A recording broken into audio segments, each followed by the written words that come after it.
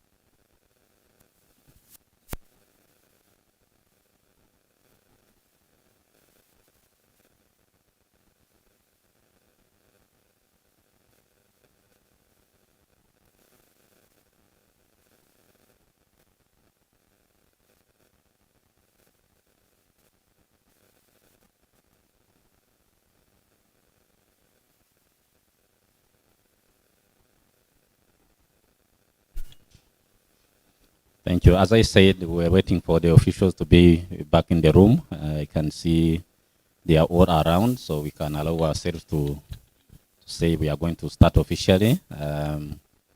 We shall have a long but a fruitful day. I'm saying a long because we need to be energized and inform our brains that they have to remain awake till 5 p.m. So this is not something we are going to conclude by 1, so we shall be here till 5 p.m. That's why I'm saying that it's important that we get to know what is expected of us. Of course, key house rules, if we can keep our cell phones or mobile phones in the vibration mode or in silent mode, that would be kind. Also, in order for us to be able to contribute to the presentation or to the different speeches we are going to get, maximum attention would be required. So I would kindly request that we keep minimum watch to our WhatsApp and other social media, or even laptops. So maybe you can check on this when there is an urgent if you are preparing next presentation. But for the rest, kindly remain attentive and follow the presentations as they go on. Of course, as human beings, we might need to visit the washrooms or restrooms. There is one here at the right, at our right side. There is one. There are also others at the 4th floor. So just there is another auditorium or boardroom. So that room has also other facilities that you can use. So I'm saying that because we would not want to have a queue here, yet there are other facilities at the 4th floor. So those are the few house rules. Otherwise, thank you everybody to make it to attend this conference. I would want to invite Dr. Matthias to give us the welcoming remarks in the next few minutes. But before he arrives, we would want that we know who is who in this room. So there are those who have maybe a common denominator. Maybe we can start by them. There is a big batch of students who have just arrived from Rukara. Can you rise so that we recognize you wherever you are? I'm talking about the students. Then professor is also raising. Yes, professor, because he's also a teacher of those students. Yes, welcome. These are the students, postgraduate and undergraduate from Rukara campus. We have a faculty I mean lecturers from URC and CST, wherever you are. If you can stand, we would recognize where you are. URC and CST academy staff members, please. Yes, including myself. Good, good, good, good. So we are coming forward. Then for that category that I'm reaching, I can see the key partners for this project. I can see those from gender, those from heritage. If you can just mention your name and your position, then from there we are going to give the mic to those who traveled from abroad. Then we are going to reach these front seats. So that's what we chose, from the back to the front seat. Then I can see Dr. Jody. Good morning. My name is Jolie. Senior lecturer at the Center for Gender Studies at UR. Thank you. Good morning, everyone. Derek Woodgate, President of the Future. There's a variety of universities, always on the future of something, invariably multimedia and entertainment and so on. Thank you. Good morning, everybody. My name is Vladimir Lishuk. I am professor in ICT department, University of Agder. My field of research or teaching is security.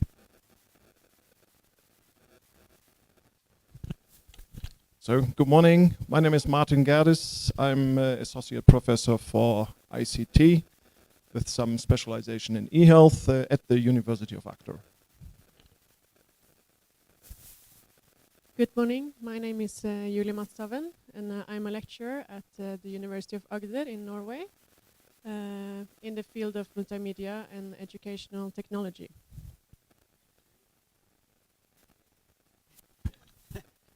Okay, I'm not from abroad, I'm Morocco.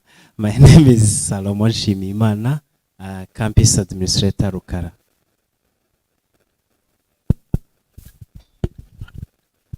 Hello. Good morning, all of you. I am Godfrey Mayende from the Makerere University Institute of Open Distance and E-Learning, academic staff and an instructional designer.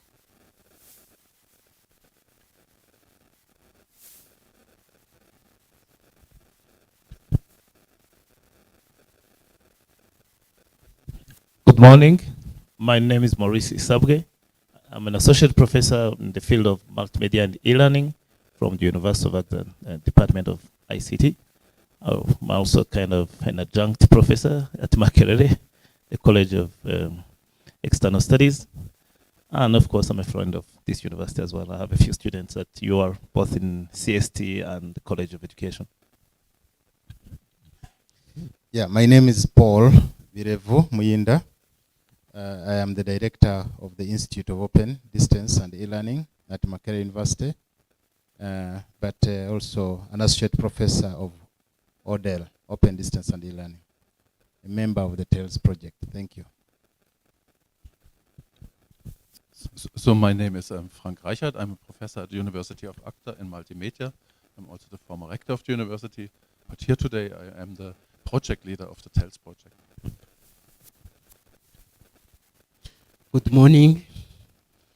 I'm Florian Sanganwimana, the acting principal for the College of Education, one of the 6 colleges of University of Rwanda. And you are most welcome to this conference. Thank you. Thank you. Good morning. My name is Alice Kamasoni. I'm in charge of visual art value chain development in Rwanda Cultural Heritage Academy, known as Inteko y'Umuco. Good morning. My name is Sigbjørn Nedland. I work closely with Alice here on a music digitization project where we are trying to save music that is threatened by extinction because it's stored on old media that are deteriorating. So we're hoping to do good work this music project here. Thank you.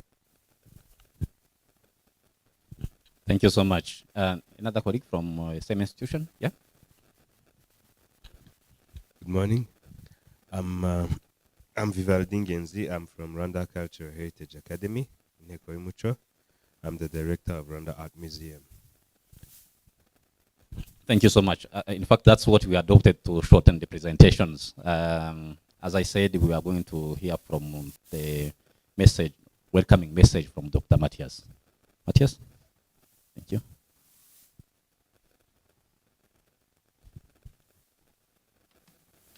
Yeah, thank you, Dr. Irene. Good morning, everybody. Yeah, I'm going to present myself, to introduce myself at the end of everybody here. I'm called Matthias Nduingoma. I'm a senior lecturer at the College of Education. As the principal said, one of the colleges of the University of Rwanda. I'm also the director of the Center for Open Distance and E-Learning. Yes. And I'm the coordinator of the project that is written there, TELS, at University of Rwanda. Thank you very much for being here. This conference, as you see the title, it is on the future universities. All of us, we are members of the university, but we don't know how the university will be tomorrow. So when we talk about the future of universities, we mean also the future of education. We mean the future classrooms, and we mean the future students. So it's very important. This project, TELS, is a joint effort between Makerere University. You have heard that we have representatives from Makerere University, University of Agda, they are here, and the university, Jimma University from Ethiopia. Yeah. University of Agda is from Norway. Maybe some of us don't know where it is coming, it is from. This project, it intends to develop the capacity in higher education and research, working so that the future universities can be of good qualities. This project is funded by NORAD. NORAD is a development agency in Norway.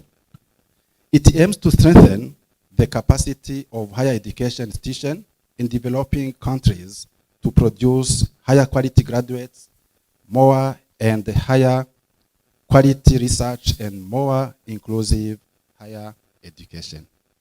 Of course, we will reach all of this by integrating ICT in teaching, learning, and assessment. So far, in this project, which started in January 2021, it happened during the COVID period. We didn't realize already many things, but we succeeded to organize an open day in December 2021. All the partner universities, they participated, and some of you also have participated to make that event successful. Now we are developing programs for masters in technology enhanced learning. We are at a good step, and we hope by the end of this year, this program will be ready for our citizens and also for the world. We have recruited 2 PhD candidates. They are going to start very soon. One will register in the College of Science and Technology by doing his research on artificial intelligence for education. Another one will do his research. He will register in the College of Education by doing the research on management and policies for future university. If we succeed to have these 2 PhD candidates, it's a great achievement for this project. And we are hoping also that the number can increase from 2 to 6. We have already also developed what we call CPD, Continuous Professional Development, in life skills and gender aspect to increase inclusivity at University of Rwanda and also in education. We plan to start very soon the development of an undergraduate program in technology and enhanced learning. We know that this program doesn't exist in our region. We have discussed with our partners, and we think it's very important. Now, we thank our partners, as I said, from University of Agda, Makerere University, and Jima University. By the way, I would like to tell you that the representatives from Jima universities, they are following us online. They didn't manage to come here for different reasons.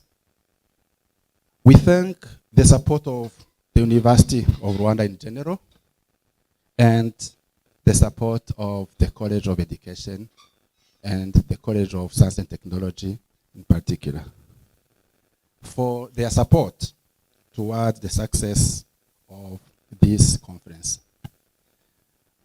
We thank also every participant who managed to come here. Thank you a lot. Thank you, dear students. Thank you, professors. Thank you, lecturers. Because without you, our project cannot be called a project. We thank also the organizing team. You know, to have things looking like how we are here, it means there are a team of people who worked tirelessly. So I thank them for this activity. And at the end, I wish that all of us, we are going to have good time during these 3 days. Today we are here. Tomorrow we are going to meet in Rukara campus, at Rukara campus. And on Friday, we'll come back again.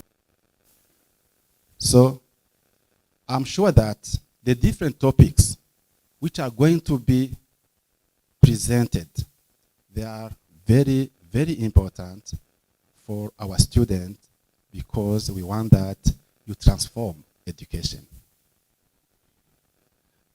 Students from the College of Science and Technology, you have some topics which are very important.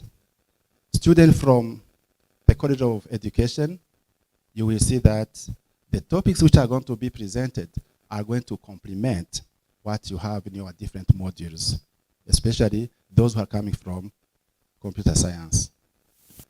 So without taking a lot of time, I would like to thank everybody here, and may God bless you all. Thank you.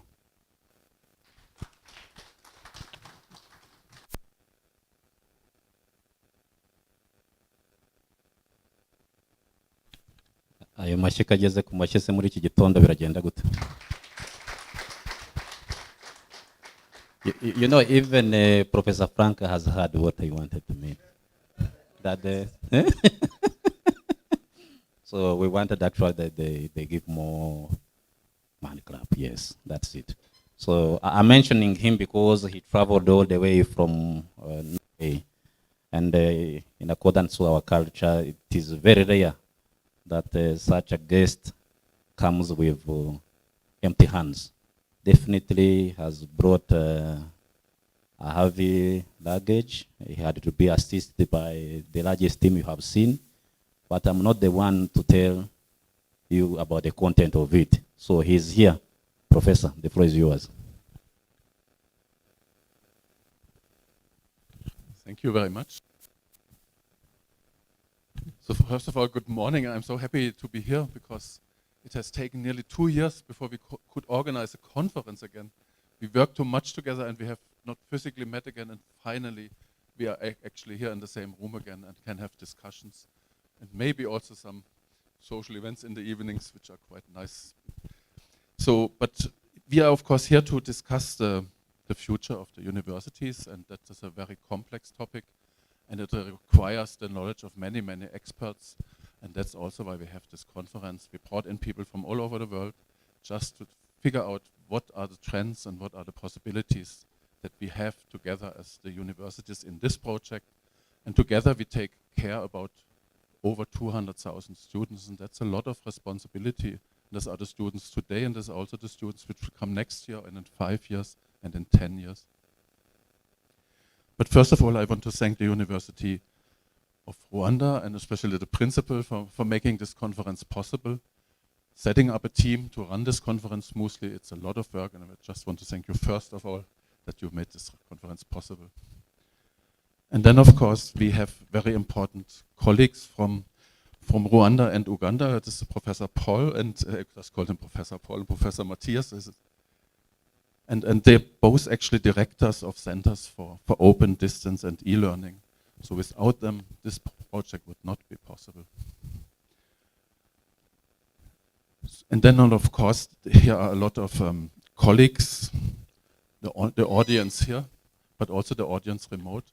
And we are very thankful that you have come to attend this conference and help us to understand better what we can do about the future. And of course, we have some basic questions. How can we reach out to more students? And this means, of course, we have already a lot of students, but there may be students in remote locations who have not the possibility to be here in Kigali. There may be also students, for example, who think, wow, there's an interesting course at Makerere University and I want to attend it. And this is actually possible. We have already tried it out. You can be actually virtual students at other universities. So while you're a student here, you can actually subscribe over the internet through this program to universities in Uganda, in Ethiopia, and in Norway, for example, to follow some of the courses, for example, let's say usability. What is it? How to do it? And Morris has been one of the pioneers in this area to make it possible. So we are, of course, interested to know what new technology is coming up. There are a lot of buzzwords, and we wonder what can we do about this technology. And I wondered, is it really so important to care about technology? And then I just thought back 30 years. 30 years ago, I was thinking, how was I actually teaching 30 years ago? And it was, I don't know whether you still remember it or have ever seen it, but you first would make your slides. There was no PowerPoint, but you would make slides somehow in a text editor, in the graphic programs. You would go to a printer, print them out, and then you had it on paper, but then you cannot show a paper to all the students. That will not work. So what you did, of course, you went to a special machine where you transferred them from the paper to transparencies, and then there would be here some type of projector which should show them on the wall. So if you made a mistake in your slides, there was no way you could correct it before a lecture. So that was before.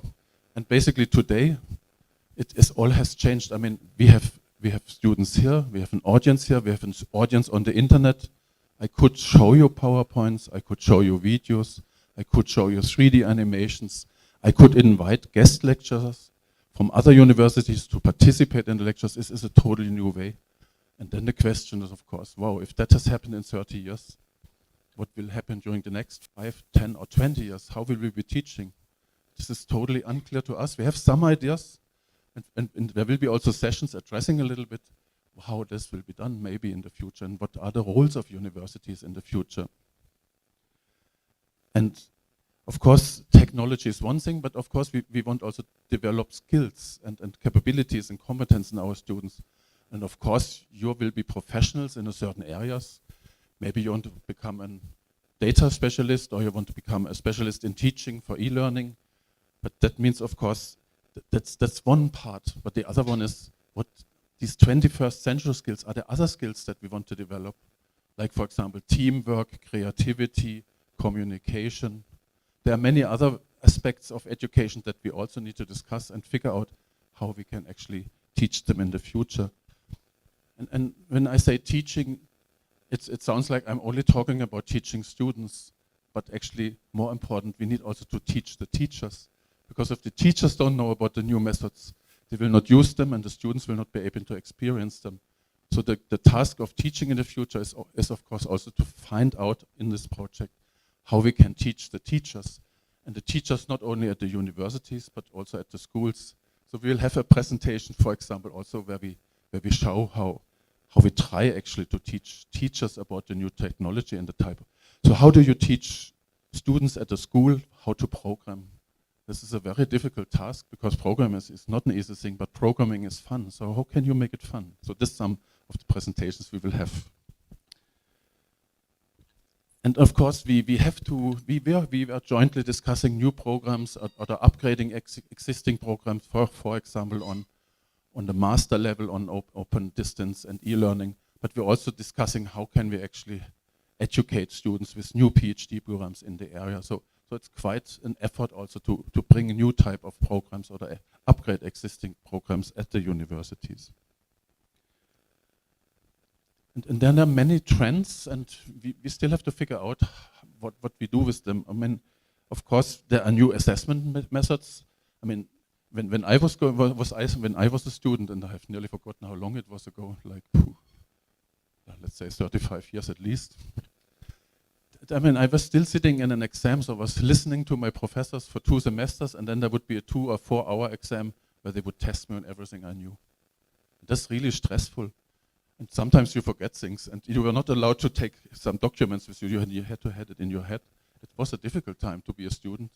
Now it's a little bit better, and we are moving towards new assessment methods. I have a course where I don't have an exam anymore, but I continuously test my students with projects. They have to build up a portfolio. They have to continuously show that they are creatively and have understood actually what they were learning by themselves actually. So we go from professors who like wise men on the stage. We're actually more going towards a role where we are coaches trying to help to develop talent in the students. Then of course the role of the students will be changing. They will be much more involved in also being actually teachers to advise us actually what we could do differently, and also be actually in certain ways being mentor to new students because they know so much. So there's a lot of things going on, and maybe we can figure out, maybe they can even help us when we try to discuss what new type of programs should the university have. Maybe our students could help us to figure out what would be meaningful new programs. Of course, you have to have a certain competence to run these programs, but there's always very important to have a common approach to this type of discussions. So with that said, there will be a lot of interesting discussions. Yeah, for example, we will, in the future, I'm not sure we will go into that too much in this conference, but artificial intelligence. So there are actually professors who have courses with 200 to 400 students, and it's very difficult to give them support. So there are universities in the United States who have actually assistants. They didn't actually tell the students. There was actually an artificial intelligence program running, taking all the questions from the students and answering them on the spot in the middle of the night. So that's one possibility. Maybe artificial intelligence can also help us actually to individualize education. So it understands where are your challenges when you try to learn a certain subject, and it can actually try to pull in certain modules to help you actually on the way. So there are many possibilities in artificial intelligence which are currently investigated, and this is also one of the topics in our project to invite experts to help us to understand what are the possibilities of that technology. So I'm not here to give a presentation, but I feel I have done it. But thank you very much for inviting us here, that we are allowed to organize this conference. And thank you very much for everyone who is trying to follow the conference. And also thank you very much for all the speakers who have taken quite a lot of time to present actually their presentations. Thanks a lot.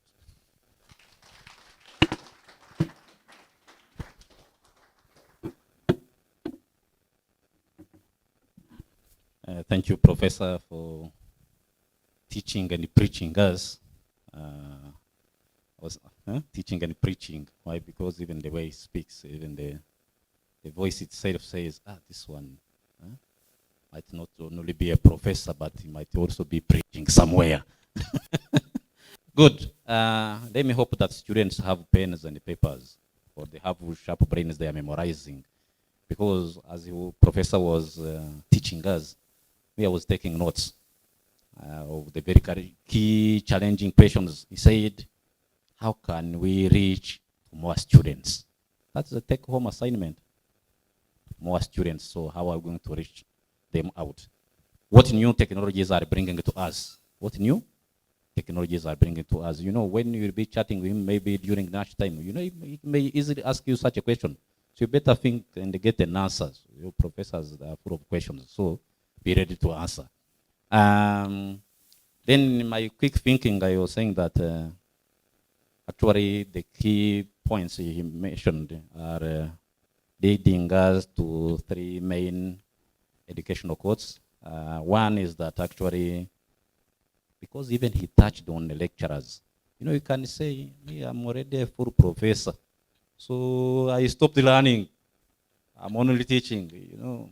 Professor Paul, have you stopped the learning?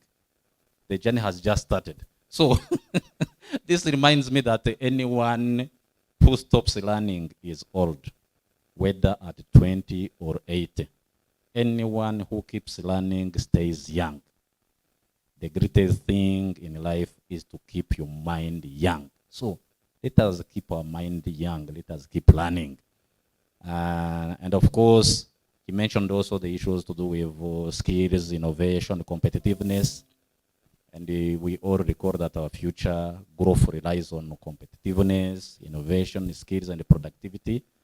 And all this in turn rely on the education of our people. So let us strive to make sure that our people get educated. After professor, during the self-introduction, there is another professor.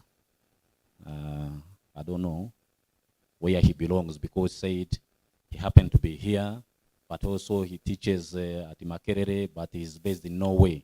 So I don't know where he is based, but you can see he's our ambassador wherever he goes. Professor Morris, the floor is yours.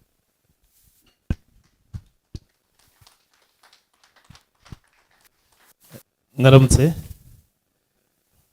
respected ladies and gentlemen, all protocols observed, good morning.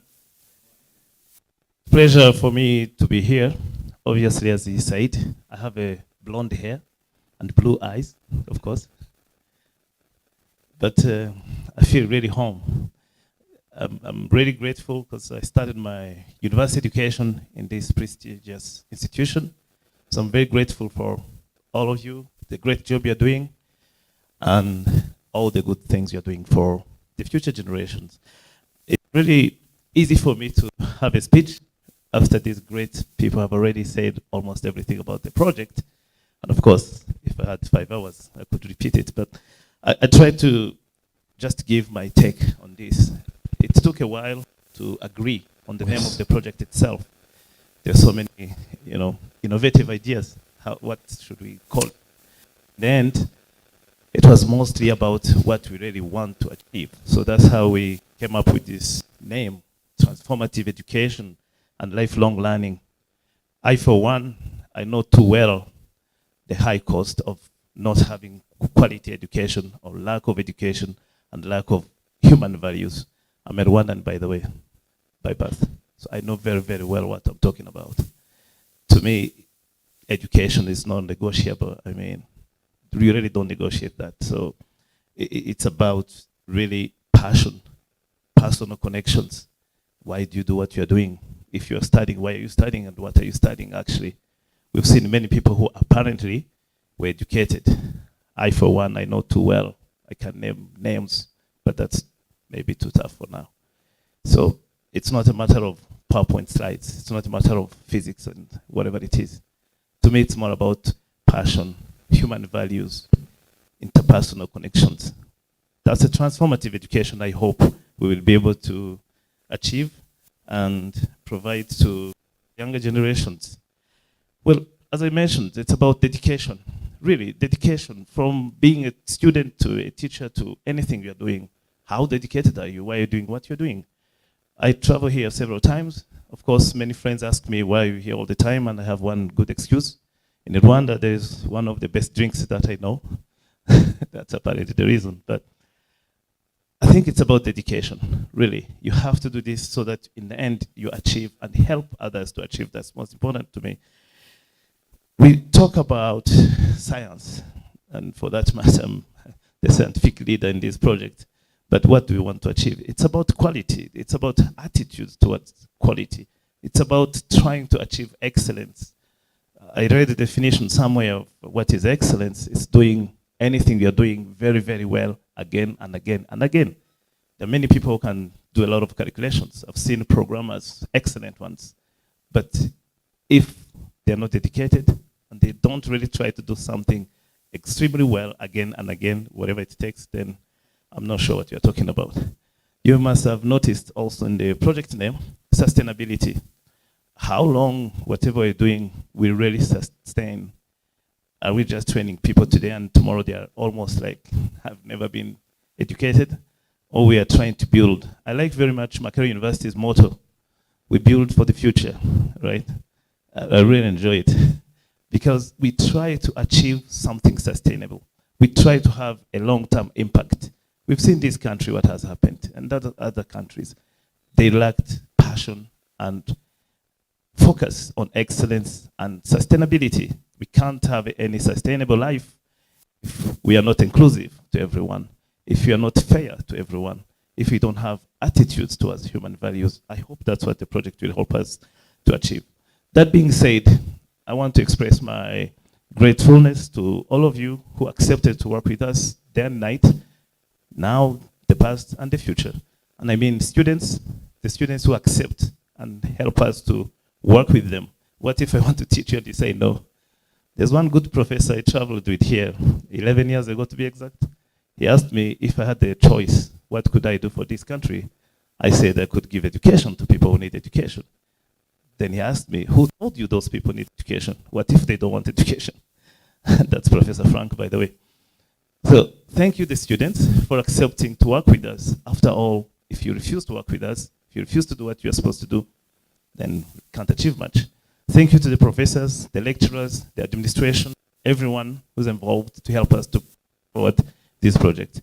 I and this team of dedicated people, we are very happy to work with you, and we are looking forward to work on the several topics that the previous speakers mentioned through supervisions, especially at master's and PhD level. I'm very glad this project is going to fund up to 6 PhD projects. I, for one, and all these good colleagues, will try to be there for you, the candidates, so tomorrow we achieve this impact to society. We're also happy to take students online. As Frank mentioned, we try to reach to as many people as possible. So feel free to drop me an email if you want to join any of the courses that are possible to take from the University of Agda, from Makerere, from the University of Rwanda. That's what this project is for. And obviously, the last part, which is very important, we don't just educate for education. We're also looking for people creating jobs, people being able to work, and in the end, build the countries, whatever country you come from or you want to work in. It's very important also to really think. Sometimes I get a bit disappointed when I get a candidate coming to me, I want to do a master's project. Then first question I ask them, so what? Well, you'll get your thesis defended, you get an A or a B, so what? So it's important that we think about what do you really want to be able to achieve in life, what you want to do with your education. And that's where I would like to invite everyone through this project, send us challenges, tell us what challenges we should be working on. I can't claim to know much about what's your challenge in your own way, what you want to do tomorrow. Hopefully we will be successful. I wish you a good time in this conference. I hope you'll enjoy all the presentations that will be there and the workshops, by the way. So be prepared to have challenges because I know these professors will have a lot of work for you to do. So thank you very much.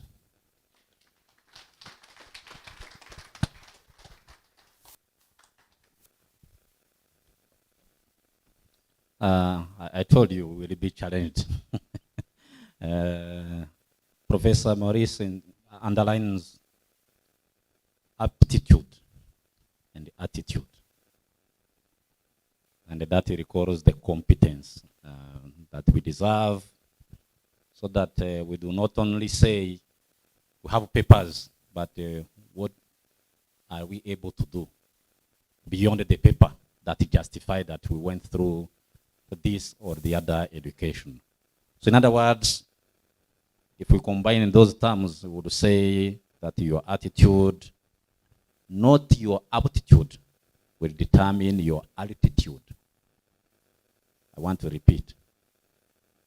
Your attitude, not your aptitude, will determine your altitude. Am I correct, Professor? Yes, attitude is very important. You may be sharp, you may be good in science or what, but attitude is determinant and is the one which is going to help you achieve the altitude. And we used to say that the sky is the limit. Can you repeat what I said? That your attitude, not your aptitude, determine your altitude. Just repeat on behalf of other students.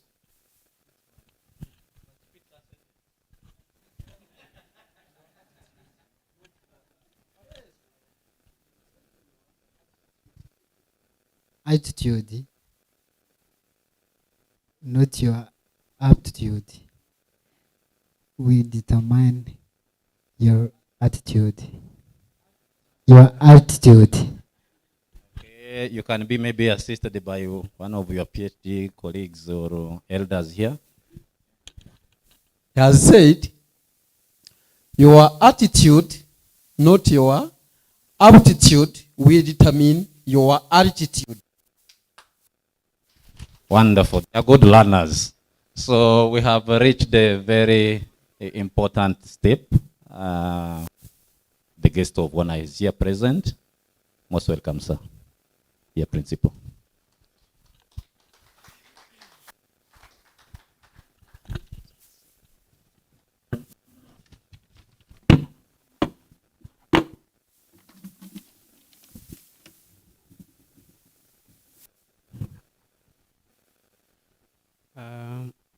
Dear Professor Frank, who is the overall project coordinator or leader, dear Professor Morris, who has spoken to us a few seconds ago, and who is the scientific project leader, dear colleagues, because now we know each other, you are our colleagues from different universities partnering in this project, from Agder University, from Makerere University, and from JIMA. I hope they are following us very well online. Dear faculty members, dear your staff members, different positions, dear students at different levels from undergraduate to PhD, ladies and gentlemen, all protocol observed. Good morning once again.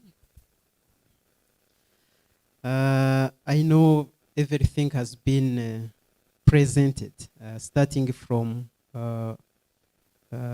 Dr. Matthias, then Professor Frank, then Professor Morris. Mine just is to welcome you to this wonderful conference. The theme of the conference has been shared with you, which is about the future of universities. This conference is coming at the right moment, though it may be late, but it is the right moment. I will make my point. The right moment because the whole world has been shaken by the COVID-19 pandemic. Universities, including ours, used to operate in a traditional mode, in a chalk and board. For instance, we used to have teaching and learning sessions physically, but due to that pandemic, worldwide universities and schools were obliged to close down the schools as a mitigation or preventive measures to contain the spread of the pandemic.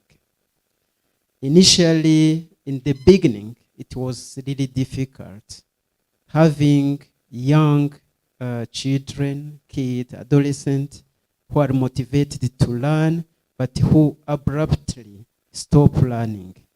It was a challenge for those universities, but also families, parents, to keep their students at home, how to support them. It was a burden for the countries and families how to shape the future of the student, of their children, because as we know, the economies are relying on knowledge, transfer of skills, imparting or training some competences. And this is happening in schools and at universities when we want to have advanced knowledge and advanced competences. So for me, this transformative education project, which adds on lifelong learning for sustainable development, is a perfect fit to the current context. Because yes, despite this pandemic, we have to continue supporting our students at different levels. But the question we have to ask is how? How to do it? How to do it in this context? We know that today we are not obliged to learn when we meet physically. There are open educational resources. Anyone who have acquired basic reading skills can read and understand.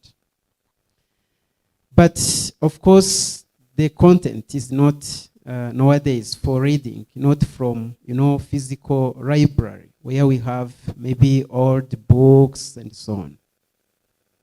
We have to have digital skills, computer literacy, internet literacy, so we can browse and search and reach what we want to learn so that we can serve better. So a conference of this nature and with a particular focus, which is about the future of universities. For me, I don't consider only these universities partnering in the project, but why not inspire the other universities? We have a platform of this project where outcome results from different activities will be posted, and we know that everything which is online is widely disseminated. We should ensure that we contaminate, of course, better, not like an infectious contamination. The other universities, of course, coming from within ourselves, and then we spread, we make an impact. Our universities are called to address the labor demand and respond to the global challenges. So global challenges are many. So the most cross-cutting is the climate change. But we know that these communicable and non-communicable diseases, for instance, I have heard that we are having someone who is working in e-health, for instance, and to be able to prevent or to avoid the infection, for instance, or to keep our life better, we have also to have some basics about our health, for instance.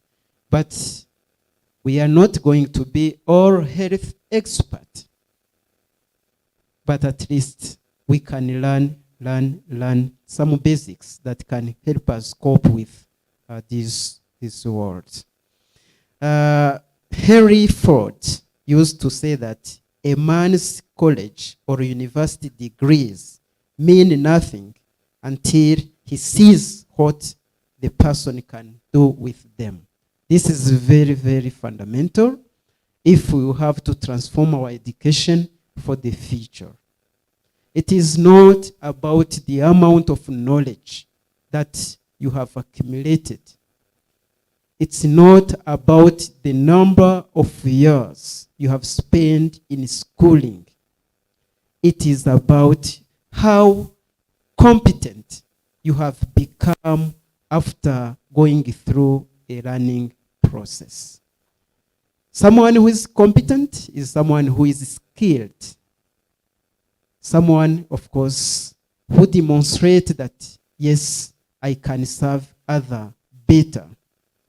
Serving, we are not interacting with physical materials only, but also human interactions. That's where I join the Dr. Irene, saying that our attitude, not our aptitude, will determine our altitude.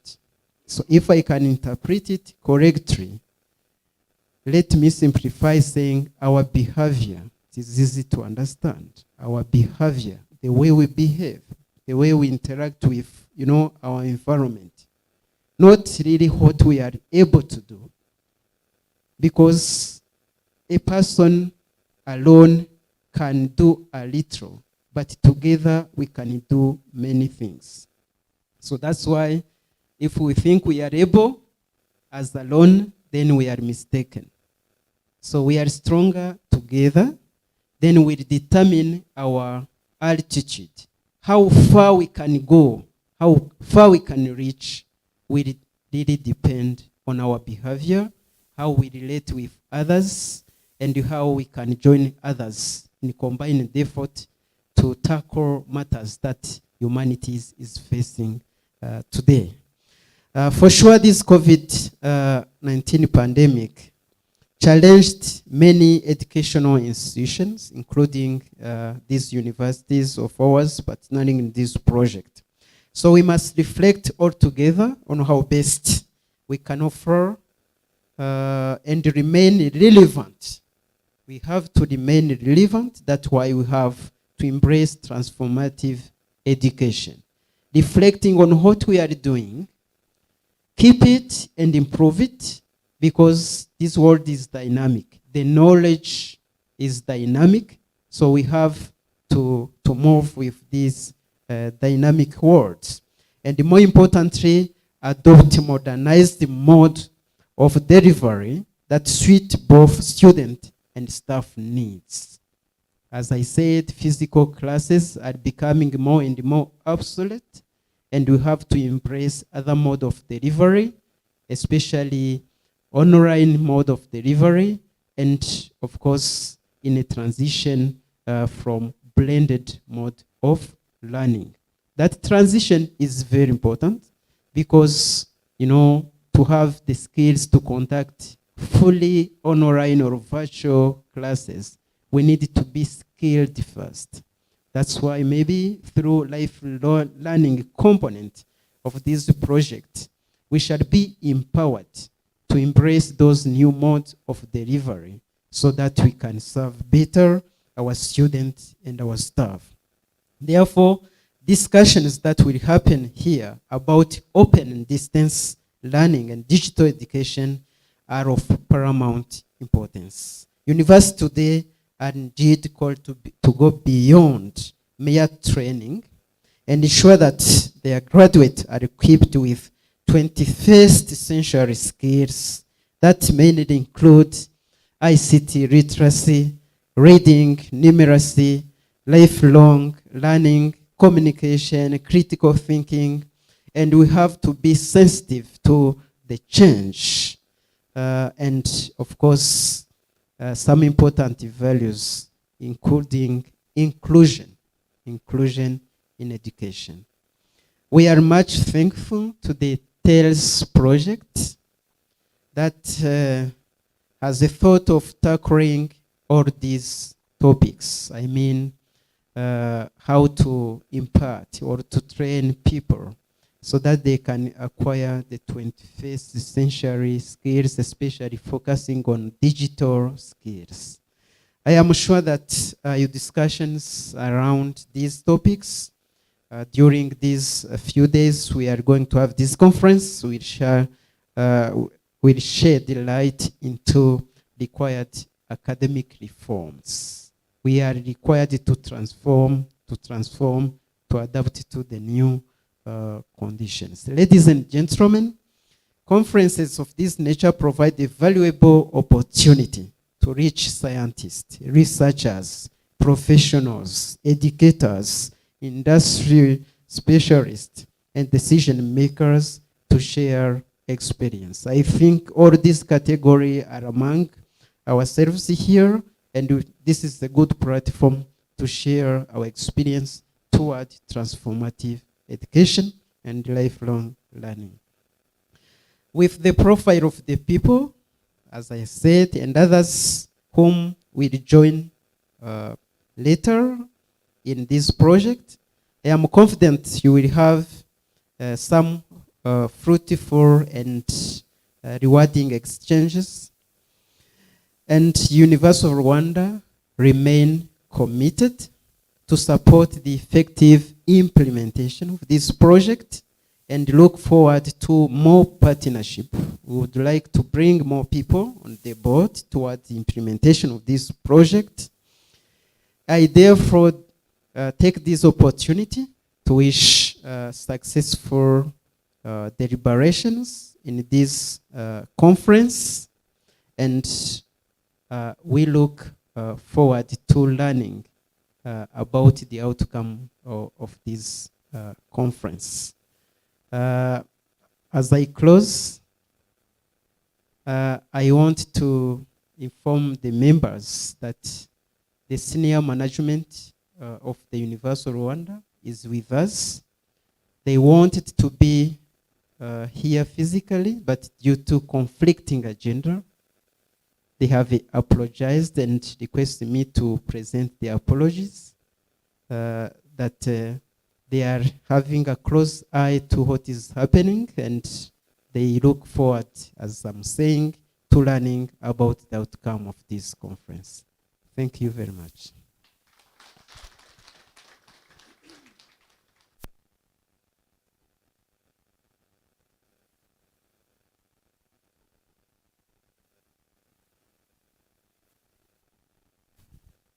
Thank you, Principal, for standing in as well on behalf of the UR senior leadership, and all of us, we hear that the senior management want to hear and get feedback from the outcomes of this conference. So, hope they are not going to be disappointed that these guys have been here for 4 days. They didn't talk about any, they don't even think that is going to inform us. So, let us impress them, and we are capable of doing that. Shall we do that? Yes, thank you. I do not want to interpret what our boss has said. I just want to add my small portion or make a summary in one sentence. And that sentence reads that when learning and teaching continually improve, everything improves. When learning and teaching continually improve, everything improve. So students are going to improve on learning. Lecturers, we are going to improve on teaching. Not bringing those old notes, the yellow ones. You know, you teach notes for 1, 2, 3, 10 years, then they change the color from white to yellow. So let us keep on improving on teaching. Student also should not be like a recipient saying, I will go to class or not to hear from what professors have said. We hear principal saying we are shifting from the predominant instructional in-class mode. We are going blended, we are going online. So students also, you must improve on learning, isn't it? So as we improve on learning, as we improve on teaching, we are actually answering the question that quality is not an accident. Quality is not an accident. We should not sing, God, give us quality education. No, no, no, no, no. It is always a result of intelligent effort. Intelligent effort. So we have to make efforts in learning, efforts in teaching, so that we attain the quality that we want. That's correct? Yes. Principal mentioned something from the health sector. And if I might recall very well, it is not healthy to stand for more than 2 hours. So at least you do small exercise, stretch legs. So, Daktari is looking at me. He's the head of Department of Humanities. So if we can all stand for a few seconds, I will tell you what I want. Yes, yes, yes, yes, yes. Good. So the exercise is as follows. When I say stand, you sit.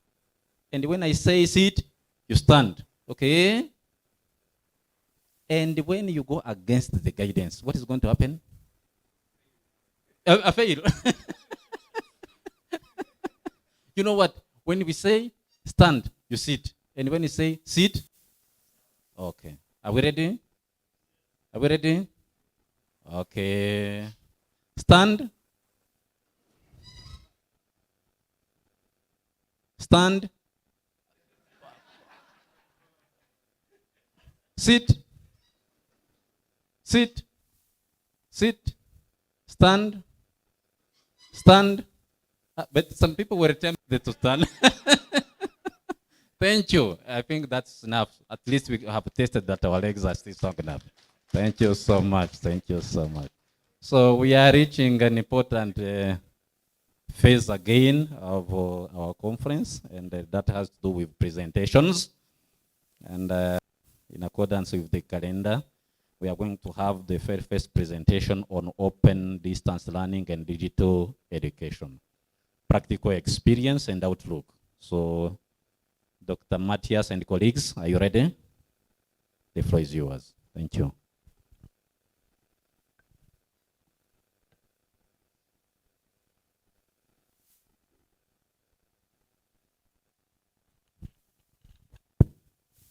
Yeah, good morning again.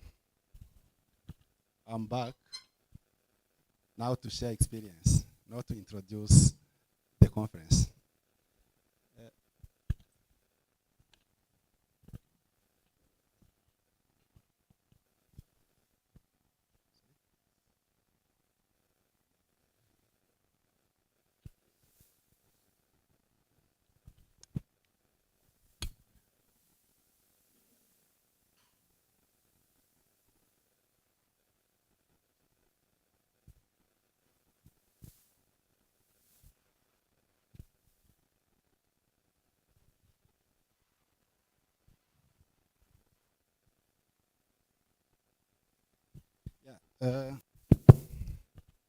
In this conference, as we have seen, we are now going to insist on the future of universities.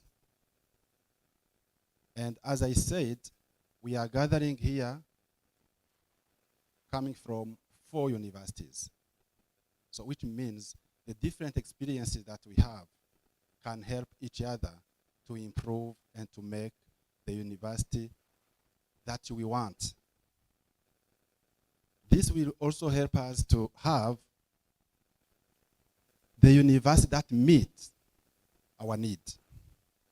The university that is transforming our countries, that is transforming our education. About now the open distance education or distance learning and digital education at University of Rwanda.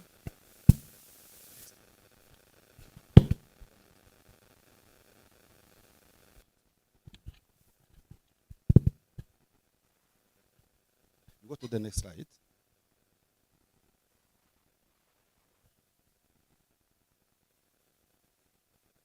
Yeah, next. Yeah. The experience of the University of Rwanda in open distance e-learning,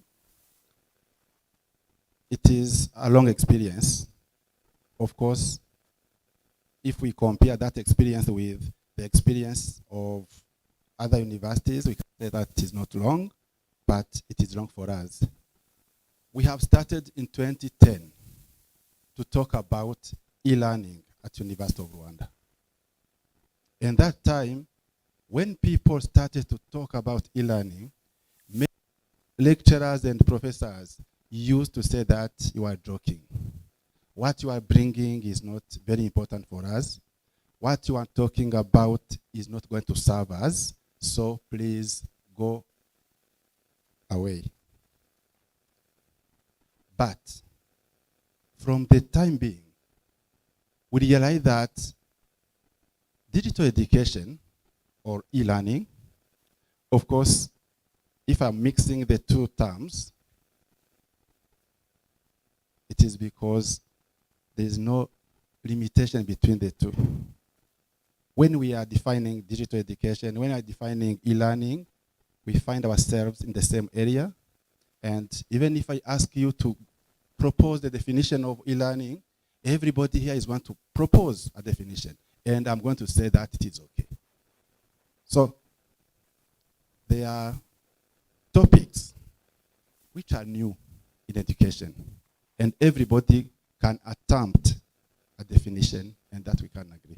So what I was saying now, at University of Rwanda, when it started, people were hesitating. Even the leadership was not very committed. But since 2020, if you can look on this slide, when we started, when COVID-19 happened, we woke up, not only at University of Rwanda, but also in other universities from the world. We didn't stop. Okay, we have closed the door of the universities, but later we opened. What was the condition to open? It was to make sure that all modules are online, to make sure that all modules, they have been uploaded. The lecturers from the University of Rwanda, they know what happened, how hard they worked. And congratulations, because you succeeded to do it. And the university reopened the doors, and we got again our students. And we did it because of the ICT, because we have digitalized our module, because of ODL, Open Distance and E-Learning. If you accept, you can agree with me that in the socio-economic development of, in the socio-economic sectors of a country, it is only education that can continue in a pandemic like COVID. We can continue teaching, and students can continue learning during the closure of the universities.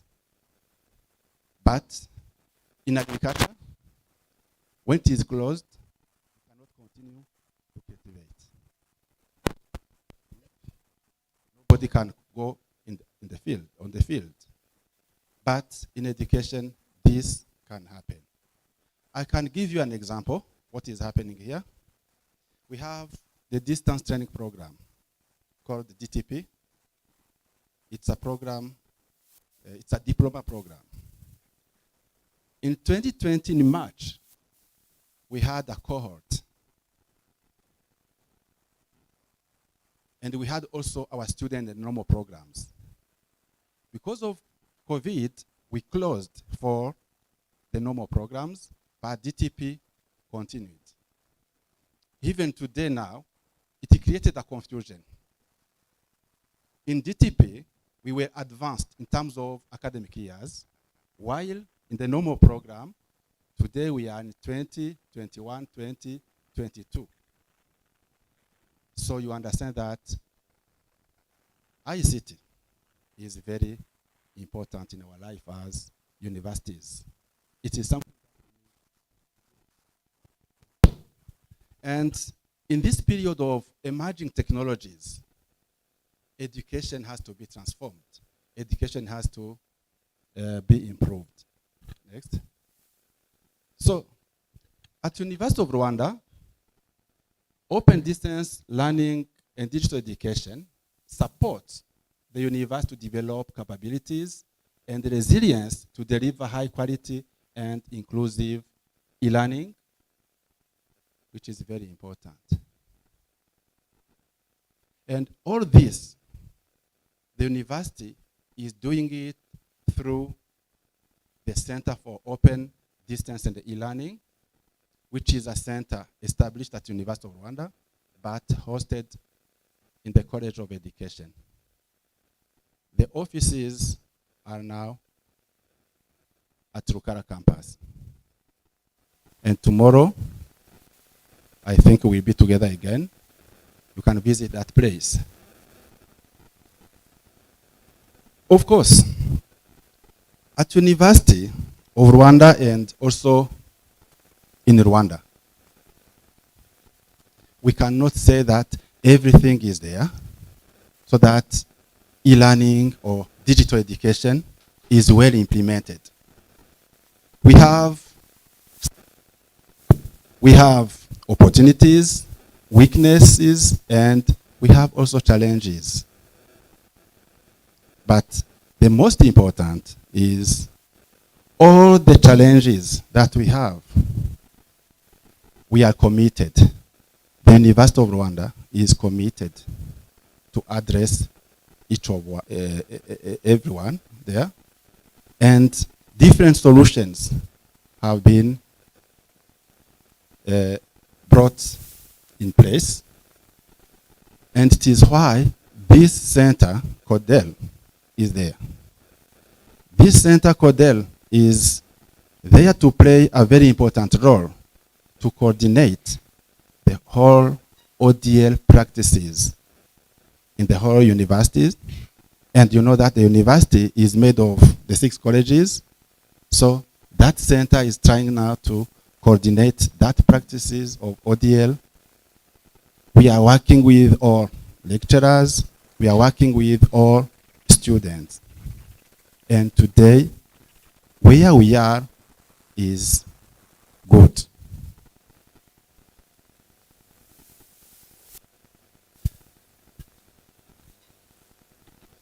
Yeah, that center, it is helping the leadership to be committed to ODL. We are meeting the leaders. We are trying to sensitize. We are trying to talk to them, and they are now trying to help us to explain. And the result is that all lecturers today, they have accepted. The resistance that we used to have in 2010 up to 2015 is no longer there. The mindset has changed. So that is very important.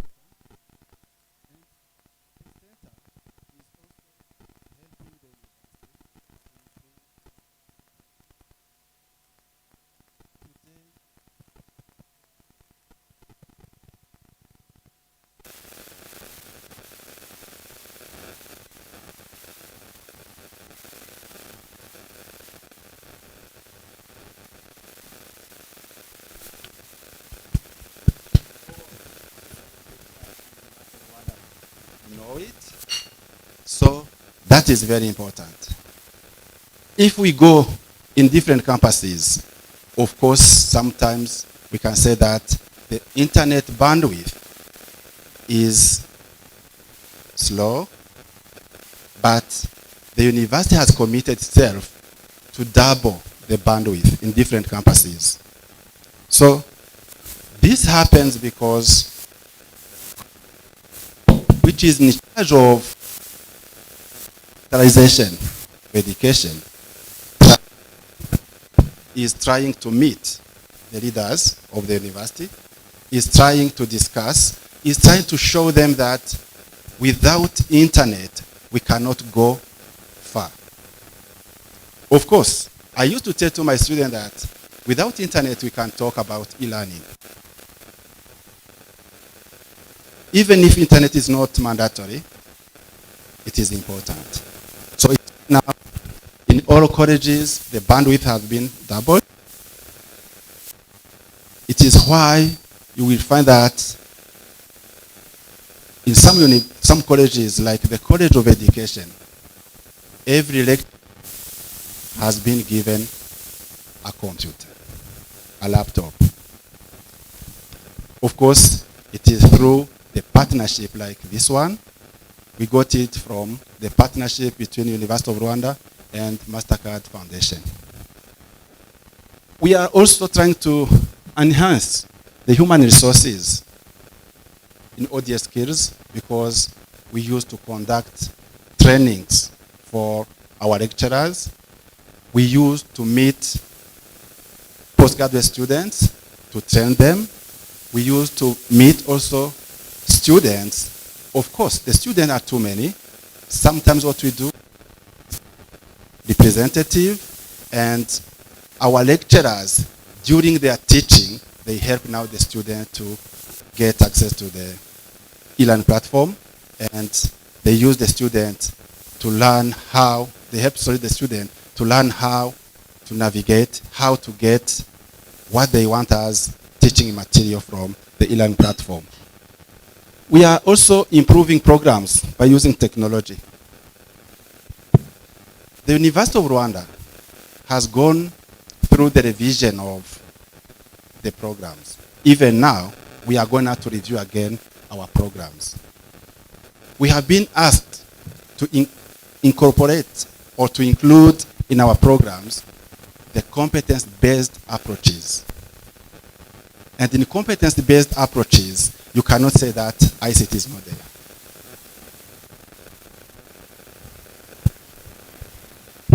That one is there. So, in that competence-based curricula or approaches, all lecturers are being helped during now the revision or the review of the modules to see how make this program learner-centered instead of the teacher-centered. And this is happening from what the CODEL is doing. We are also creating the online blended courses. They are there. And I can tell you that this is coming from the University of Rwanda ODL policy, which is stipulating that the university today is a dual mode university, where a program can be taught in face-to-face or online. Of course, online 100%, it's a bit difficult for us. We are now practicing the blended learning mode of delivery, where during now the module description, there is a given percentage that every lecturer or every team of lecturers, they have now to decide to be conducted in face-to-face and another percentage to be conducted in online. This helps in now the remote instruction. And I can say that today, at University of Rwanda, we have only 2 online programs. I have been talking about ODL. I have been talking about e-learning. And I say that all modules are on the platform. They are there to help the sharing, in the sharing of teaching material between lecturers and students. We are facilitating students to get teaching material easily, but for online programs, where a student has to register for online programs, where a student has to be governed by the general academic regulations for ODL programs, where ODL policies has to be applied, we have only 2 programs. We have a program in medicine, it is a master's program, And we have also another program, the College of Education that I talked already, the distance training program, which is being taught in blended. And to facilitate this remote instruction or remote education, at University of Rwanda, we have a multimedia studio. It is established at Rukara campus, and I hope that tomorrow you will have the chance to visit it. And the University of Rwanda also, through the partnership that it has between other partners, we are going to establish 6 mini mobile multimedia studio in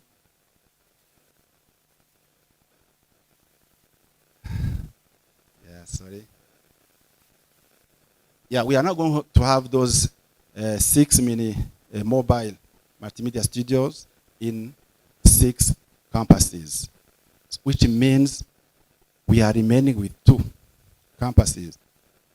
The university is having 9 campuses, you know. So we are not going to equip 6, adding to the one that we have already. So we are going to remain with 2. And I wish that through other partnerships, the 2 also are going to be equipped with this multimedia studio. And this is very important because it helps lecturers to deliver their teaching, sometimes live teaching, or they can come and record themselves and take the videos in their modules, which are now uploaded on the e-learning platform of University of Rwanda. Of course, this is possible. This happened to be possible because we have a certain set of guidelines and strategies. The most, or not the most, okay, the most important policy that I can consider that it is the first on the list is the University of Rwanda ODL policy, which has been developed. That has been developed after the development of the national ODL policy. And we have a strategic plan, implementation strategic plan for it. We have University of Rwanda Quality Assurance Policy for ODL, and also the Quality Assurance Standards for ODL. We have developed the guidelines for UR academic integrity, the scales for text similarity index. These 2 documents have been developed because when we are talking about online learning, we need also to consider the quality. Just now, they have talked about the quality of education, and they say that quality is not by accident. Quality is something that you have to merit. Quality is something that you have to work for. So, when students are doing their assignments online, sometimes they think that because of those search engines which are open source, you go there, you copy, and you paste. It happens sometimes that our colleagues, lecturers, are not careful enough, and they will accept what you are submitting as assignment. But at University of Rwanda now, we have thought about it. You know that we have Turnitin. Okay? We know that we have Turnitin, which is helping the lecturers during their publications, which is also helping the lecturers when they are setting assignment. Some lecturers, of course, that is what Koderi is helping lecturers to do, is when we set assignment, we need that those assignments be set under Turnitin. This is very important. Yeah, we have also the national framework for OERs. OERs is Open Educational Resources and MOOCs, massive online open courses. Next. Yeah, in terms of the infrastructure, in the area of ODL, as I said, we have the UR e-learning platform, which is available. And this also has been discussed yesterday when we were in the steering board meeting. We need to improve it.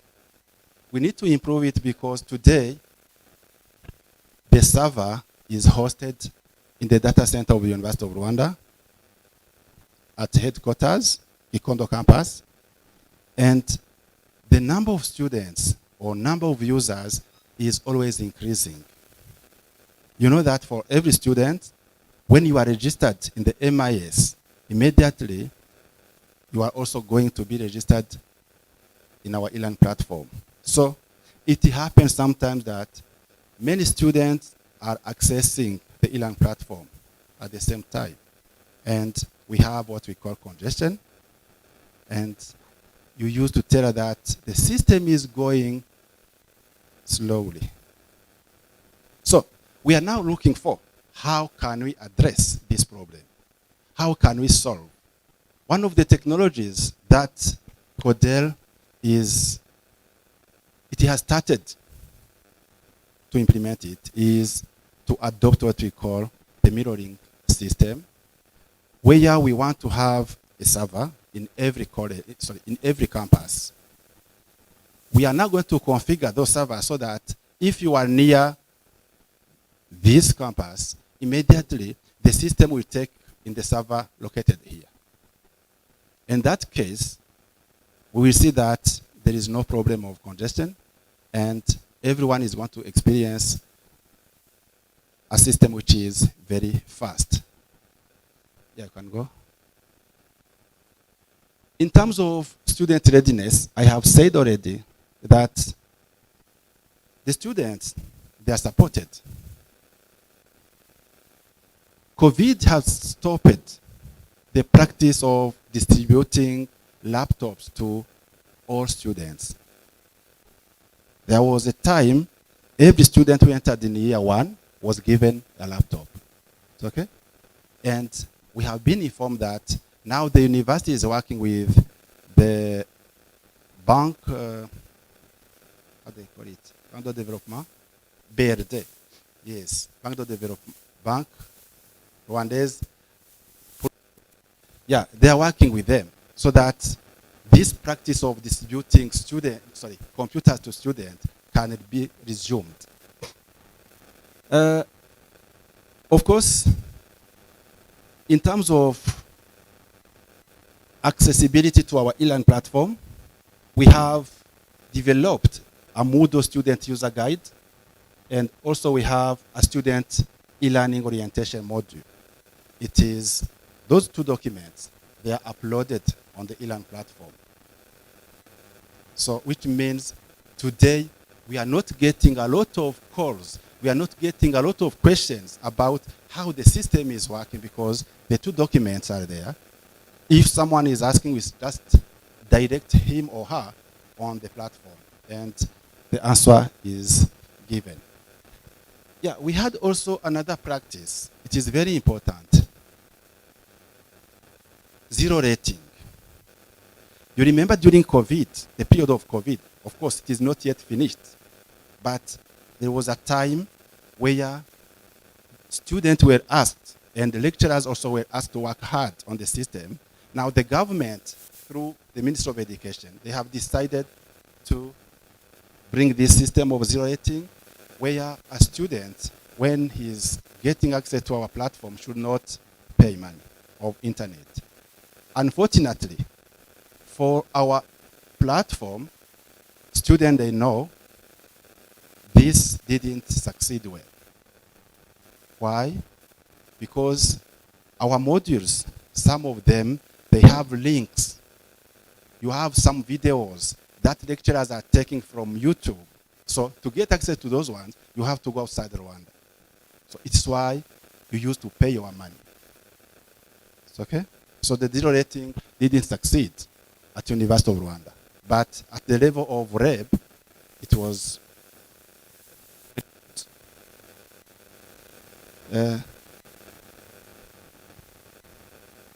yeah. In terms of academic staff, we are supporting the academic staff. We are having e-learning champions. CODEL as a center is having 6 e-learning officers, which means 6 persons who can support the whole 6 colleges. What we did we have assigned an e-learning officer to every college, but we have trained champions. They are lecturers from the different campuses, and of course, we are choosing those who are willing to do it because it is not, how to say, rewarding. But it is getting rewards indirectly, but directly we don't pay them money.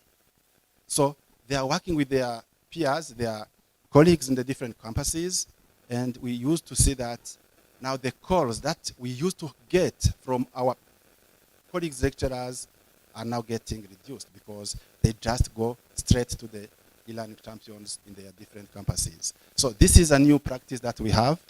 I have said that the university is trying now to equip the different laboratories that we have so that lecturers can use those computers, and through the partnerships that the university is establishing with other institutions, computers are being distributed to the lecturers. So I hope that very soon we will not get complaints from lecturers saying that they don't have their own computers.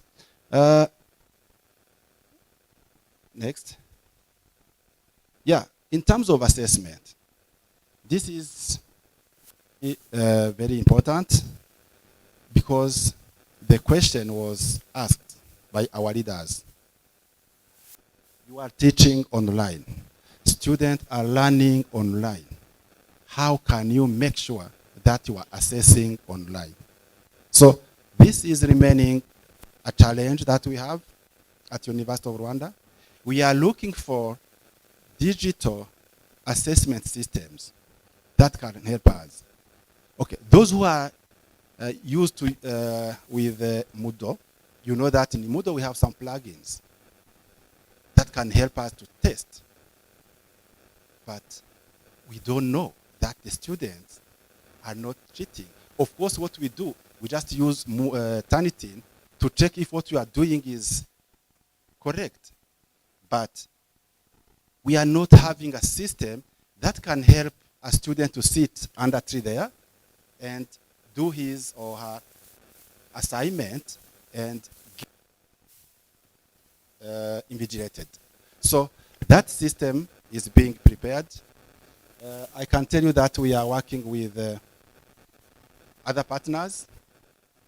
It is going to be one of the main activities of that project, where we have a proctoring system. It's a bit expensive, and I think that the university has to do it because when we are teaching, when students are learning, they have to be assessed correctly. We have to keep the integrity of what we are doing. Of course, this system of assessment and other systems that we have, all of them, they have to be governed by the quality assurance. In terms of quality assurance, I can tell you that we have policies, as I mentioned on the list of policies that we have. Yes. Yes. Yeah. And this project tells it is also contributing, as I said in my opening remarks, it is contributing in education at University of Rwanda. It is contributing in the integration of ICT in education. It is contributing in the increase of, how to say, competencies of lecturers, because we are now going to have the mobility of lecturers, mobility of students between all the universities, which are now partners in this project. And we are now going to experience. We will send students in Makerere University, we will send students in Nijima, and others will go to University of Agda, and vice versa. So we use also to get some students from their university who are coming learn from ours. And this helps in the internationalization of our programs. Okay, Okay, this have been said. Next. Yeah. So far, I can say that there is that when we are talking open distance learning, digital education at University of Rwanda, I can say that ODL is helping UR to create resilience and to adopt the new normal to face challenges posed by COVID-19 pandemic. And I hope, if I don't wish it, if it happens that we have another pandemic, it's not going to affect education at University of Rwanda. We have already an experience. The infrastructure that we have already, the infrastructure that we are going to acquire is going to help us to face everything there. COVID-19 became an enabler by devising new ODA practices and has transformed forever education. This is, I think, true worldwide. People now, they know that we have to work under any conditions, like this pandemic which are happening, which are not telling you when they are coming. So we are preparing ourselves. It is why we are talking about transformative education. We need to transform education. We need to think how education is going to be conducted in the future. What happened 10 years ago is different from what is happening today, and I don't know tomorrow how things are going to be done. But everything will depend on you. All stakeholders of the education system are now aware of the strength and flaws of ODR, of course. We know where now the challenges are located, and we know how to overcome those challenges. We are also at university, as I said, there is this cooperation and partnership between university and other higher learning institutions, which is key to transform our university. In Kinyarwanda, I think it is so, wakanyoni katagurutse ntikamenye iyo bweze. Translate. A bird that's literal transition. You know, we have to learn from each other. We have to move so that we can know what is happening in other areas. So it is when at University of Rwanda now there is this cooperation and partnership which is being encouraged. The student teachers will no longer go back in all the educational pedagogies because ICT tools are now more used in teaching, learning, and assessment than before. This is also true. The last one is COVID-19 widened again the gap between poor and rich. It is another assertion. But I think also this can be overcome. Yes. So, in conclusion, we have some recommendations that at university we would like to have executed.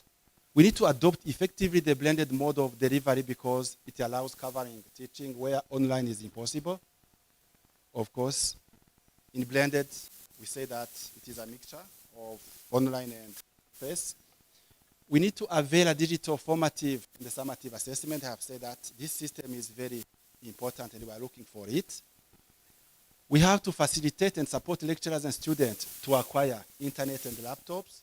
I have said that this also is on the way. And student lecturers need to use Moodle Desktop. And here we have students. And we have also professors and lecturers. We used to tell you this during our different trainings. Even if there is no internet, we have this version, the Moodle Desktop, which is helping you to work offline. Please try to adopt this. The congestion that I was talking about just now can be jumped if a student or a lecturer is using this version. You are now going to capture an image of our server And when now there is internet, you are now going to synchronize what you have. There's a synchronization of what you have on your computer and the server. So this is very important. And also, we are encouraging people to use the mobile model version. It is there. So instead of always claiming that you don't have a computer, a laptop, and I know that you have your smartphones, you can continue and work. Yeah, we need to increase the bandwidth. This is a recommendation, and I told you that it has been doubled, but we need also to add more. Because if all of us are working on internet, we are consuming a lot. And increase school and department managers' commitment to blended approach to teaching and learning. This is also something to do. And lastly, I can recommend that we need to use these collaborative tools. And collaborative tools, most of them, they are open source. Very few are proprietary. And we cannot continue to complain that we don't have WebEx. Okay, because WebEx, we know that is being given by the government. But you know that we have Moodle, Google Meet. You can go there. We have Zoom. Go there and use them. So, and others. So we encourage now our colleagues, lecturers, to conduct online teaching or a video conference session by using those open source solutions. So what I have presented now was an experience in terms of digital education at University of Rwanda, and also ODL and distance and open learning at University of Rwanda. So this is what we have. And as I said, the leadership is committed, and our plans are very wide. And we hope that in the future, we are now going to be at the level of the best universities who are now using e-learning. Thank you very much for your attention.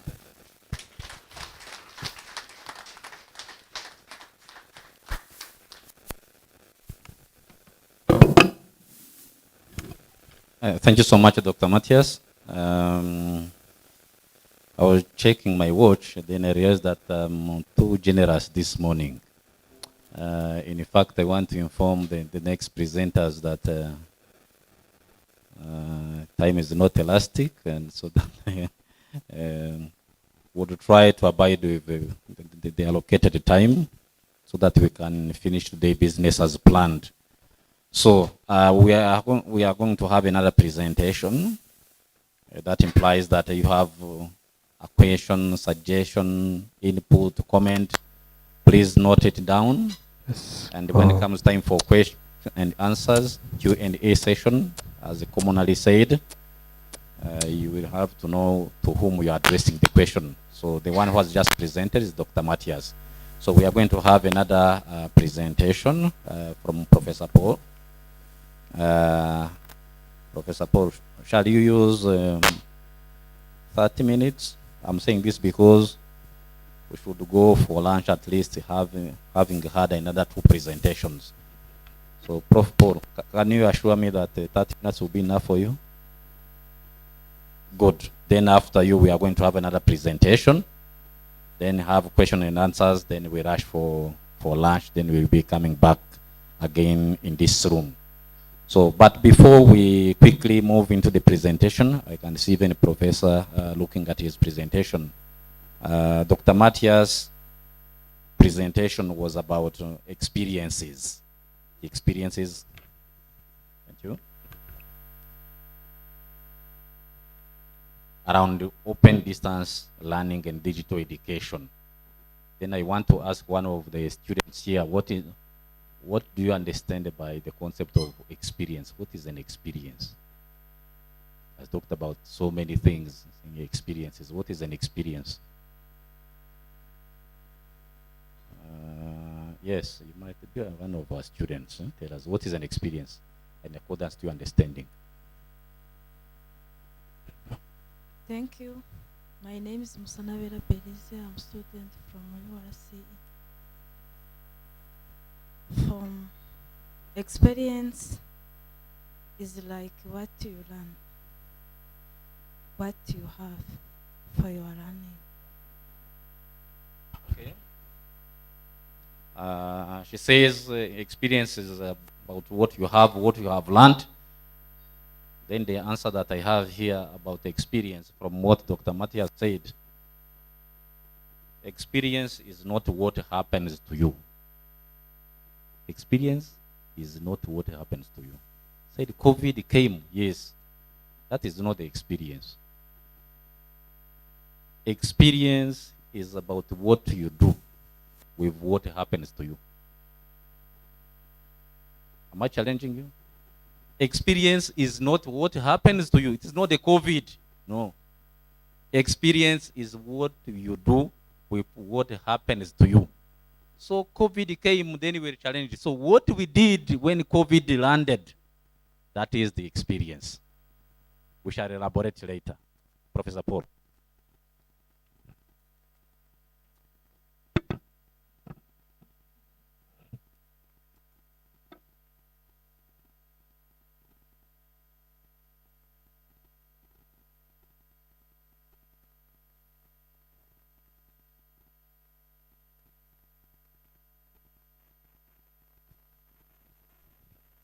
Yeah, thank you very much, our colleagues from Rwanda University, for sharing your experience when it comes to matters of e-learning. As the presentation is prepared, I would like to first of all take this opportunity to thank the organizers for having welcomed us here in Kigali. Every time I come to Kigali, I really get amazed. Kigali is a very smart city, and I've told my wife that since I don't have a lot of money to take you for a trip to France, I will just bring you to Kigali and you will experience France from Kigali. So, yeah, okay. That aside, we are going to give the journey of e-learning at Makerere University, and I will be presenting some few aspects, but most of the aspects will be presented by my colleague, Dr. Godfrey Mayende, because we believe in mentoring others.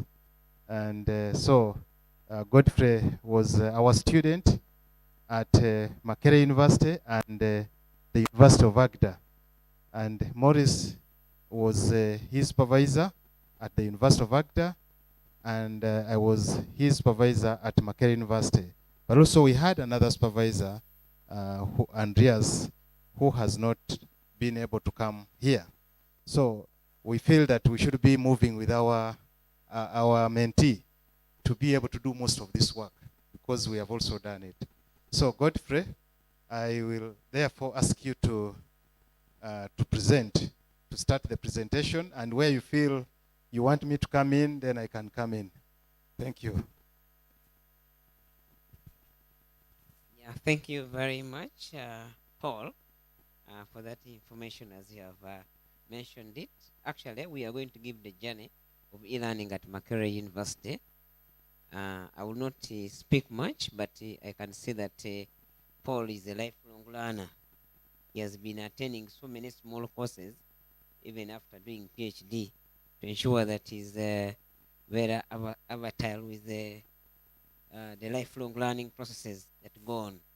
I will not have to mention many of that. Equally, I'm learning from Paul.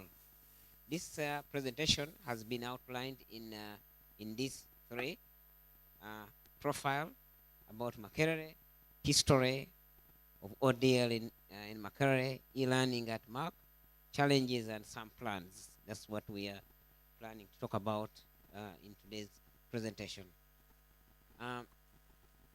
Our university is in East Africa, and specifically in Uganda.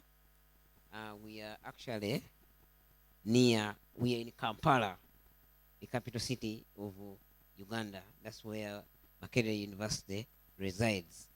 And many people already know about Makerere from the Ivory Tower.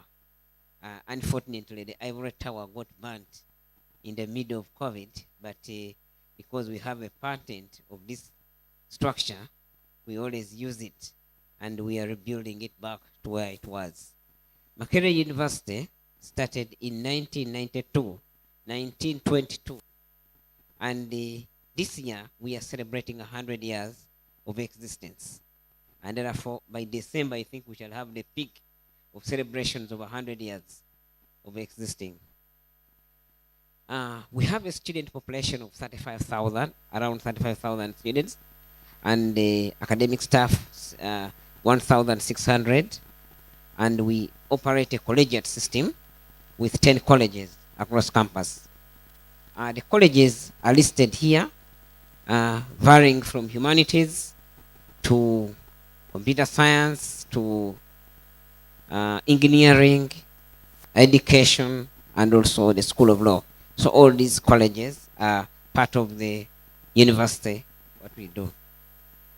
The history of Odell, we started Odell, the distance learning, in 1953 through the Center for Continuing Education when we were doing skilling, most especially skilling of staff using correspondence models. And but that one was not a degree program, but later on in 1992, that's when we started the first bachelor's program, which was by distance education. That's the Bachelor of Commerce, when we had the Department of Distance Education. And several other programs also came in, like the Bachelor of Education, Bachelor of Science, Diploma in Youth and Development Work, and the Bachelor of Agriculture and Rural Innovation.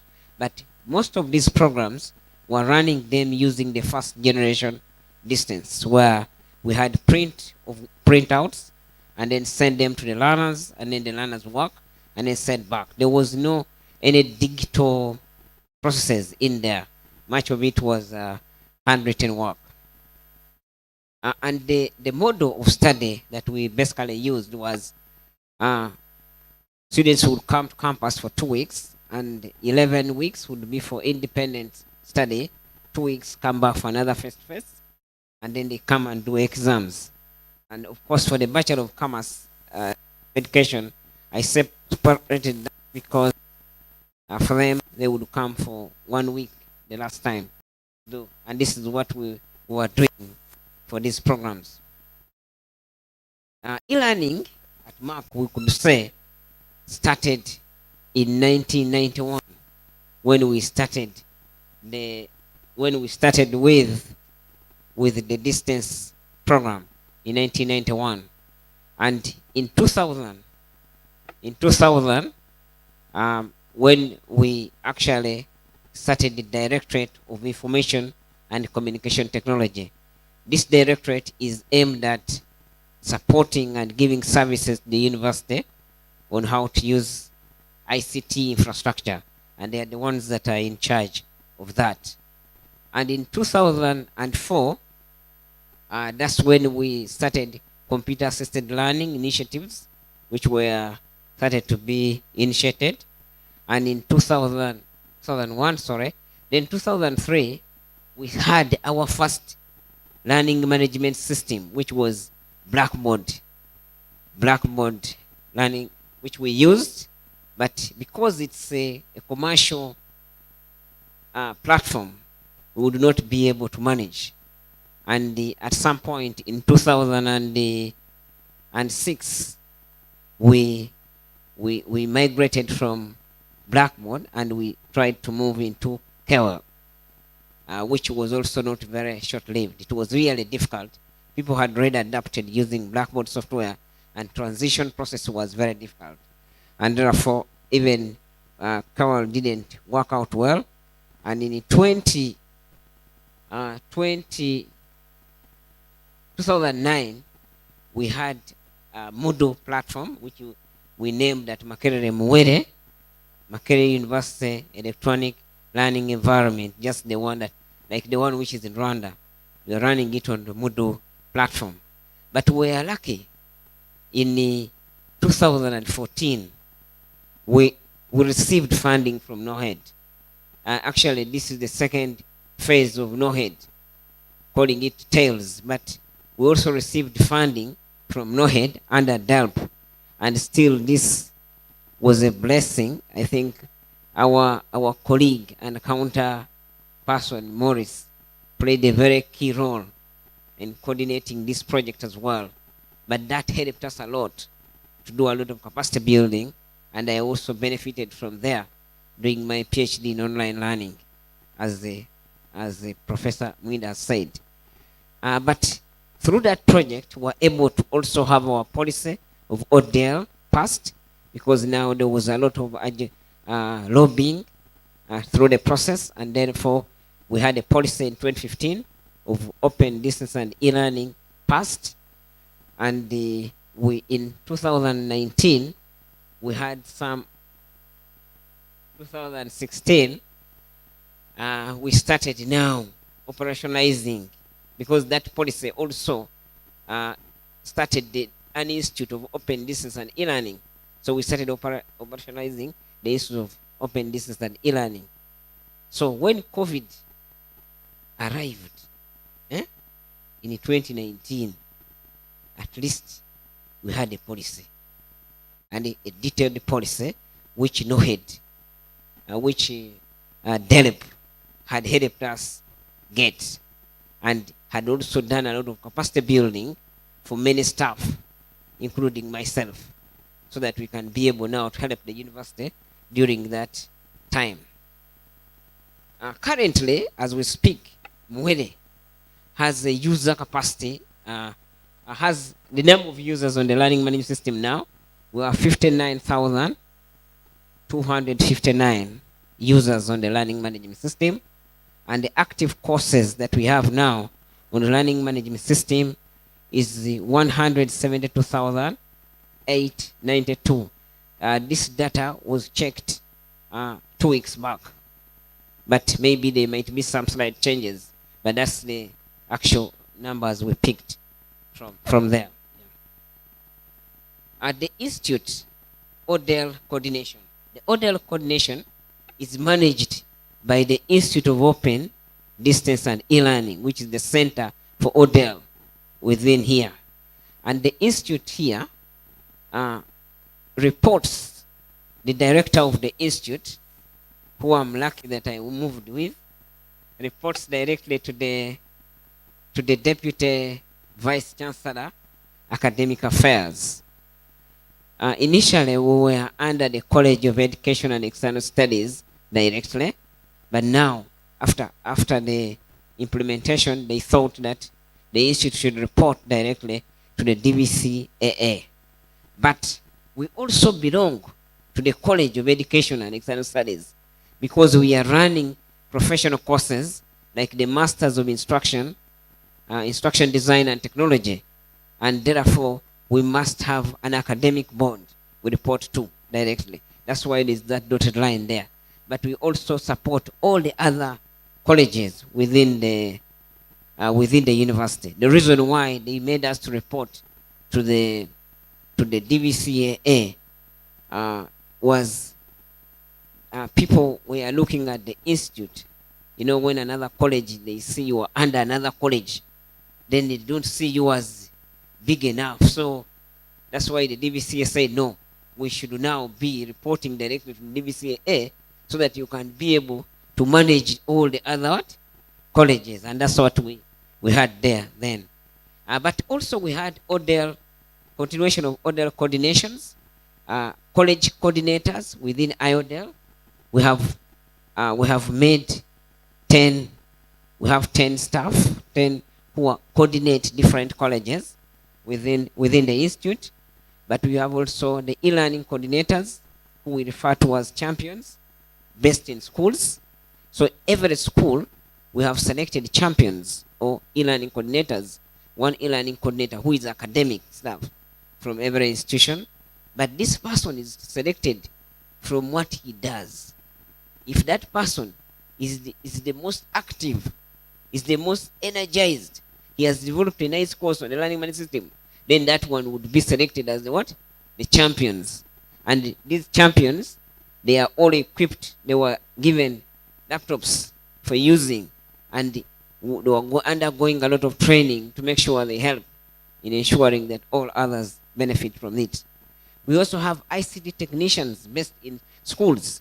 Every school has an IT technician who helps in the technical issues in that line. Their capacity building that we have done. This capacity building has not just started. IODEL, we had internal capacity building. I know Morris does not remember, but one of the EKIP projects they had helped us in the process of capacity building, in understanding how does UIA assess students, because we are in a dilemma, as my colleague has said. How are you going to give assessment, digital assessment? So we asked them, what do you do at the University of Agda? I remember Morris telling me, we also not do live exams. We do a lot of open book at UIA. And they said, okay. Then that helped us also to start thinking, okay, there's open book. Then we need to see how to train people well. So training of academic staff in online course development, so that people can be able to develop their courses. Training of academic staff in online facilitation. How do you facilitate? Training of academic staff in alternative assessment modalities that we chose. There are different modalities that were passed by Senate and Council so that people can use them for assessment. Sensitization, training of students in e-learning. Students are a very big factor, and therefore you must train them on to understand how to use these platforms.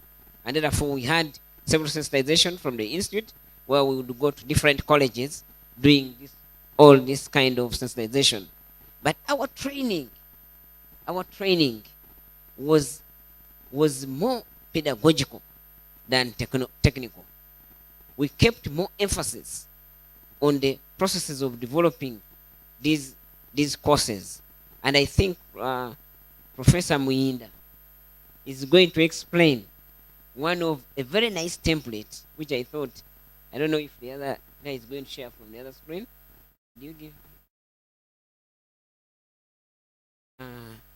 Is he here? Go now. Okay?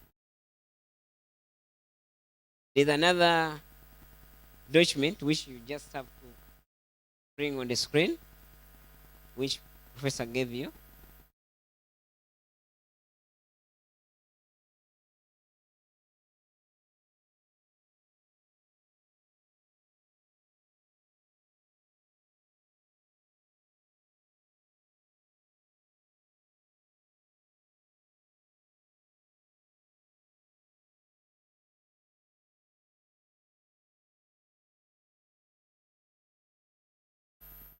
Okay, thank you so much, Godfrey, for the journey you are giving.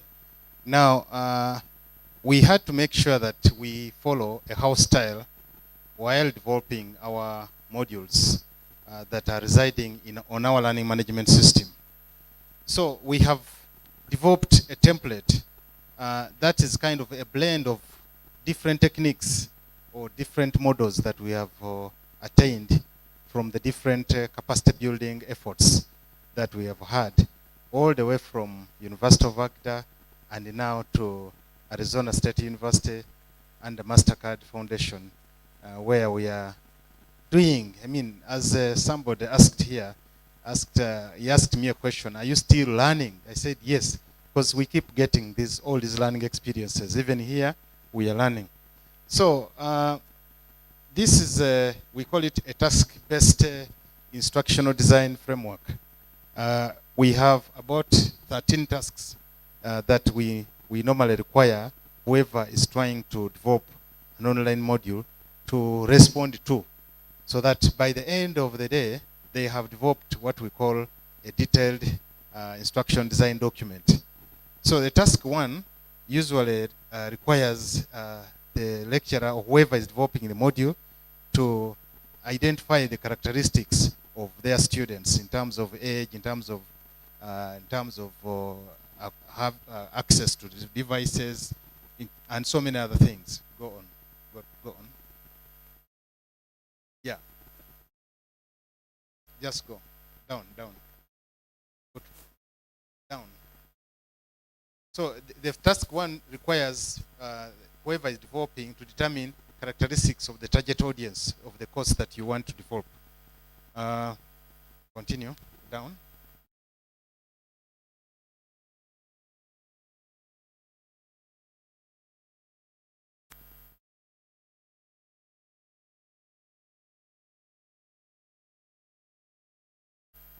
So this normally culminates into what we call a run analysis.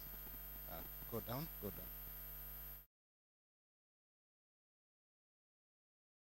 With all those variables. Then task 2, after having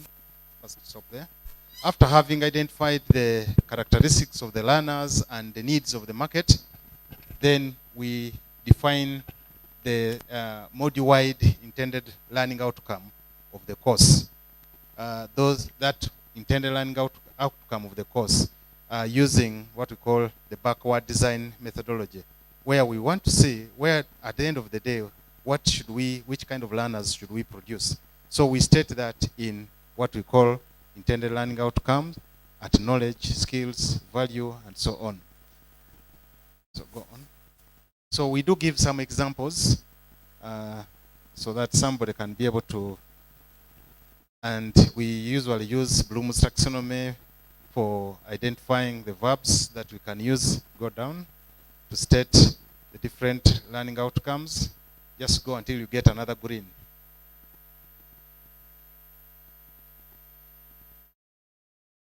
So if somebody gets this template, they are able to use it and develop their own course, even without anyone assisting them. Yeah, then after that, we develop topics. We ask the lecturers to develop topics for each of the learning outcome that they have been able to identify as a result of the learn analysis that they have done. So go down.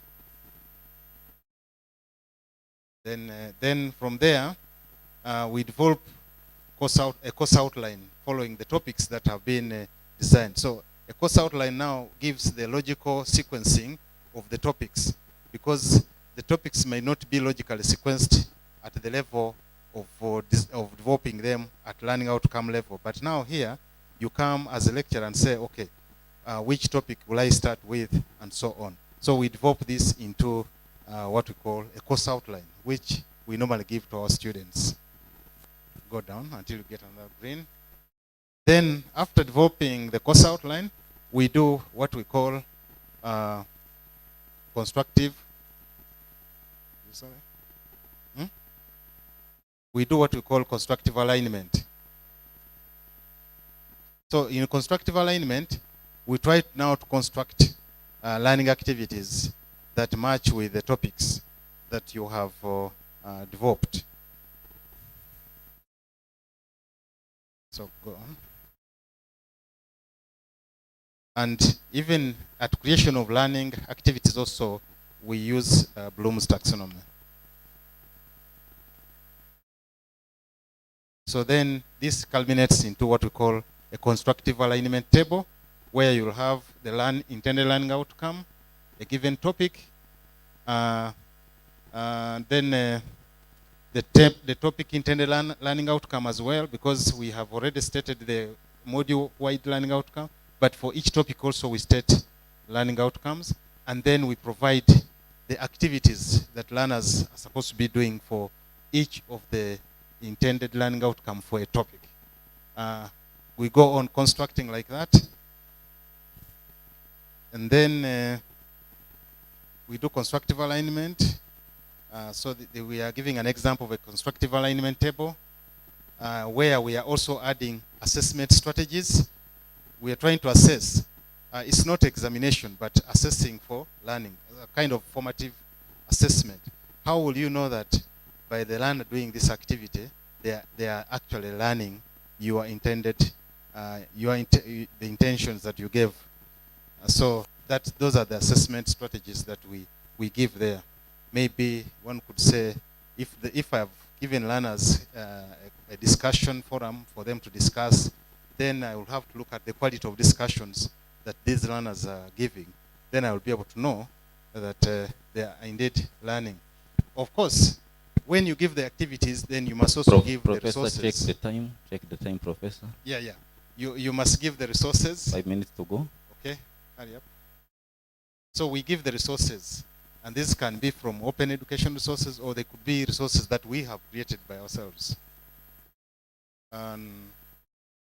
Then this one is, you have to plan the course within the available time. Go on. Because you may have 15 weeks only through a storyboard. Go on.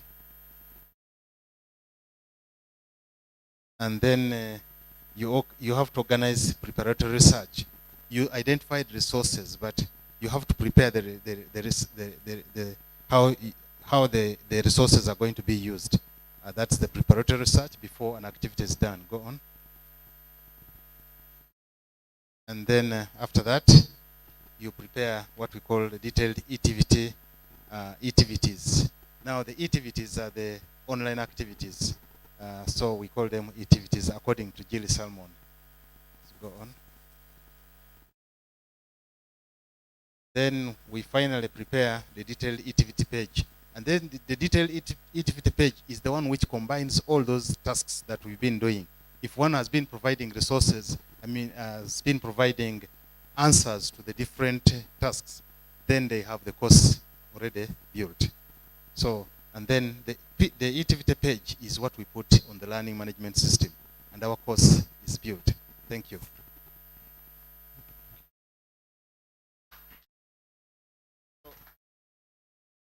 We just want to conclude a little bit, then we...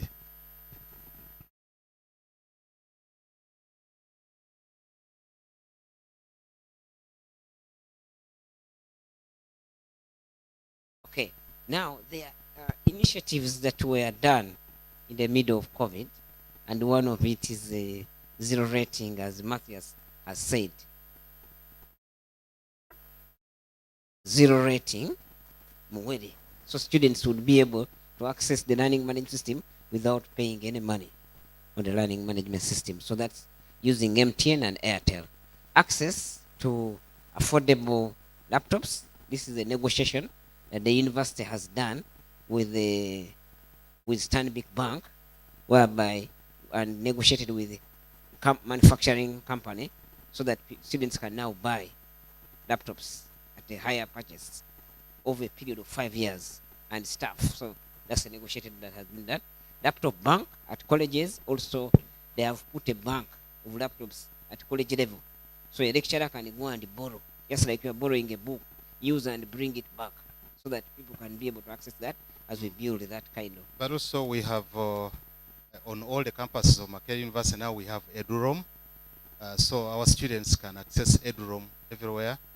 If there was EduRoam here, I would also be able to access internet without the need to, but I didn't find EduRoam here. So, Mr. Principal, you need to enter the EduRoam network.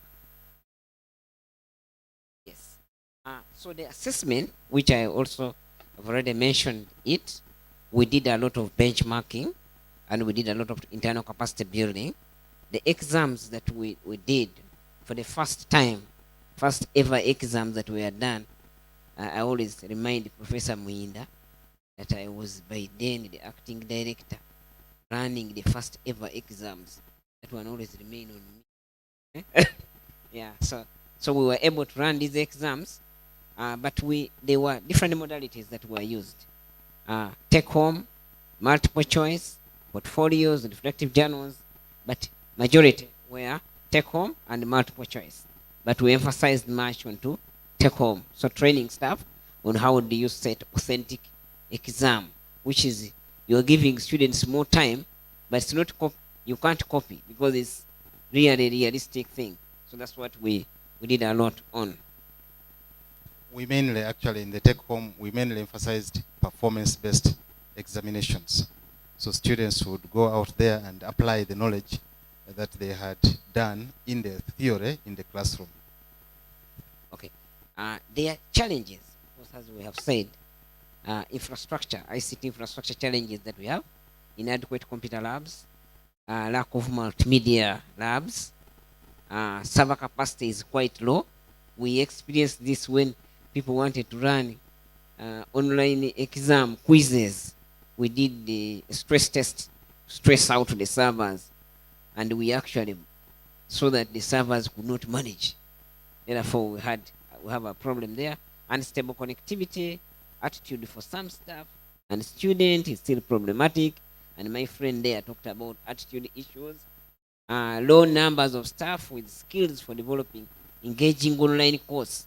Because some people think Zoom is online. Some people just make a depository of information and they think that is a course. That's like a file server, what they are doing. So proctored exams still not possible for us. We are still trying to find out what we can do, and I know UI will help us find solution on how to do that. Then plans, of course, we have 5 PhDs under TELS that we have got, and these students are going to do a lot of research in that area. We have 10 masters in instruction design and technology scholarships under TELS as well, where we are going to have students doing a lot of research in that area.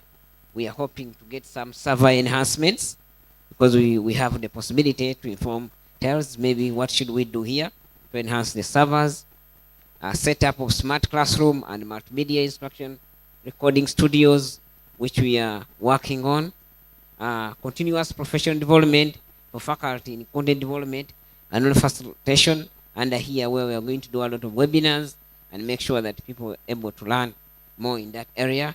Continued sensitization of students, tell them now we are in online, no moving back. You understand?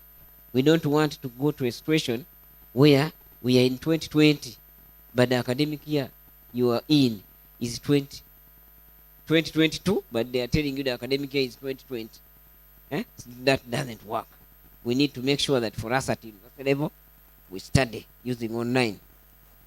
Improving existing courses using the universal design for learning so that we ensure inclusivity. Inclusivity because we have people with different difficulties.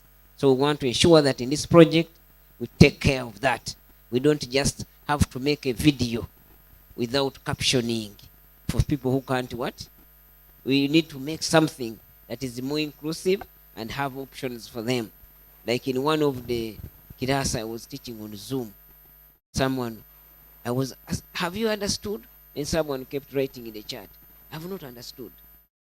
And then until someone warned me that person, you are showing a figure, does not see it. You have not described it. You understand? You're on Zoom for you are busy trying to. So we need to see all these kind of things to take care of all the what? Inclusivity issues for our students that we teach. The other plan that we are now working on is actually a plan of extending EduRoam to our lecturers' homes. Because our lecturers, 80% of the lecturers at Makerere don't stay at Makerere. We have some staff housing, but we stay outside. So lecturers have been complaining. We are using our bundles to teach students. So we are also working with our research and education network, RENU, to extend what we call home link internet to the homes of lecturers who will be willing by subscribing with a very small amount of money.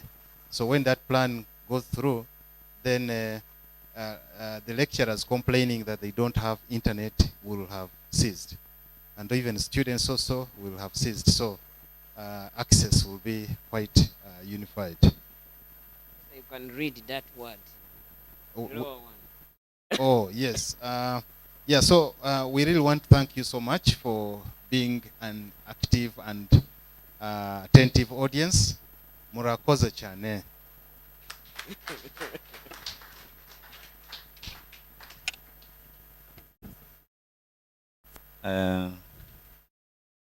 We call it mentorship, and Professor is preaching by example. So he doesn't want actually to make the presentation alone or himself. Said we have our mentee who is still growing and being groomed. So come and put your foot in my shoes, even if you would be sweating, but I'll be nearby. So, so when you grow academically, it's always good to have people whom you are grooming or mentoring. So hope also we are going to be doing the same at the University of Rwanda College of Education. I can see Professor Yadav and other professors. It's always good to move with your disciples, isn't it, Professor? So let's everybody get his own disciples, people whom he's mentoring. I think that the reason even behind is that, as they mentioned, I know Professor Paul said he's a former supervisor. His supervisor is also here, Professor Morris. Why did they say that, not saying buildings at Agda University or even Makerere? It's because anyone who remembers his education remembers his teachers. So that's the very first thing you remember about your education, your teachers.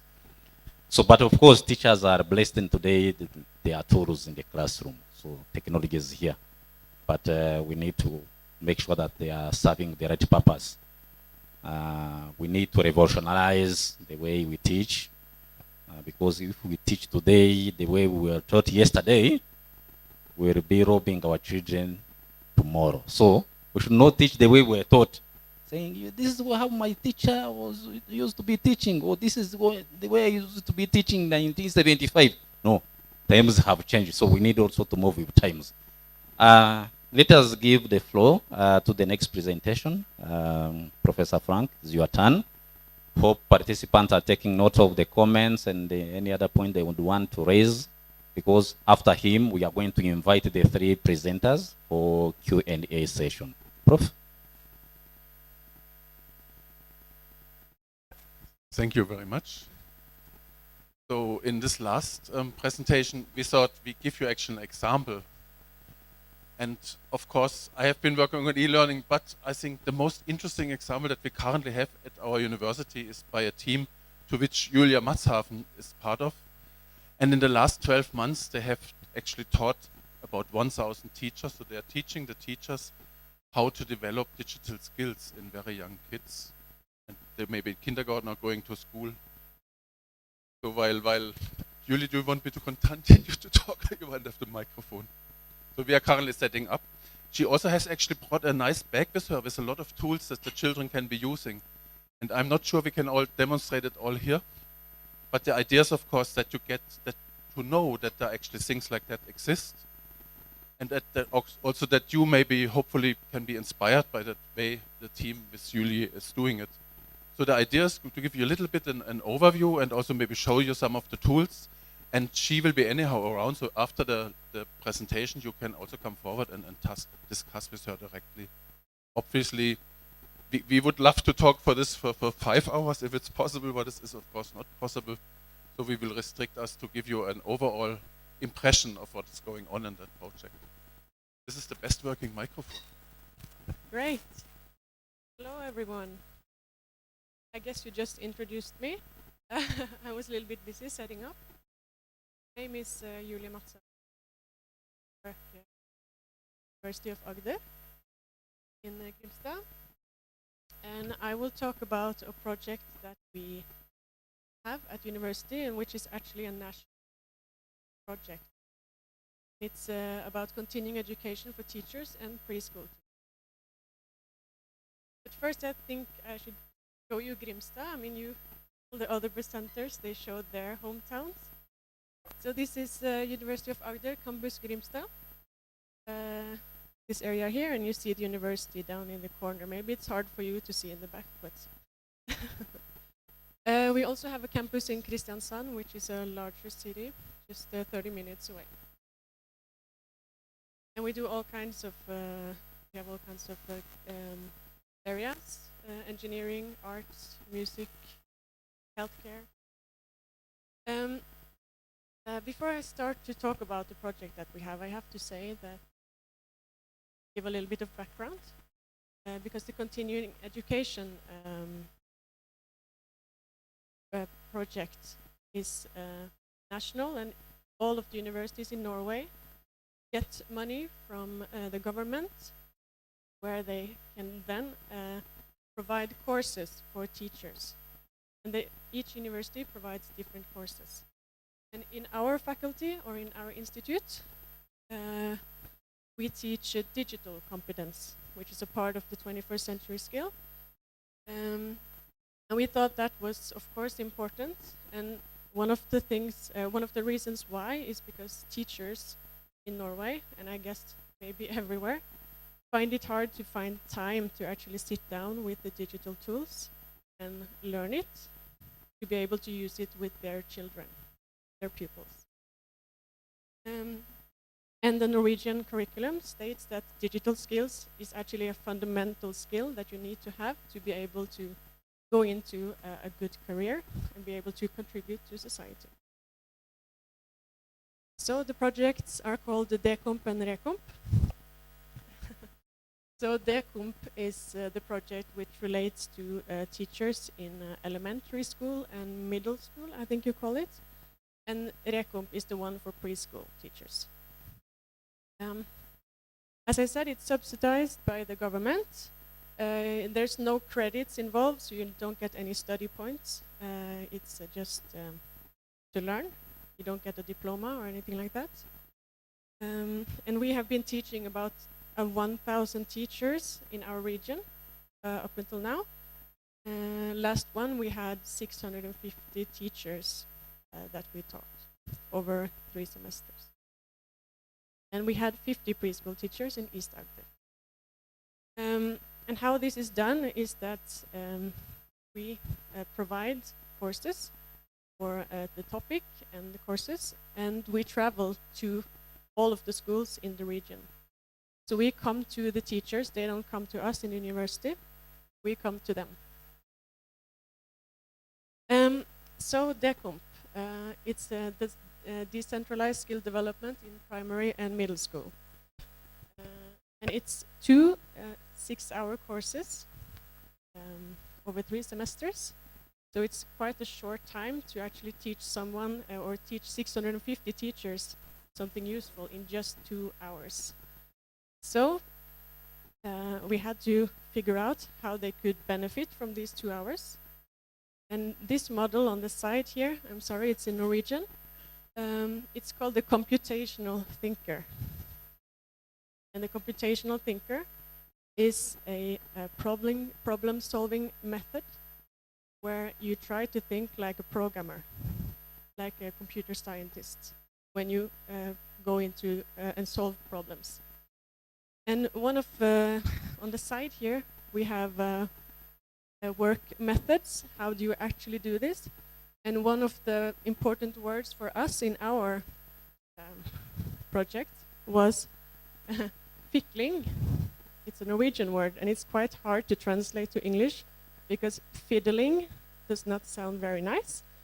But it basically means that you're allowed to experiment, try out the different digital tools that you need to teach and for your students to learn. So we put quite a lot of time into fiddling or fickling, where we give them some theory and we show them the tool that we want to talk about that day. And then they have 1 hour to test it out. And we provide a lot of support. So if they struggle, we will show up immediately and help them. We found that that was the best way to spend those 2 hours, so that they actually could, after the 2 hours, go out and use it with their own students. And it's level-based teaching, so we divide all of the teachers in 3 categories. Category 1 is the one that they don't have a lot of experience with digital tools. Category 2, a little bit better. Category 3, they are quite experienced. And that's a way to try to reach all of the teachers, so that no one falls behind or someone is bored. We also had to produce a website because of the pandemic, because we had to do this digitally, and it worked quite well.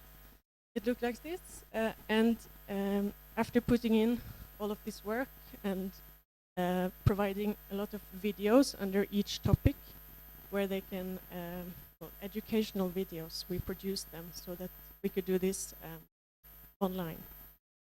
And this is also open for every teacher in the whole of Norway, not only our region. So we try to provide every teacher with the possibility to learn about different tools.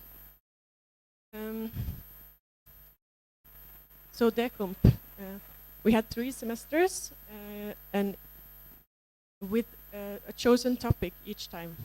I know we don't have a lot of time and it's hard for you to read, but for example, our second gathering, it was about cloud saving documents in the cloud, like OneDrive, Microsoft OneDrive, and generally about how to use a computer in a good way. And that's the first topic. And then we go into collaboration tools. And then we went to security online. Further on, we went to screen recording, which was important for them when the pandemic came. The 5th one, we taught them about programming. So there's a lot of programming tools for children where they can actually learn how to program in an easier way than writing text. The last one was just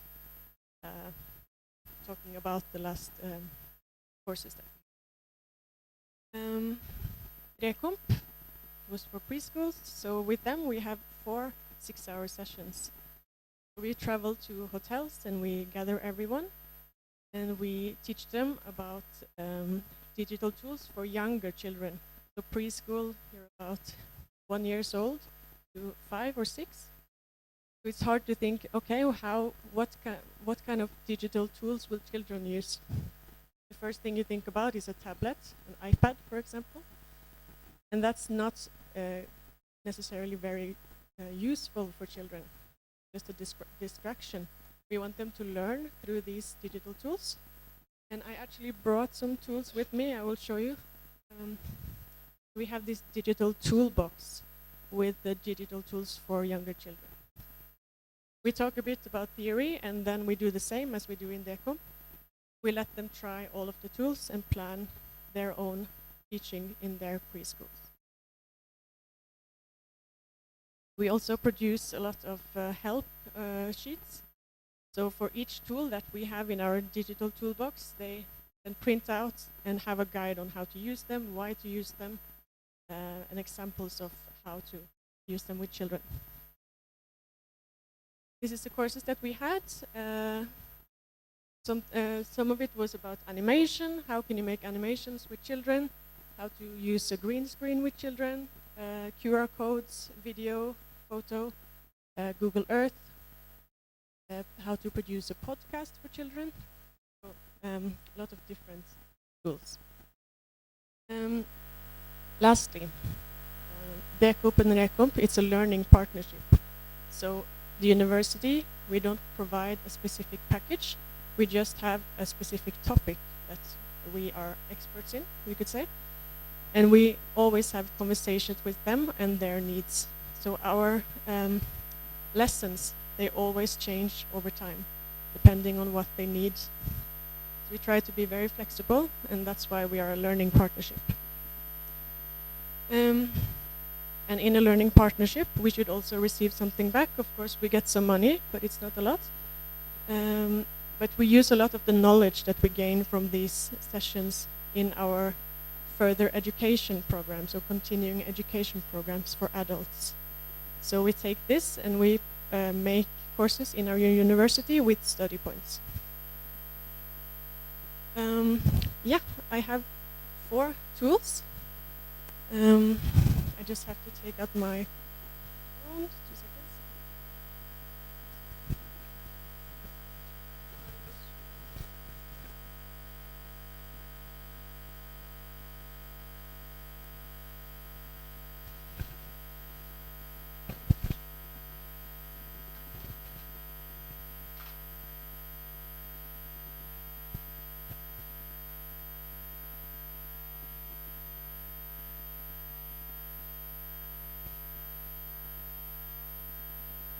So you're now trying to connect your iPhone to the screen.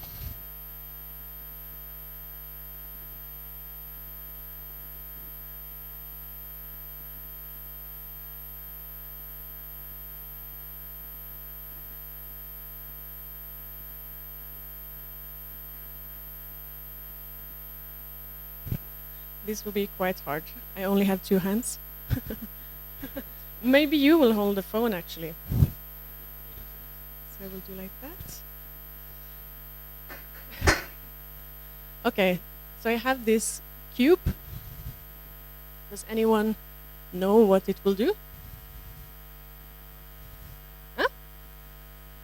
It will dance, maybe. Okay, so this cube, if you hold the cube, is actually a tool for augmented reality. So with my camera, I can point my camera to the cube, and an object will appear. So if you turn it around, Frank. So in this example, it's for learning about the human body. And I can click next.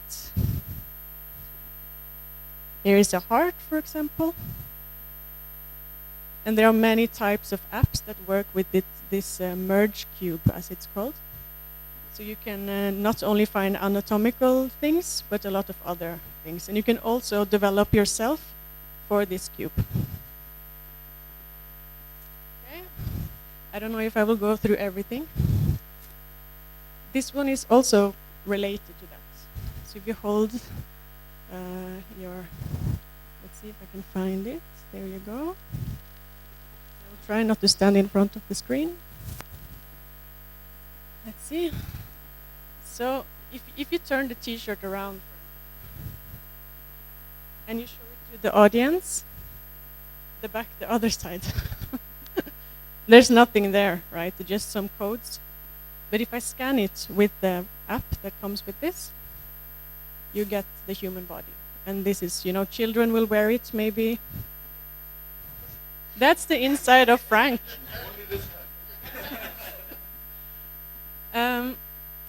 Okay, I will have one last example, and then I guess we'll go to talk.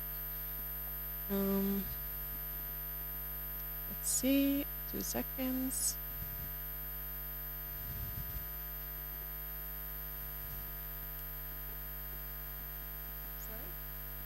I'm connected. No, it's not the internet. I'm looking for the one for this. No, I have to connect to this one. Oh, there it is. So this here, does anyone know what this is?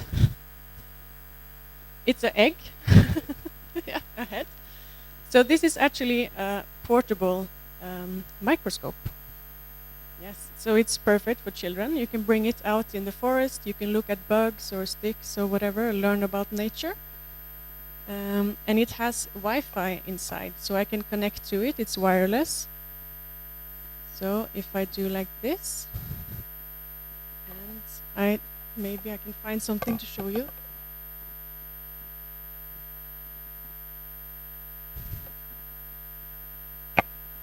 Okay, so I put down some money.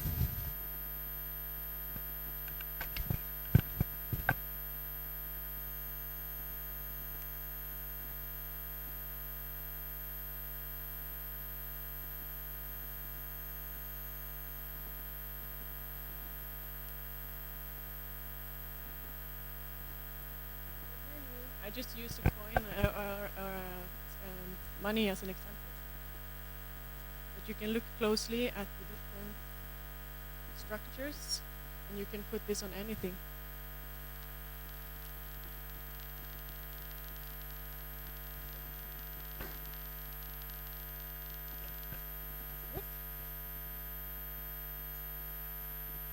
Let's see if you have some bugs on your skin, maybe. Ah, but you have some wrinkles.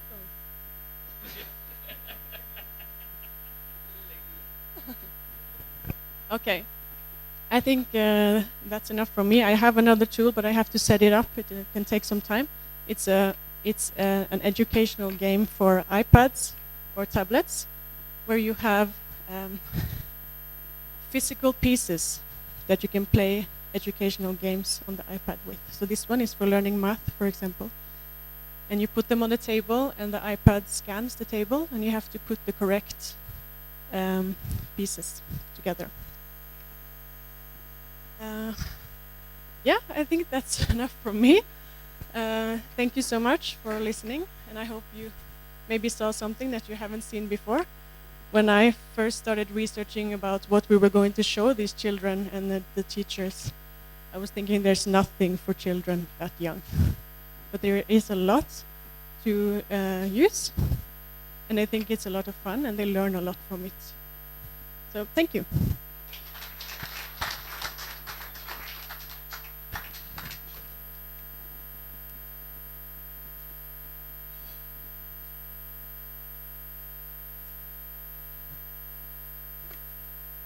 How did you find it?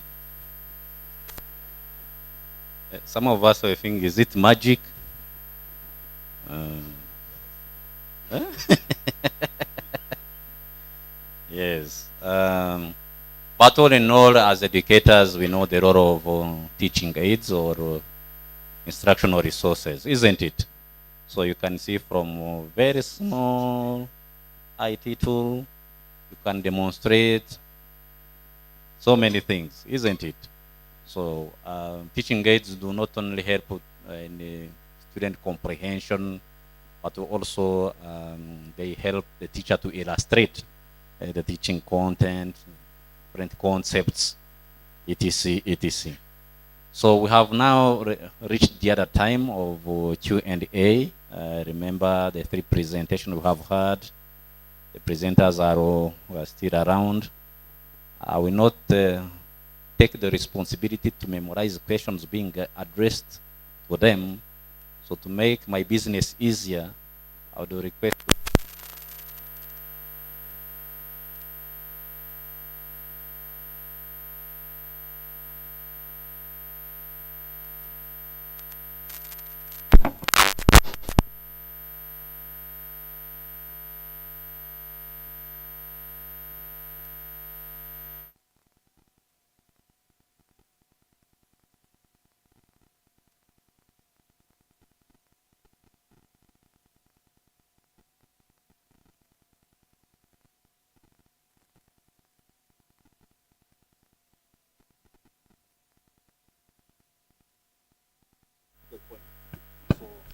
mic at back.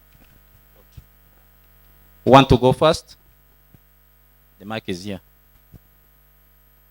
Yes. The time of assessment has come.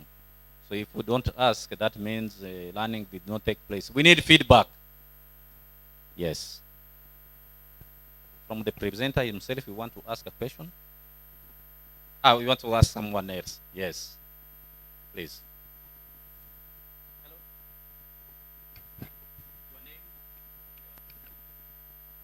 Yes, my name is Mucheranjeo. I am a student from UARA, especially in the Rukara campus. I am in year 3. My question is addressing to Dr. Matthias. Of course, the big point was how transforming education in Rwanda, if I am not mistaken.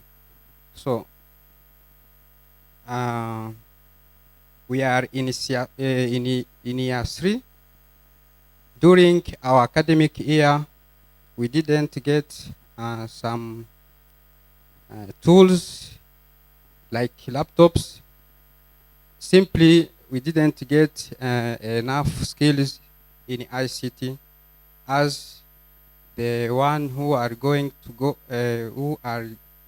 to contribute in education outside as educator.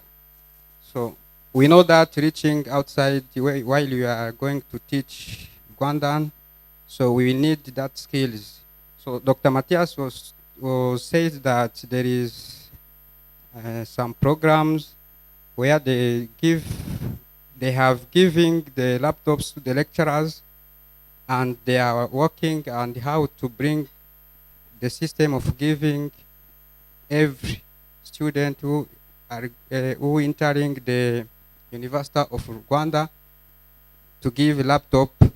So for us, we didn't get that chance. As even if we are doing computer science, we don't have laptops, so that the time of accessing or getting ICT skills without laptops, it was somehow difficult. So the question was how the program or the system is thinking about us, so that we are reaching at the end of our first step. We are finishing the undergraduate. So some of us, we are going outside, others will continue to study. So what have Dr. Matthias prepares for us, so that we can get skills on ICT, and even if there is a opportunity for getting that chance of getting the laptops, smartphones, so he can told us. So thank you very much.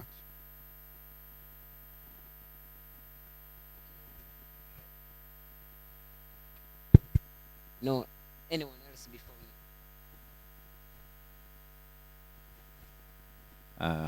Yes, Doctor. Thank you very much. My name is Jolly, for those who were not here maybe before. I thank all the presenters, and I found all the presentations very fascinating. I don't know if I have a question specifically for anyone, but I'm asking myself, but maybe also the presenters and all of us educators. But maybe my question will go to Professor Frank and Julia. As I try to ponder on some of these questions about the future of universities, especially through the use of technology, I know that maybe for your case, you've been ahead in the use of technology in teaching and learning. And I know that when I see how technology changes and advances very quickly, from your experience, how are you able to catch up with the changes and in terms of technology? And of course, it's expensive. Again, here I'm trying to think about countries like ours, Rwanda, and maybe Uganda, and developing countries, and how much maybe it costs to develop such technologies and train teachers, and then within a short time there's these very fast, quick changes. How has the process been for you, for example, in teaching and using technologies and these changes that move very fast? Thank you. Well, I'll try to answer, but I think that to keep up with the advances in technology can be very difficult. We see it with our own teachers, for, as I said, in preschool and in schools. They don't have the time. So you definitely need time to do it, but you also might need money. We try to provide our teachers and preschool teachers with a lot of free apps that don't cost anything, but while also trying to make sure that they are safe, that they don't take the data from you, you know. So how we keep up with it?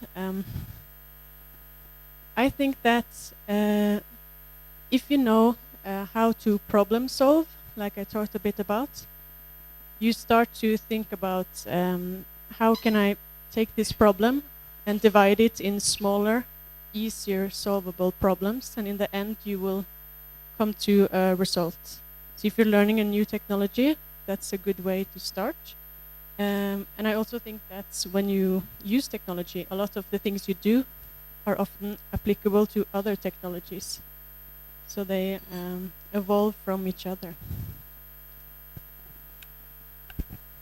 Thank you, Julie. Of course, we are very fortunate that we had a government, because these things are not very expensive. But what is very expensive is the time of 1,000 teachers. The schools, they don't have the funds to say, you can go now to a course, which costs us about 10 hours per teacher, for example. It's very costly, and the schools don't have the type of money. And also, we don't have the time of money just to set aside our experts to develop such courses. So it was really a government initiative who only for us to provide the courses. This was probably the cheapest part, but it was actually telling all the teachers, you must go to these courses, and we have actually paid your school to be at these courses. And then fortunately, thanks to the team, with Julie, it was fun actually to go to these courses. So it's really critical that the government actually sets a priority that digital skills should be developed in children, and then of course needs also to give the type of money to the schools to go to these courses. Otherwise, these courses will not be a success. And maybe also I should emphasize that your team has a wonderful dialogue with all the schools, and now we have very, very many friends out there at the different schools, and we can go to the schools and ask them for advice, which you actually also did in this course. Thank you. Before we take another round of questions, maybe let us give the chance to Dr. Matthias to react on the question, which might be going beyond the project is coordinating, but also touching on the university leadership. Dr. Matthias. Thank you very much. Yeah. For the question of Emmanuel, I think it is a bit difficult because our project doesn't have activity to supply or to provide computers to students. You understand that is, you are, how many? The project cannot do it. But I'm sure that what the government needs is that you, the youth, Rwandans of tomorrow, you try to be equipped so that you can transform education, as we are saying. There are many efforts that have been done in the college. For the moment now, I'm going to talk about the College of Education. We have smart classrooms. We have computer laboratories.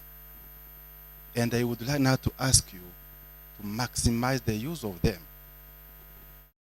Why sometimes I found the labs closed? Where are you? As student of computer science, what are your tools? Computers are one of those tools. So you should now try to familiarize yourselves with those computers. You need to check to get time to go inside those smart classrooms and also the computer laboratories. Here I can say what I told you in the classroom. You need to look for how among yourselves you get responsible to keep the keys of the smart classrooms and also the computer laboratories, so that whenever you want, you enter. There is internet connection in the evening, so you can now turn out to what we are teaching as lecturers. We just show you the best direction where to go. Many things has to be discovered by you. So that is my answer. In this project, we have not planned to get laptops for students. Even laptops for academic staff are not planned in this project. But what we have planned is to equip the students who will be recruited, especially those PhD candidates. And we are also going to have some master's students who will be supported by the project. But for undergraduates, for the moment, I cannot tell you that. And another thing that I can say is that the government is trying to see how can you can be equipped with the laptops. I told you during my presentation that there is the collaboration between Mineduc, of course, HEC, which is collaborating with the BRD, the bank, to see how now you can get computers. And you remember, before COVID, as I said, students used to get laptops. But now we have spent like almost 2 years without distributing. So which means if the government now needs to do it again, it is going to require a very big amount of money. But for the government, they're now going to see how, okay, I'm not talking about for the government, but I wish that they get a scheme of how now you can get computers. Yeah, thank you. If you allow, I have just a comment to both interventions. First of all, thank you for raising the question and the issue. I'm also glad to be sitting near you, so I noticed you have one of the beautiful and nice, powerful mobile devices. So that's a good start. So that takes me to the same point I mentioned earlier about passion and dedication and commitment. So I know, I'm aware, having access to equipment is challenging. It's not only in Rwanda or Uganda, it's almost everywhere. But even where we don't have a challenge of access to equipment, the attitude it's a problem. Almost every student I have in a master's class at University of Agder can afford a very expensive computer. They have them, actually. Surprisingly, sometimes I send notes and announcements and so on. It takes 3 weeks before they see it. You know, so it's a matter of attitude. The same thing Matthias mentioned. Perhaps some of the most demanding tasks, of course, you can do them in the computer lab at university. But I can tell you most of the work, actually, you can do it on this very device I see here. So if you really want, you can even take your exam on that device. I've seen it happening. I've done research throughout the university, the higher institutions of learning in Rwanda and at Makerere University. I asked students who have access to mobile phones or smartphones. Almost everyone did. Then the next question was, who has any applications that have to do with education? Almost nobody. Who has Facebook and WhatsApp and Instagram and so on? Everyone. The question is, why you can't spend money on internet while you access Moodle on your mobile, and yet you spend money paying bandwidth for Instagram? It costs almost the same, or even Instagram costs more, because you deal more with the video and the heavy content. Basically, the ball is in your court. Thank you. Thank you, Maurice. Yes, I think that we are done with those two items, and for equity purposes, but also to ensuring that the entire class was with us. The previous presentation, we are coming this side. Good. I can see 2 hands. Your name, straight to the question. To who are you addressing the question? Good afternoon. Yes, my name is Emmanuel. I'm another Emmanuel. Yeah. Okay. I really want to thank you, to give great thanks to University of Rwanda, and great thanks to and congratulations to ODER Director Dr. Matthias. Yeah, it's a great improvement for University of Rwanda e-learning platform. We really enjoy it during learning. Especially we have mobile I can say, yes, evolution. Yes, we can use e-learning platform by using our mobile phones. If we don't have computers, we can use mobile phones to use e-learning. That's a good improvement. Yes, we enjoy learning. Thank you. Great congratulations. So my question is this. You have said that during COVID-19 pandemic, University of Rwanda has enforced the use of e-learning platform ODR. But my question was, I was asking myself, if we get another great pandemic in the world, like COVID-19, as you have said, learning and teaching activities continued, but I was asking myself, if it continued, how will you managing to give examinations and yes, let me say examinations to students if it continued? How were you managing to give us examinations? I want you to explain and to improve the system so that we can learn and we can get examinations online. Yes. Thank you very much. My name is Marite Iberi Kuramutse. I'm a student from the University of Rwanda College of Education, whereby I'm learning a Masters of Kiswahili with Education. That I have a question. Then my question I'm addressing to those presenters from the University of Makerere. You have been telling us some challenges and obstacles which have been experienced when you introduced the open distance. And I'm asking you this question. Do you have some, yes, I can say that some strategies which you have been putting so as to overcome those challenges? Thank you very much. One more question. Yes, yes, yes, yes.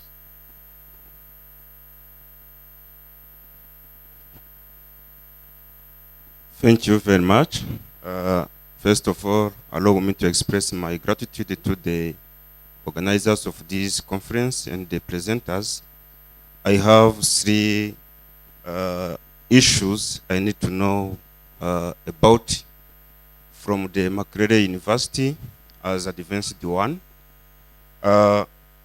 As we know, one of the challenges we face in digital education, it is resistant to change for the digital immigrant, also the inadequate computer literacy for digital immigrant, or what we call people born before computer.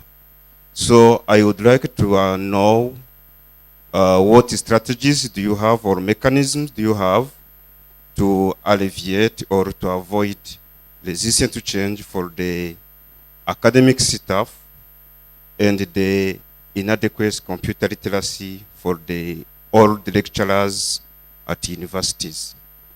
The second, it is strategies university have to incentivize the lecturers who use blended learning or online learning. Thank you. Thank you. In the order the issues were raised, Dr. Matthias.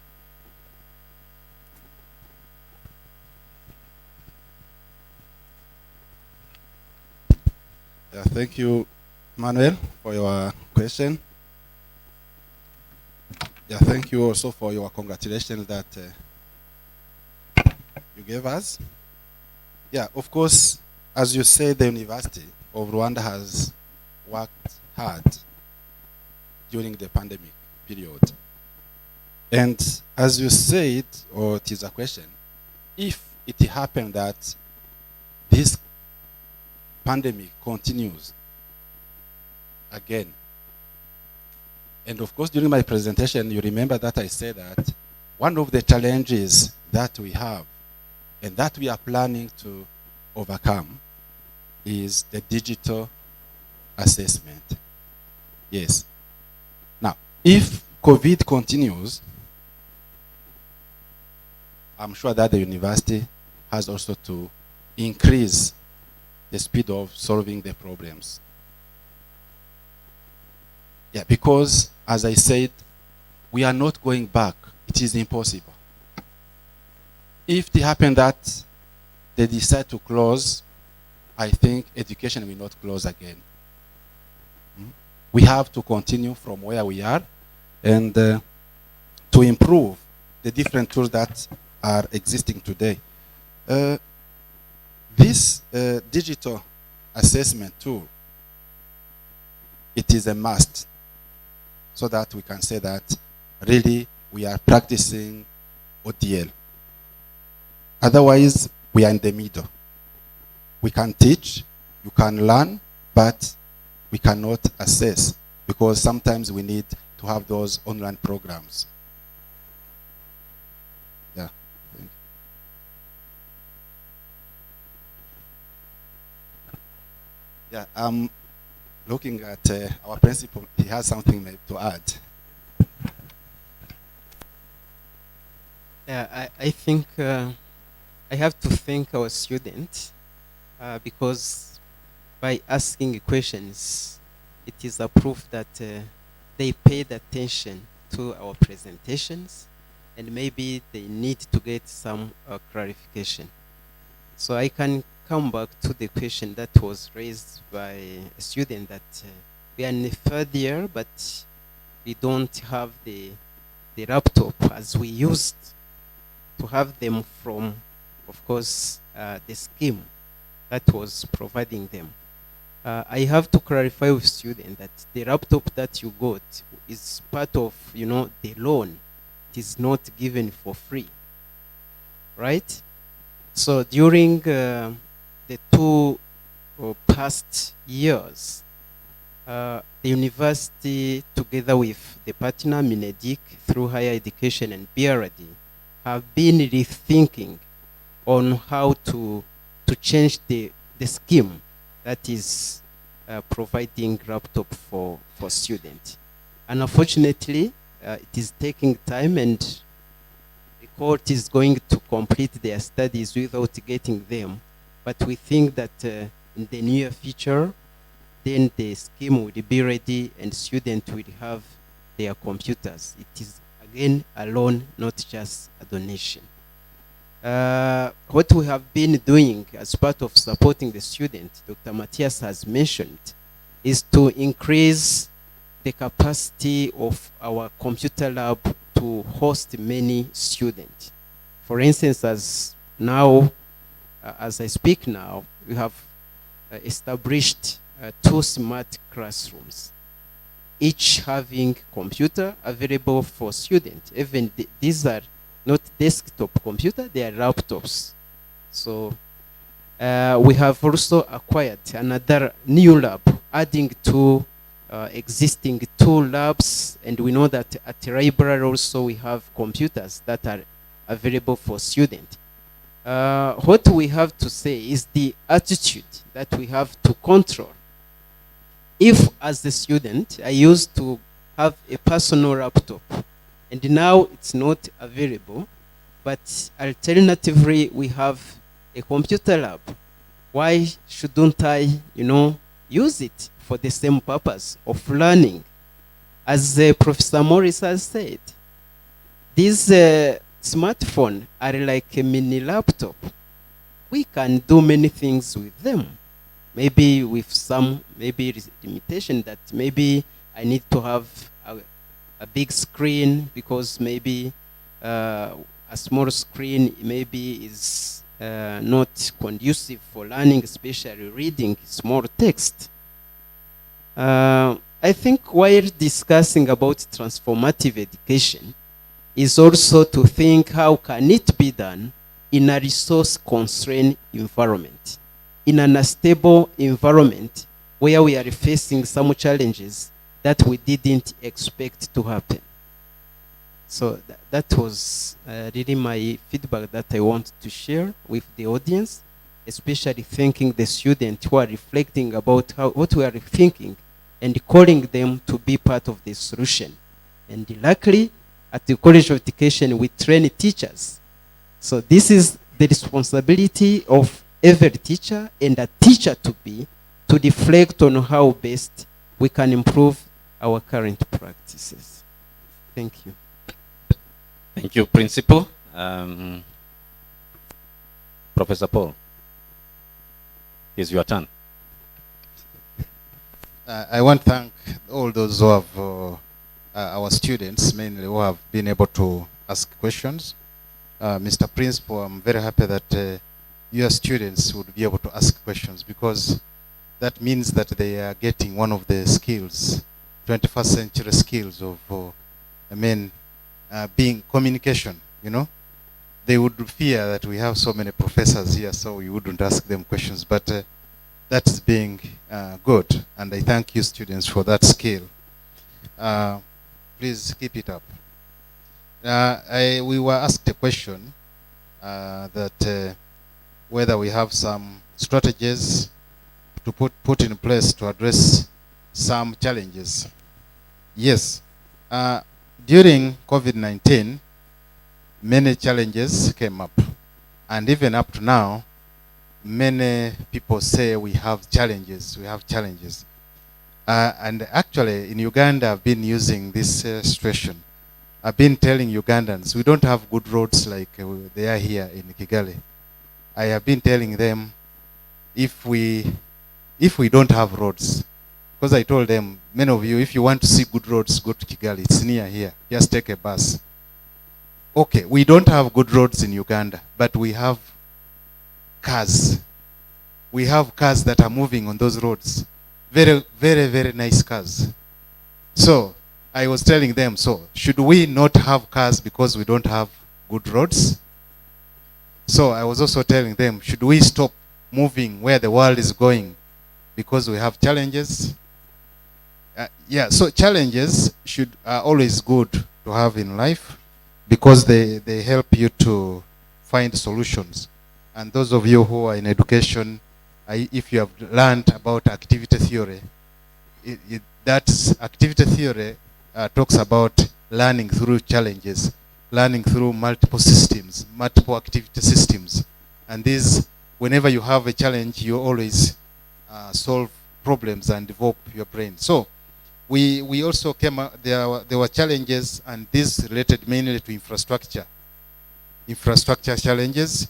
They related to connectivity, internet connectivity. They related to capacity of students and staff to use these systems. And so we kept on having strategies for solving each of these. For example, infrastructure for access for students. We encourage students to come with laptops, bring your own device. And the first year students, in the admission letters, we encourage them to come with a laptop. Because in our secondary schools in Uganda, sometimes there are some schools that even requires students to come with a bag of cement. So we told the parents, if you can be able to carry those primary schools and secondary schools ask you to come with certain things, why don't you also provide your students or your children with a laptop? That was one strategy.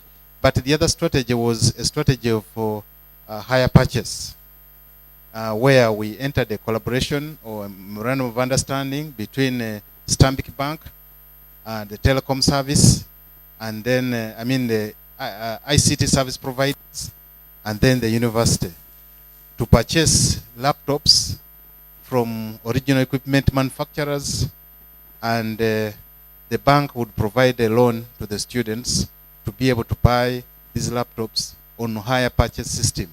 So if you have your program as a 3-year program, you can keep paying small by small installments, so that by the end of your studies, you have completed paying for this laptop in a small installment. And these laptops are insured, and the scheme also ensures that the laptops are maintained. If you have a challenge with your laptop, they have set up a place where you can take the laptop for maintenance. If it is stolen, the insurance covers that. And then the zero rating is also another example. Zero rating of all systems that are on the domain of Makerere University, so that students don't pay any cost when they are accessing services from the domains of Makerere University. But as my colleague Matthew said, if the lecturers keep putting resources from other outside environments like YouTube, there the student will have to pay. But if for that reason, we had to ensure that all campuses of the university are connected to EduRoam. So while somebody is at any campus of Makerere University, they have free access to internet for as long as they are students or staff. The other one, of course, many people resist change because they don't know. So we also had to mount in massive training of students and lecturers. Massive continuous training. So we continue having continuous trainings and showing students and lecturers the affordances of each of these teaching and learning strategies. But also at institutional level, the setting up of this Institute of Open Distance and E-Learning was quite a very good strategy, because you get staff who are dedicated to ensuring that students and staff are supported in whatever challenges come up. The other question was on resistance to change. We know very well that always there will be resistance to change whenever there is any new innovation or something new coming up. But we have adopted the Rogers' model of innovation adoption, whereby we identify early adapters, and then we go with those ones, and then they showcase to those who are late adapters.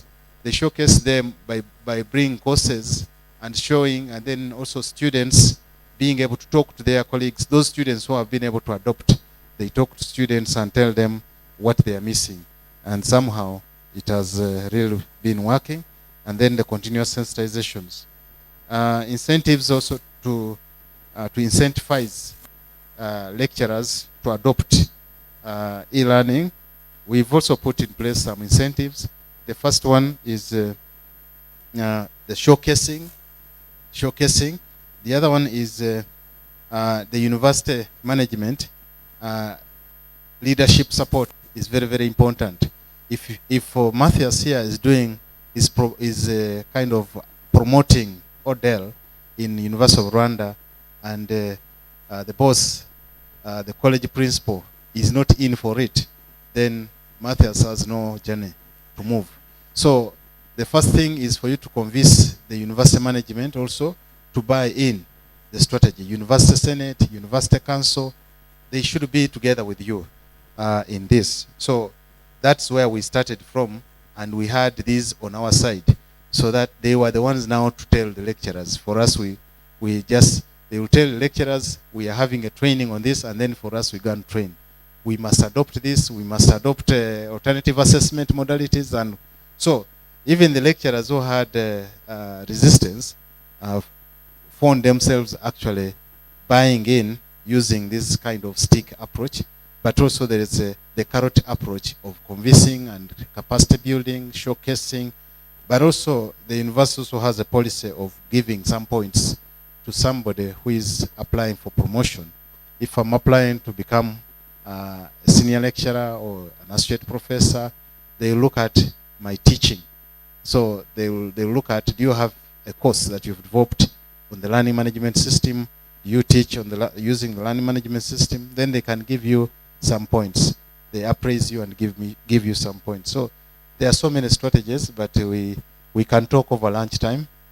Since we don't have time here, I can say my friend Dr. Irene looking at me with a very serious eye. Thank you. Thank you, Professor Paul. Professor Paul, we worked together since 2008 when him and I were coordinating Pan-African Education programs. So he was managing the one from Makerere, then I was heading the one from Rwanda. So he's a long-term friend. Now, colleagues, we have reached that other time to refuel our bodies. And this is how we are going to go. So the facilities in place do not allow us to go as one team in the same place. So we are going to have like two places. So the first round, of course, is going to be composed with the officials here seated. Then I would request all the students to remain behind. They are going to have another guide who is not myself. So I was chosen to guide the seniors. Isn't it, my friend? So there is another guide who is also reliable, isn't it? So he's going also to guide you to that other place. Enjoy your lunch. Thank you.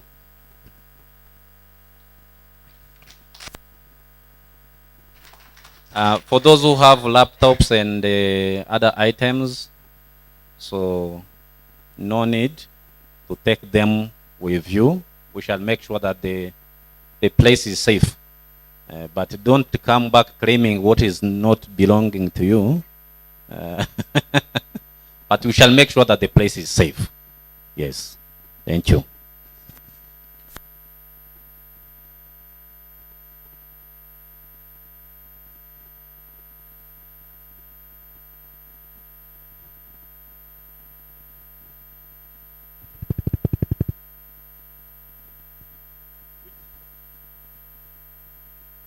Yes.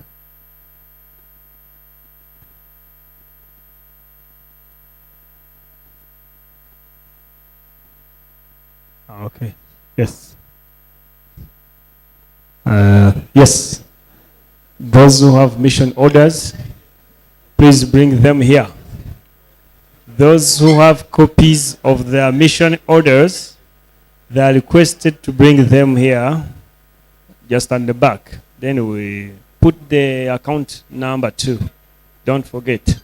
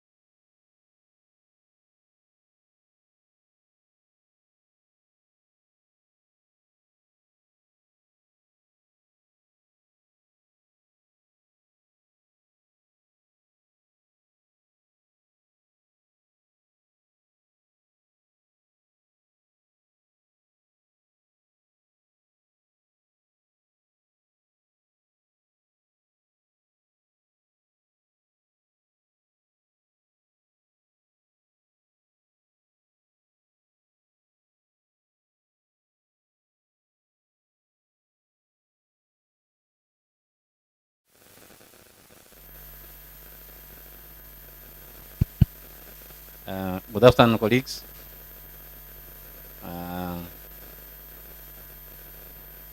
It was a wish that everybody would be here by the agreed time.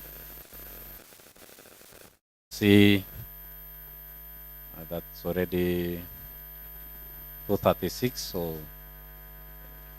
in the recent past, I would say, 15 minutes academic. So, for those who do not understand French, I would give a room, a margin of 15 minutes maximum, so that we accommodate the latecomers. So now 6, we shall count up to 15, then we are going to start. In fact, there is a batch of especially students who went for lunch a little bit late. That's why I'm saying the 6 minutes. But they will be here in the next 6 minutes, yes. Yeah. So let us count as we relax and get ready for the afternoon session.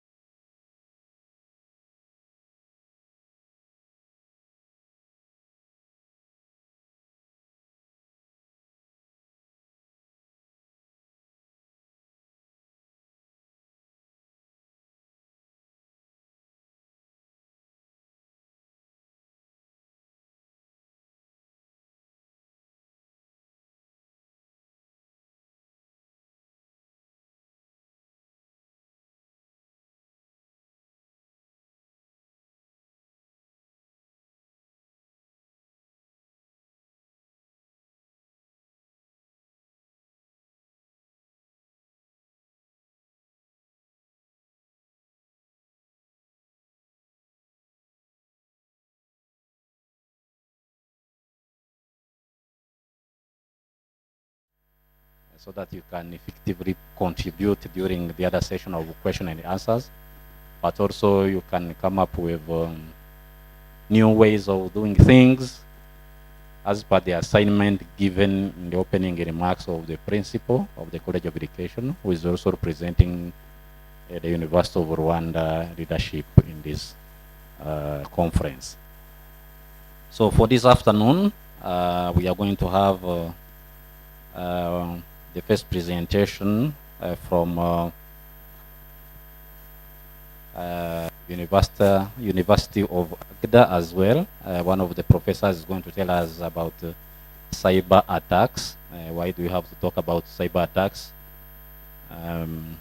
Maybe there is a reason for that, because of the use of technology. Then there are also those who want to take advantage of the spread of information, and they want maybe to take or to steal other people's information and data.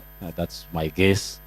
So how best can we protect our information, our devices, and even ourselves while we are using these online technologies?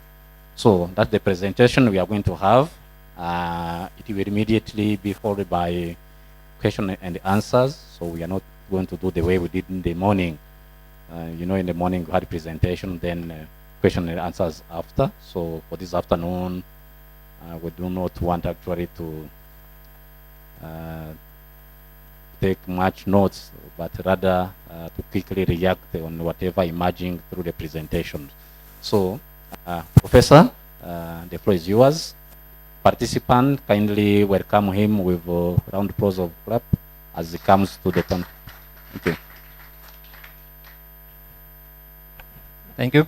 I understand it's not easy to be here after lunch, of course. So, but I will try to kind of do this not very boring, and so you will not maybe fall asleep too fast. I'm working at University in Agder on working with security there. I'm teaching security, and I used to be head of security program. We have cybersecurity master program, which is divided in two parts. One focused on security management, and another focused on security technology. Actually, both needed to provide security. And in this presentation, I have changed a bit title. The idea is to show state-of-the-art security and problem we have in higher education institution, because we're talking here about using new technology, a lot of new technology, but new technology has a dark side, so we don't know about that usually until something happened, and this dark side we can call this security problems, and then data will be stored, exposed, and the university can be sued, for example. So this is just to start. We who work with security usually think that we read this kind of information too often. And this is case which you see date is May 2020. And just to show that we have some problems in the university, and I will show more examples later and explain how security management and security technology should be used to provide security. So, and also I start to show that actually we have these problems. Some statistics about that, and then how usually we evaluate risk and kind of implement security measures. So I collected some fresh information just to give you impression of what it is. It's like first quarter this year. So you can see we take first quarter every year 4 years back, and you can see that this year here in red we have January, February, March, and this is number of security events or attacks.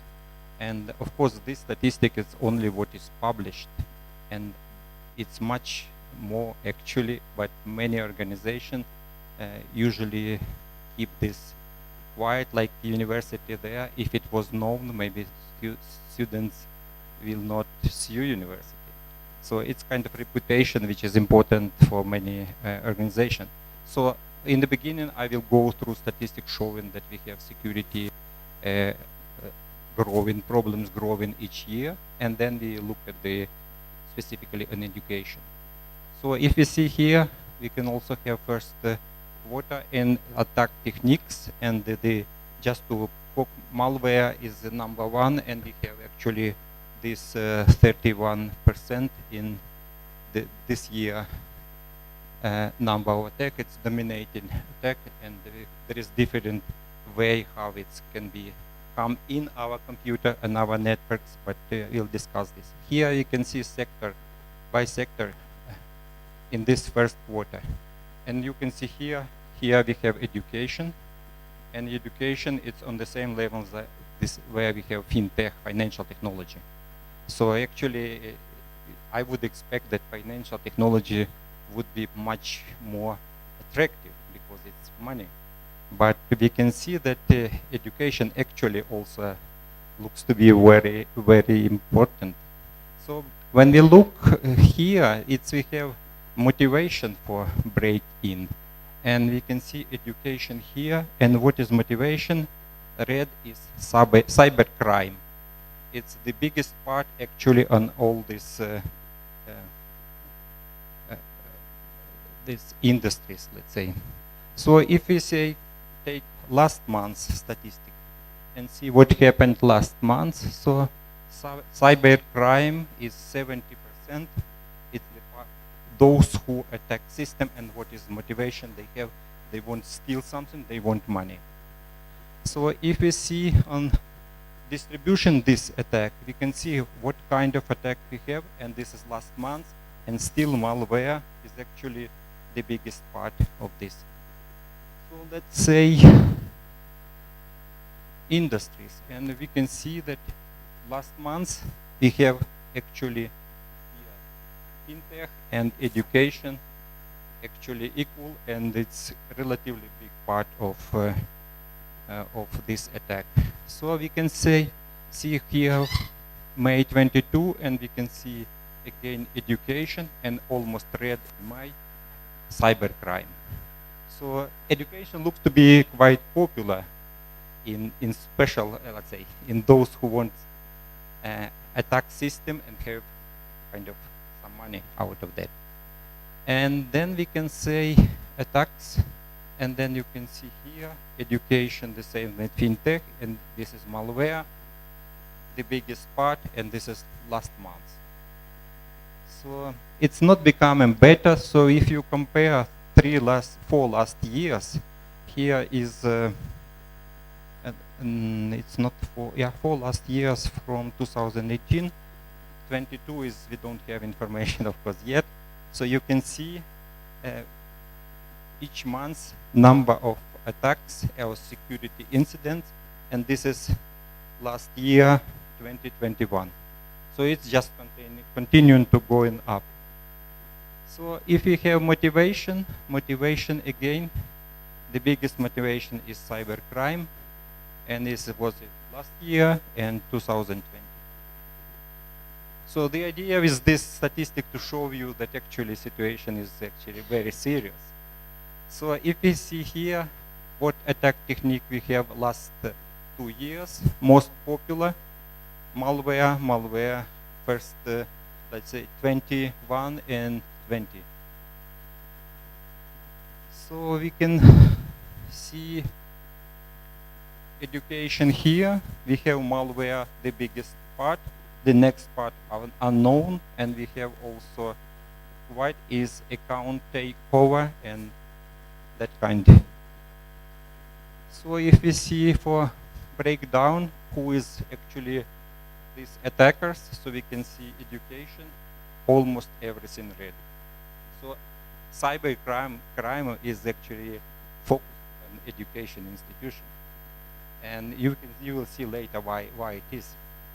So if you see here, top top attacks in 2021, and this malware is the biggest part.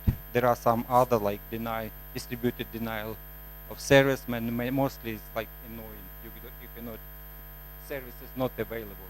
Of course, if it's happened in online exam and exam are kind of, can be a problem, but this is much bigger problem actually. Takeover, vulnerability here, in this case unknown, fake social account, that kind of attack. So the question can be asked why? What is different? Do we have actually difference between higher education institution, education and other industries? So what to separate this? Well, the first, what we expect from university, and usually we try to have this, is academic freedom and openness. So we want to have kind of free access to knowledge, technology, transparency, and we also enjoy this academic freedom in the sense we can do research we want to do. Of course, it depends on funding and resources, but not like in industry, other industries where you actually get do what you will ask to do actually. So in this industry also much more secret. Here is openness, and here we have usually if you don't keep your secret, maybe you will not be in the business for a long time. So it's kind of important to have some trade secrets, some information to thrive in the business. So this is big difference between openness and kind of need for secrecy. Because if you think about cybersecurity, so what it means that it is security. It is also involves secrecy. If organization want to have secrecy by design, it's much easier to enforce this secrecy. But if you want to have security, but at the same time you want to have open, it can be much more tricky. So if you look at this, it's academic environment. We usually quite open, and if you see features we have here, it's like university not closed, go in and out. It's like in most countries, physical, protected in many countries, and each year a lot of new students. We have temporary staff, we have visiting researchers that can have some security challenges if you have this too dynamic. So we also have other features which is actually not very compliant with security requirements. So in that sense, cybersecurity, security, and we can enforce some kind of availability and access control. We want to have open. So this is, it means that some solutions and methods we use in other industries not very easy. We want to have availability each of internet connection, not wireless connection. Not very practical, but it would be. So you cannot do this, and also is this lot of student and dynamic in those who have access to resources. It's related to security policy, access control. You're supposed to include new person with access permission and exclude from the list when this person moving away. Is it not too high sound? Yeah, sorry. If you want to assess security risk, so we have in university, we have security challenges, so we have to protect university. So we have to assess security and find where is the risk highest and have to implement what we need to implement. So we cannot, we have to have availability, we have to have usability, and we want to have security. So usually how we do this in security generally, we're supposed to see what are information assets, and based on key performance indicators, decide what is most important. And then we have to see what is the most frequent threat events and try to find defense against this. So then we want to see who are threat agents, who try to attack. Maybe some governments, other countries, maybe criminals, maybe just unhappy students because they received bad grade for last exam, so it's also possible. And then we have to see what are most common vulnerabilities and try to kind of remove or mitigate this. And then we evaluate the most common risks. And based on this evaluation, we implement how to enforce security in educational institution. It's usually how it's works. And since education institution different from other industries and work in different way, so some other known other methods not always work. So just to go through this, I wanted to tell you in the beginning that I have shrinking time all the time for this presentation because of, yeah, it was much bigger time slot before. So if I go too fast, I have to skip some slides, so sorry. So here we have these assets. First, let's see, what are assets in university? And if you look at this, you all know this, you just go fast through this. So you can see what kind of information we have in our database in university. And this information in different degree, important or maybe can be misused. So there is learning, teaching information. Maybe it's not so important what is curriculum information or exam information, but maybe some other related to exam, maybe kind of important. So we see there is research information, university doing research and they contractor for industry, other industries supposed to keep this secret, intellectual property, funding information, facility management information, let's campus infrastructure, security infrastructure. So we have also financial management information, usually it's supposed to be kind of protected. We have strategy, policy information. This is all kind of IT support information, which is like identity access information, like username, password. Everybody knows that password is supposed to be secret. And this we have also human resource information, also this record. Not all this information must be protected maybe and not in the same degree. So we cannot protect everything if you were supposed to have open university. There is alumni information and market media information. And then when you follow research about security in higher education institution, we can, just as example, after careful evaluation of these assets, they are kind of this selected as what we consider as the most important. And this is critical information assets and different categories, and this is what is important to protect. So if you say, this is example from 2018, and this is person identifiable information for student and employee, and this is percentage.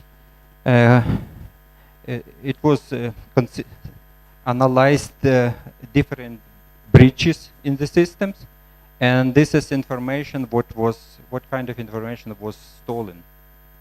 And we can see social security number is the most kind of important. They have some other information like medical record, financial information. Password not the most important for some reason. So you can see that this information, what information was popular in this dark side, let's say. So when we consider threat or attack or security events, then we can see, okay, there will be some agent who want to gain access to some specific assets, and this agent to get this access will use some kind of method. So it can be technical, it can be social, can be different method. So what is important, let's say this is from Norwegian University, Security Operations Center analyze this, and you can see here in different security events or breaches that was happened in Norway in let's say I think it's 3 years back. So you can see here the biggest is social engineering, strange enough. And social engineering, it means somebody call you and ask, it's the simplest way. It's, what is your what is your password? And this we have to change something there. This is very kind of simple attack. It's still usually it's older people, let's say 80 plus, giving a password to the scholar, but it's happened in university. So if we see a number of breaches in higher education, this is another, it was in Norway, but we can see this is number of total number by year, and we can see a number of going up in higher education. So it's the same trend in higher education that we have generally. And then we can say what kind of vulnerability we have in higher education. So there is a class of administrative vulnerabilities. Administrative vulnerabilities, in many cases, it's something how management manage systems, and also it's in many cases it's human factor. So if we take some example is insufficient knowledge, for example. This is what is why security important in the educational curriculum. It doesn't matter what kind of field people work, everybody use technology. And we can say password security, usually what happened here, not to have this yellow on paper on your screen, but also select password which is strong enough. At the same time, there is kind of, it's not trivial, because if you thinking we're supposed to change password kind of regularly, but how far, how often?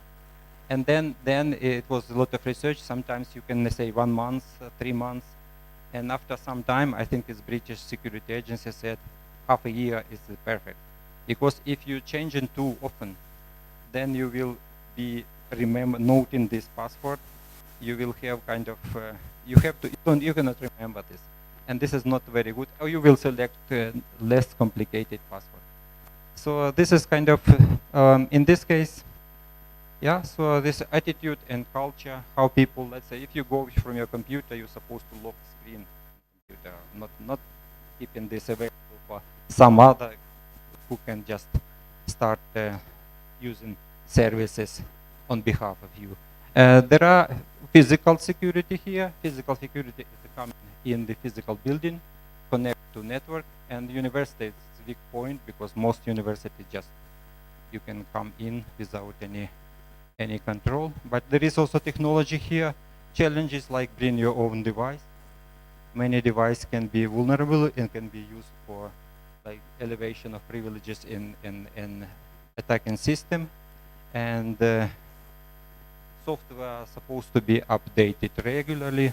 And if system become very complex, usually it's not good for security. Like complexity is enemy of security. So threat event. So if we look at this table, this is most frequent. Let's say it was started 3,000 events to see what is most frequent, what happened often in higher education institution. And on the top it was like intrusion, malware, and compromising system. And it's like the biggest part at 29%. And social engineering actually was on the 3rd place, it's 10%. So it was analyzed to see what is the most frequent security kind of events, just to mitigate what is most often happened. There is kind of slowly going down, so we can see device or document loss or theft. It's stolen device maybe, but we have also some kind of this traditional insider attack and distributed denial of service attack. So different event have a different frequency for higher education institution. So when we have all this statistic, we can evaluate security and think okay, what is a realistic risk if something happened very seldom. So it's maybe not important to put millions to try to protect against this. And even if you can put these millions, if what is happened is actually not big security, kind of not big loss for organization, also not necessary use too much money on this. So this is kind of, in this case, what we have to do when we have this statistic, we connect together. We connect together threat events, vulnerability, threat agents, assets, and consequences. And usually it can be done like this. So if we take the first one, the most frequent incident there, so we can say, okay, what is threat event incident? Let's say it's what we call there in intrusion, malware, and compromise. It's just to have categorization. So vulnerability associated with this. So how it was possible to kind of perform this attack. Then list of vulnerability, password security, bring your own device, security culture, for example. It's related to education, for example, very much. So then we have threat agents who are interested in this information. And what is, in this case, what found that it was cybercrime and state-sponsored espionage, that kind. And then we have assets, what in this case was this security threat agent wanted to have. This is personal identifiable information, research data, credential, financial data, list of this. When we have this information and what is consequences, data loss, data leakage, loss of availability. So when we have this information, we can put this together. And when we put this together, we can have something like this. So we can see here we have threat agent, and motivation will be financial gain. And then attack vector is actually how they attack system. One way can be guess password. Another way can be scanning network to find some vulnerabilities, so to see what kind of software is running there, and if it's not updated, no vulnerability there, this is possibility. So after this, we can use this vulnerability. Let's say if we found this vulnerability, we can use this, and then we can get in the system. Maybe we can kind of just normal intrusion. Maybe we can start some malware there, and then collect this information, and this is the result. Loss of data, availability lost, for example, then it's like data encrypted, and then leakage of data. So this is kind of how it's connected, and then we start analyzing. Okay, how severe this consequences? How much it costs? And then you say, okay, it's cost a lot, so we can see, okay, this data should be protected. How we protect this? We're supposed to fix something here, and then that this attack will not be possible.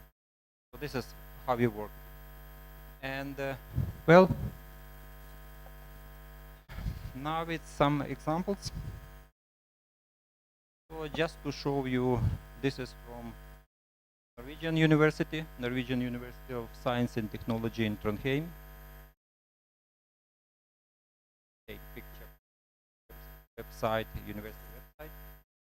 You can see here 2 employees, Department of Mechanical and Industrial Engineering at NTNU have been charged with data breach and also been investigated for unregulated research that may be in violation of export control law.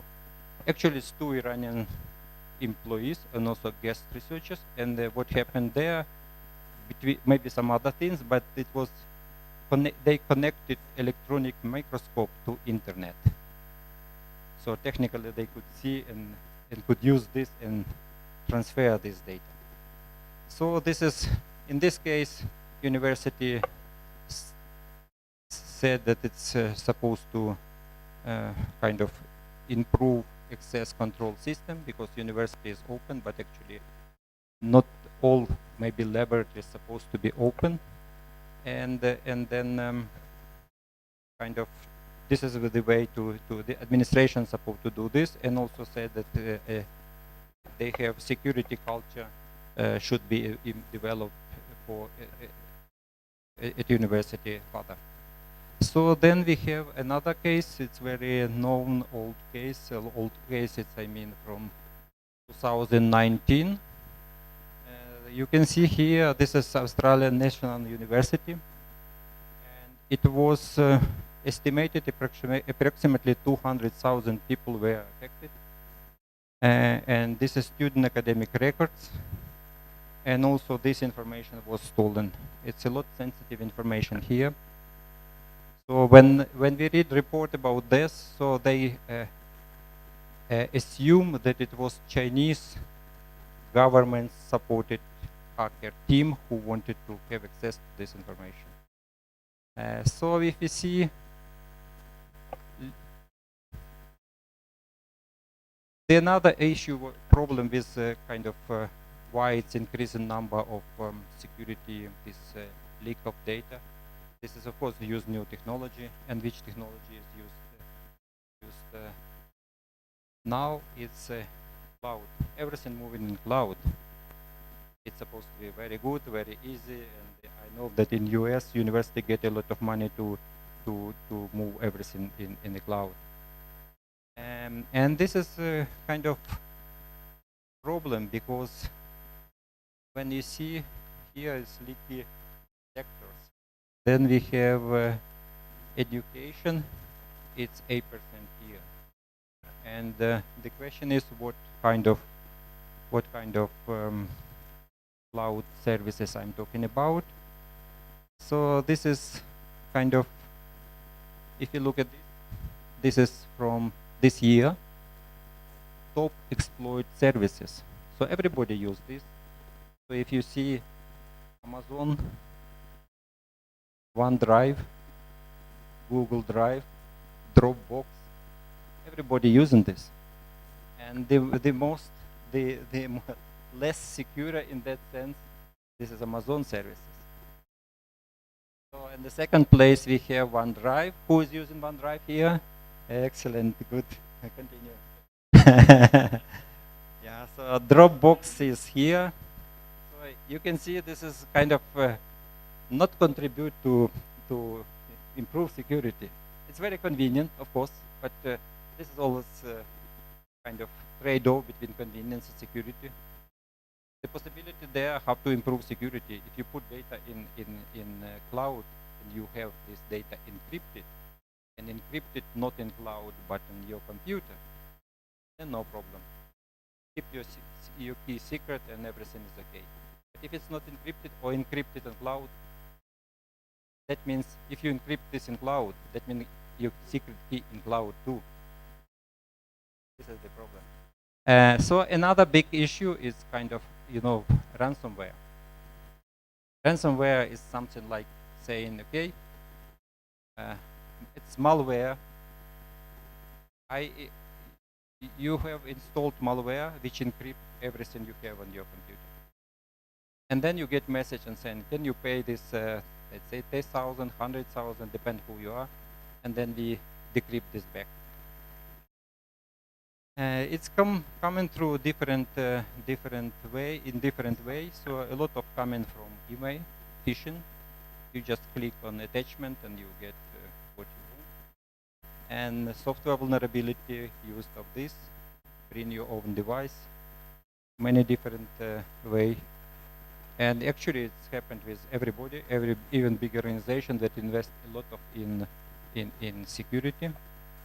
So reason for that, actually, it's particularly good to have if your segmented network not very good enough, and and then attacker can get in one part and move in the network. And also another saying that, of course, if you don't have backup, you have a problem. But if you have backup, you're supposed to have backup, you still have a problem.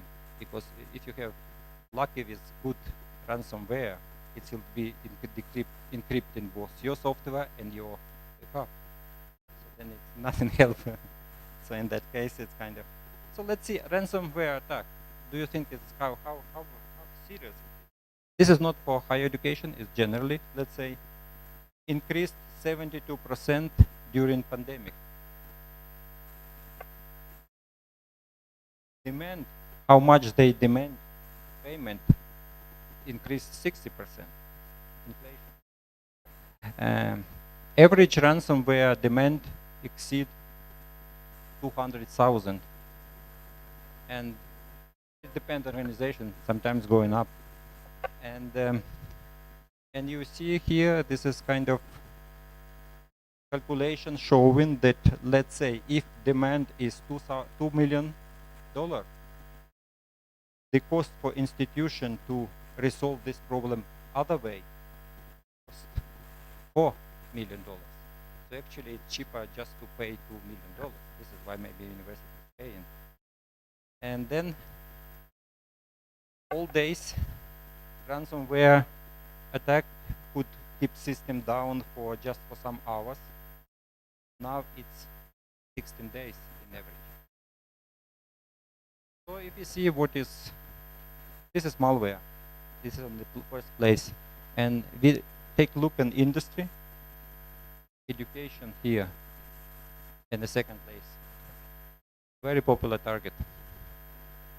So let's see, Maastricht University.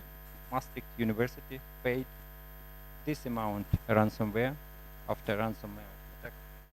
When it was published in January 2020. So if we take a look at another, University of California, San Francisco. Maybe you know San Francisco University. University of California in San Francisco, it's very heavy medical institution, and they did a lot of research in COVID-19 connection, and everything what they did was encrypted. So they paid some amount of money. It's 1.14 million here. So, and it was also in June 2020. So University of Utah, I know how much they paid. They paid, yeah, here.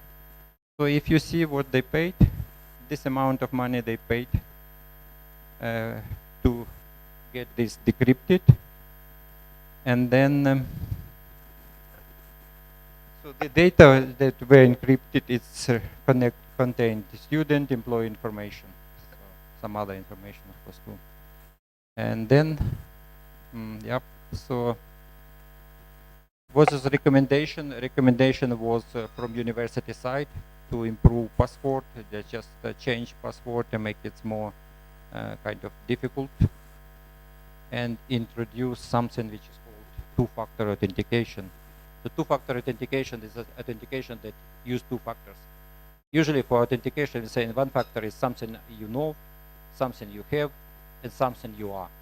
You are, it's like fingerprint or that one, and if you use 2 out of these 3, you call this two-factor authentication. And then it means if you just know password and you don't have device in addition, or maybe fingerprint, you cannot log in the system. So it's usually a good idea to introduce this, then it's kind of close at least this door. Another case, which was in Norwegian University. Okay, so this is in Norwegian. This is what is in that text. University in Tromsø, it's Arctic University far north. They received invoice from, they bought some equipment for $1 million or something like this. They received invoice, and in that invoice they're supposed to pay some couple of millions. And few days later came a new invoice where from the same email address, from the same place, and they kind of explaining that it's not correct account number, you have to pay to that account. So actually everything was according to procedure. So they paid money, and a couple of weeks later, the guy the company that sold them this equipment called and asked where is money, and they said we paid this money, and this was paid to the other place. And this problem is like happened several times. It's like somebody spoofed email actually. Professor, if we can move quickly.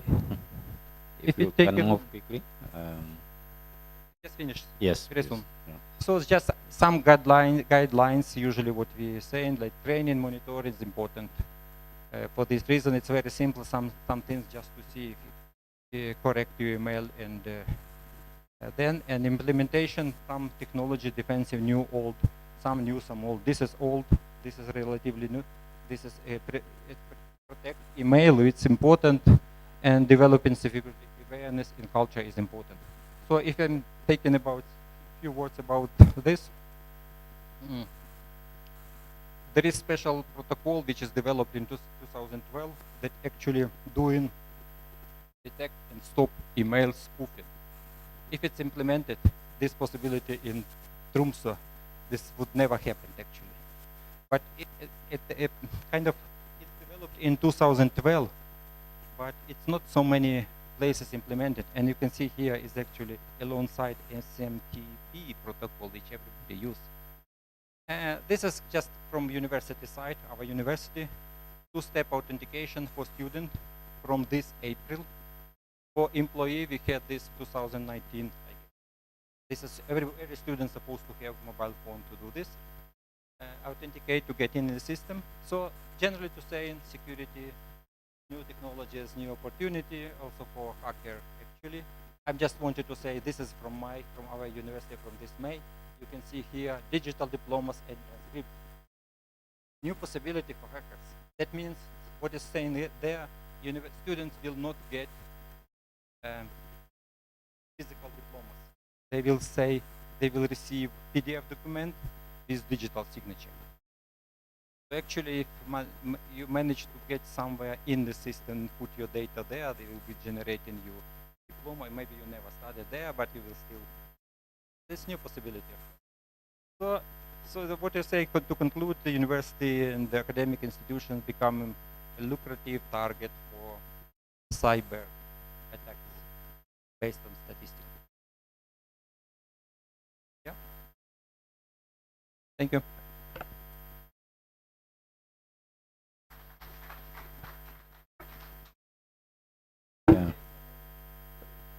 Thank you so much, Professor.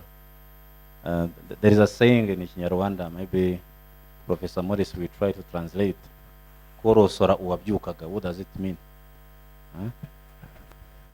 Korosora uwabyukaga. Try to translate. It's like just in time. What you wanted is what I wanted. You asked for if there's any questions. He was about to say the same. Yeah. Okay. So, in fact, it's like when you are telling somebody something he's ready for. So you are telling to someone something he's ready for. So you are ready for question and answers, isn't it? So then we are also ready to raise the same. Yes. Audience. Cyber attacks. Why attacks at the university? Maybe we should hear about cyber attacks in the banks. Maybe that's the very first question I would want to ask. Why are we concerned about cyber attacks in higher education? Maybe if it is something to do with cash, then we would be very much worried. Why are we also worried when it comes to education? That's my question. Professor, maybe we'll have to answer. Let us welcome other questions. So I wanted to give myself also the opportunity to ask a question. Yes, doctor. I saw your hand up.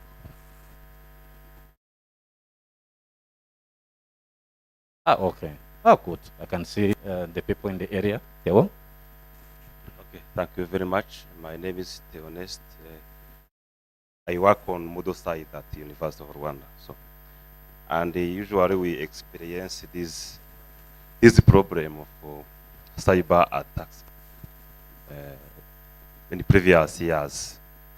So, one solution you propose it is to use two-factor authentication for students. I saw in the presentation it was one solution for one institution. So, and when I look, and from my experience, most of users always forgot the password.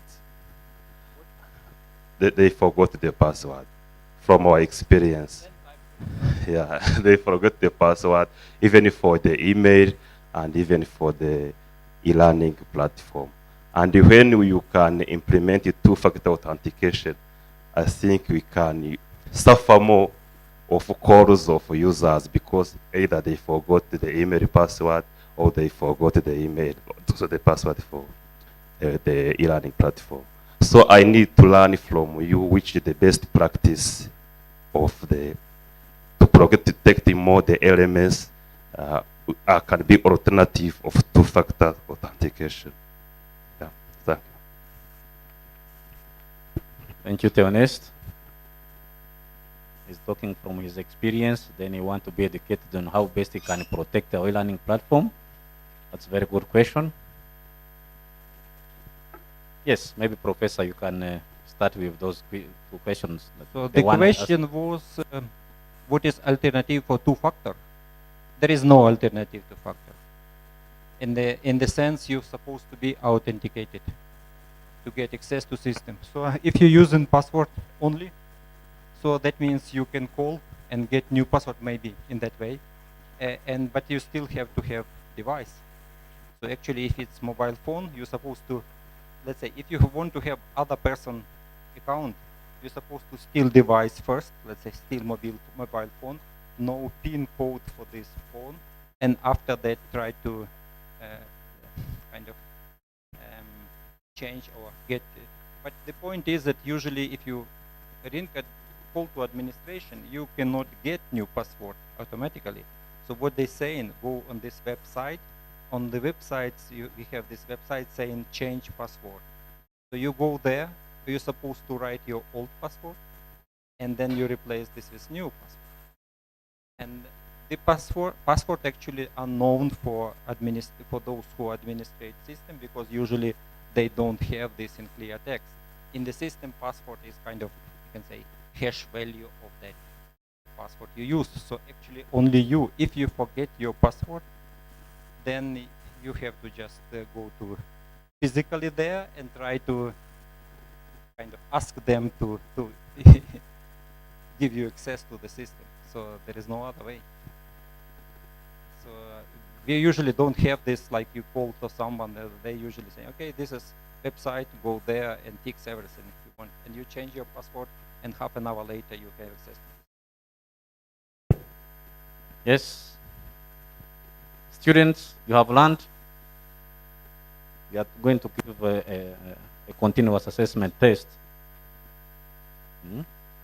so that we are sure that the learning has taken place. Yes. Another question from this end. Thank you.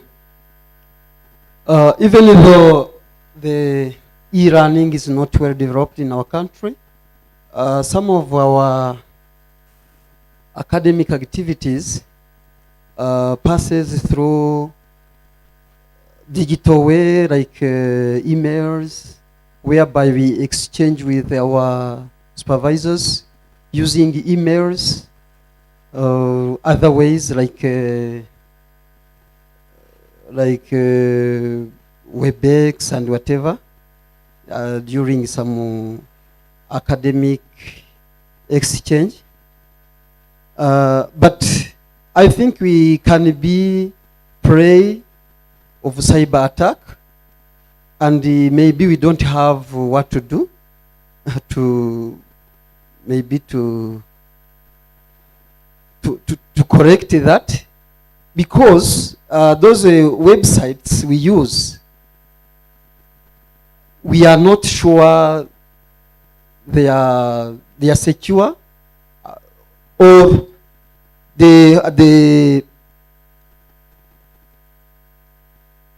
we don't know exactly where our information goes before reaching the destination. So what advice can you give us? How can we protect our information, our academic information?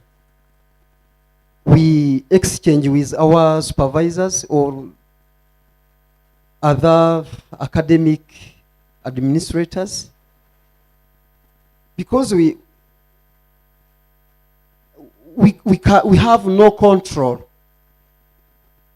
I send my email, but before reaching the destination, the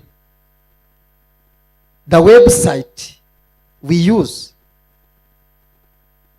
is controlled outside. What if, for example, those who are in control of the website find some sensitive information and steal it? Thank you. The simplest, if you want to protect email communication, so you use encryption. And this protocol I mentioned there, for example, just as example, the protocol will encrypt your communication. You're not encrypting it, using just protocol, it's automatically will be encrypted. It's like if you use WhatsApp, your communication encrypted. So actually, when it goes through other state places, like routed through to yours, it will be not readable anyway. So this is the way to protect. Of course, you cannot be sure if website is secure or not secure, but the point is usually not that problem, because if you use regularly, let's say you use your bank website, so and if it's you're sure this is your bank website, no problem with that, because you have communication with your bank which is encrypted, and this problem. What usually attacker do, they make new website which looks completely like your bank website, and try to you to log in this fake and send this to your bank. So when you send to this, you think it's encrypted, but it's not encrypted. They get your password, they log in on your bank account, they take your money and send back something. So this is how it works. So encryption in this case, most modern protocols actually have this as a feature. The problem is that many don't use this. And if you encrypt, so only another possibility, if you use university, you use your computer and use outside campus, usually a good practice to use private network, VPN. When you use VPN against your university server, so usually communication encrypted. So if you sit in the downtown in cafe and you see it's unsecure network, not good idea to send email there. But if you use VPN connection, then it means your encryption will be your message will be encrypted, sent to your university network, and after that will be sent to this. So this is a secure way to do this. Small things, but make much more difficult for hacker to to see what you do and steal information. Thank you, Professor. Maybe Professor Morris would help me again. Yes. None sinabya agenda gute se iyo abarinzi bari kujya inama n'inyoni ziba ziri ku kiyindi, so turavuga attacks ariko how to protect our data, but there are also those who want to steal our data. So how would I say that? Arabarinzi akaba n'inyoni.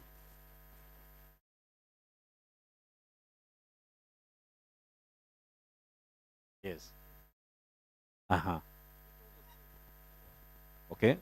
So in other words, we are here talking about protecting ourselves, but maybe there is also another forum where people are seated saying, how do we steal their data? Be they in academia, in a bank, and wherever. So whatever effort we are doing, we need to continue to be at the top of the current practices. That's what I wanted to hit, and make sure that the threats are everywhere. So we need to be cautious and not expose our data anyhow. Otherwise, thank you, Professor, for the insight. Please, let's clap for Professor for the informative presentation. And I want to welcome the next presenter. about the future of universities, after which, again, we shall have question and answers, then enjoy our afternoon tea and coffee.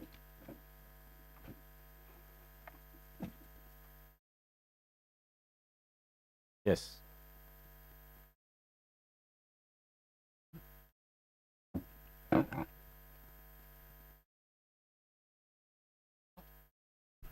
Yes. Okay. Hi, everybody. Everyone's welcomed you 1,000 times. I welcome you personally. So, we're going to talk about the future of universities. But to talk about the future of universities, I first of all have to explain to you how you even get to think about the future of universities. Otherwise, you're just going to think I made it all up, okay? Which some of it I did, of course. The other thing is, I want to try and do an exercise with you, because that's even more fun than listen to me talking. So let's make sure we have time for that, right? Control here. So I'm Derek Woodgate, and so I've had the Futures Lab for 26 years. And up until about 10 years ago or so, I wasn't that engaged with academia. It's a little more than that, 12 years. These were our clients. They were typically major corporations, and to be fair, major corporations still today are the biggest group of people that use futurists. Just the way it is. They now have departments, which they didn't have. And bear in mind that we've now been teaching, including me, future studies for probably the last 20 years extensively. Prior to that, it was sort of pretty minor. We've created loads of futurists, right? And it's only really master's and PhD level. You don't tend to get it in undergrad. Sorry, you want it louder? God. Okay. So, but in fact, what happened, I went back to teaching in 2010, University of Houston and Georgia State. And so subsequent to that, I've actually been doing as much, I would say, in academia, which is why I'm here. So I'm on the board of on the executive board of the University of Dubai, Center for Future Studies. I'm affiliated faculty still apparently, at UIA, and I've worked at UIA for about 8 years, which is good. An advisor to the Vice President of Academic Affairs at PMU University in Saudi. I'm faculty in Houston. I've been teaching in Houston, as I said, since 2010. Now, I can go through these, but they're all related to future studies. So the one thing that we're really trying to get forward is get people to think about the future. And so part of what I'm going to try and tell you today is why you should think about the future and how you can think about the future. And then I'll show you about universities specifically. So the other thing is I've worked on a number of Future of Universities projects, including UIA. So the first one was University of Texas about, 10, 12 years ago, and a few others going through. So there is an incredible interest to look at where universities are going, which is not surprising because all day we've been talking about transformative education. And quite honestly, there's so many elements to it, as we will see when we start to do the exercises, that it's quite difficult to deal with. So why are there so many issues? Well, over the last, let's say 15 years or so, we've been in a period that's actually called post-normal times. Not my word for it. Rabbits, years ago, 98, but Sardar did a really big piece of work on this. And the essence of it is all the stuff that we talk about every day, about accelerated technologies, about the need for immediate response on everything, the complexity of which we work in, the complexity, even talking about the future of universities, which we've seen, massively complex, right? So many areas to touch. Uncertainty, I mean, we'd all like to think that we lived in a very stable environment all the time, but quite honestly, most of the time, we don't, and we don't know what's coming next. Rapid change, contradictions, you name it. And the sort of the worst, at the pinnacle of this, would be total chaos, right? Now, personally, I don't mind chaos because my whole life is based on trying to work out chaos, but that's a personal issue. So future studies is actually about trying to disrupt the disruption that we're likely to actually face. That's what it's about. And quite honestly, as Heinlein sort of pointed out, he would say, because everyone says, is it a science? Is it not a science? It sort of is a science, but then there's, science is supposed to be repetitive and repeatable, and that there's a truth to it. Of course, when we talk about post-normal science, that's not actually the case today, but it sort of fits into that. But basically, future studies is a sort of crossover between art and magic, right? With a lot of magic. So, what is it? It's basically this. What we do is we work with unstructured knowledge in unknown worlds. No one in this room knows the future. I study it every single day. I have no idea. Well, I have some ideas. I don't really have any truth. I cannot tell you what's going to happen in 2035, right? I can help you get there. The other thing is, and you have to remember this, is probably the most important word I will use today. Future is about discontinuity. It is not an evolution of today. And in fact, the biggest issue that we all face is that we all think it is an evolution of today, and that's forecasting. And any of you that have any dealings with forecasting whatsoever will know that every forecast you've ever seen in your life is miles off, whether it's the number of streets that you need in a city or anything else. The other factor is this whole idea about reconceptualization and recontextualization. I'm going to come back to that because it's really, really important that we understand that it's all about change, but it's also about completely getting rid of our current assumptions. And you'll understand why in a second. New paradigms and opportunities. So that's tied into the assumption. So I mentioned change because change is the essence of this, right? I mean, at the end of the day, no one particularly, well, not no one, I like change. Most people don't really like change, but there are 4 key elements that we look at: cultural, social, human, and technological. Cultural is the big changes, right? When the world really changes, dramatically changes our life in terms of all the elements. Social is really what makes that up. There are 10 elements to social, and I don't want to go through them all now, but just so you know that it's very complex, even this issue of change and the levels on that change. And so I go back to this idea of these paradigms. So change is usually seen within these 5 areas, right? Technological change, economic change, societal change, steep. Now, we don't look at it like that. We look at augmented performance, transactional space, the whole idea of the context, a reframed context in which we work, and new paradigms, which are the policies and so on and so forth we talk about. So, what I did when I looked on the last project I worked on, specifically related to the future of universities, I went through these 4 things. We call them causal mechanisms, right? So you've got to have some sort of way of framing the change. If you think about all these thousands and thousands of elements we talk about, today we've probably talked about at least 200 different aspects of change related, expected change, there's even things we automatically know, related to education. Remember all those words you put up, I think it was yesterday or the day at the beginning? All those sort of words related, that was probably about 30 without even thinking about it. That's off the top of your head. Now, when you start to sort of expand this out into the steep area, it becomes really important. So intelligent assets, what are intelligent assets? Well, both people in this room, obviously. But there's another part to intelligent assets, which we've just been talking about, for example, all those technologies related to security.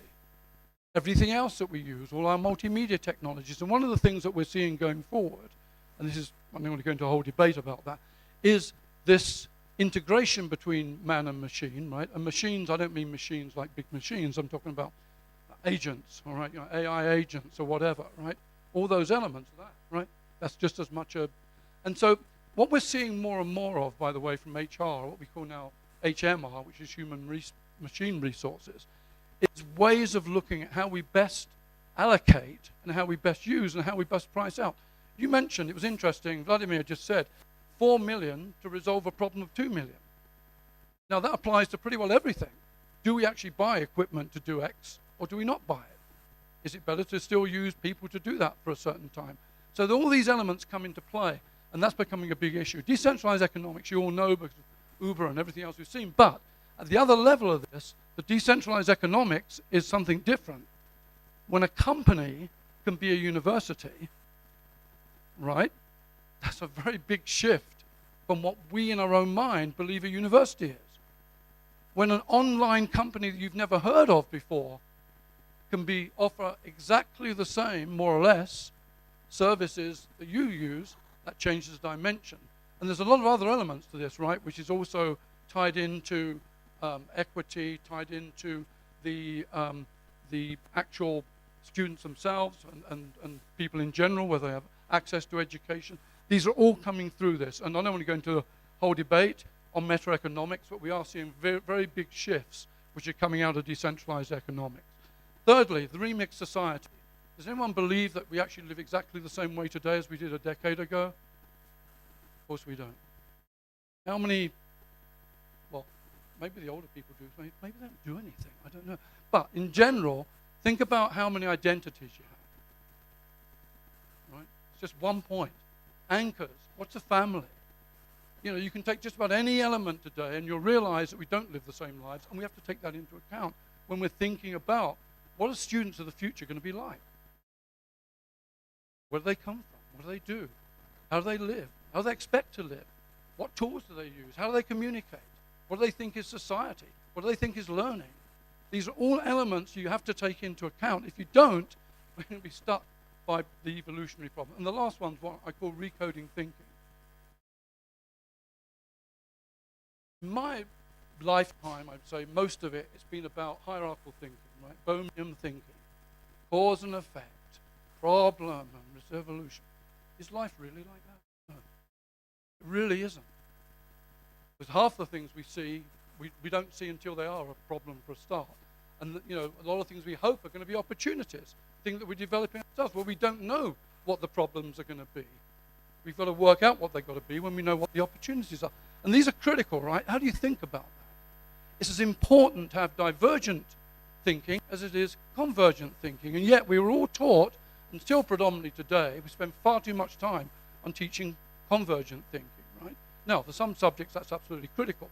And it will always continue to be for all subjects. But let's bring some divergent thinking into what we do. Things like rhizomatic thinking, things like nomadic thinking, and so on. These are ways of thinking. And for futurists, that's the only way you can think. Because going back to that point about unstructured knowledge, that's the only thing you can do, right? You're dealing with stuff that doesn't actually exist.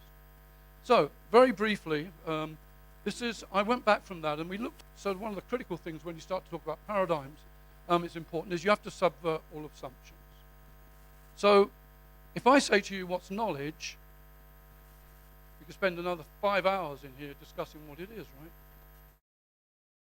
Now, probably a couple of decades ago, we'd all have the same answer. When we talk about what's teaching, well, we had all the conversation there about mentoring as opposed to actually teaching. So straight away, that thing shifts. And the way that you have to deal with that shifts. If we talk about social learning, what's social? What's actually learning? Now, when you're talking about the future and you think about all those things that come in, they're all the critical things that we have to take into account, right? So, we need some experimental thinking. Because if we don't use experimental thinking, we're not going to resolve the issues. And I always think about one thing when I say this. 25 years ago, a lot of very clever people, I'm assuming, sat in a room and came up with the idea of no child left behind. I don't know anybody that actually today would say that was a good system. In fact, everyone would say it was the worst system probably ever developed. And yet, the greatest minds in education, I'm imagining, in the United States came up with a complete system that supported that. We cannot, through all these things we're looking at, come up with a system that's so complicated or just doesn't achieve the goals we want, which is to get people to learn things and to actually create a better society for ourselves, right? That's the whole idea of a university ultimately, is to generate, you know, novelty with purpose that actually changes the world and shifts things. Now we have to be careful with that. So, I'm going to go through all that, but there we go. So we have thinking processes. I talked about them a little. And it's called decentralized thinking, which is much more around this whole idea of divergent rather than convergent. And we have a lot of systems, and I don't need where I went from there. Where did I go? I'm going the wrong way. a lot of different, well, no, I'm not going to. My hand's going to. Yeah, there's a lot of different things, and I don't want to go into them, but Star Logo, these are all now more or less computerized systems as well that help us to come up and think about things in a different way. So, we have some approaches.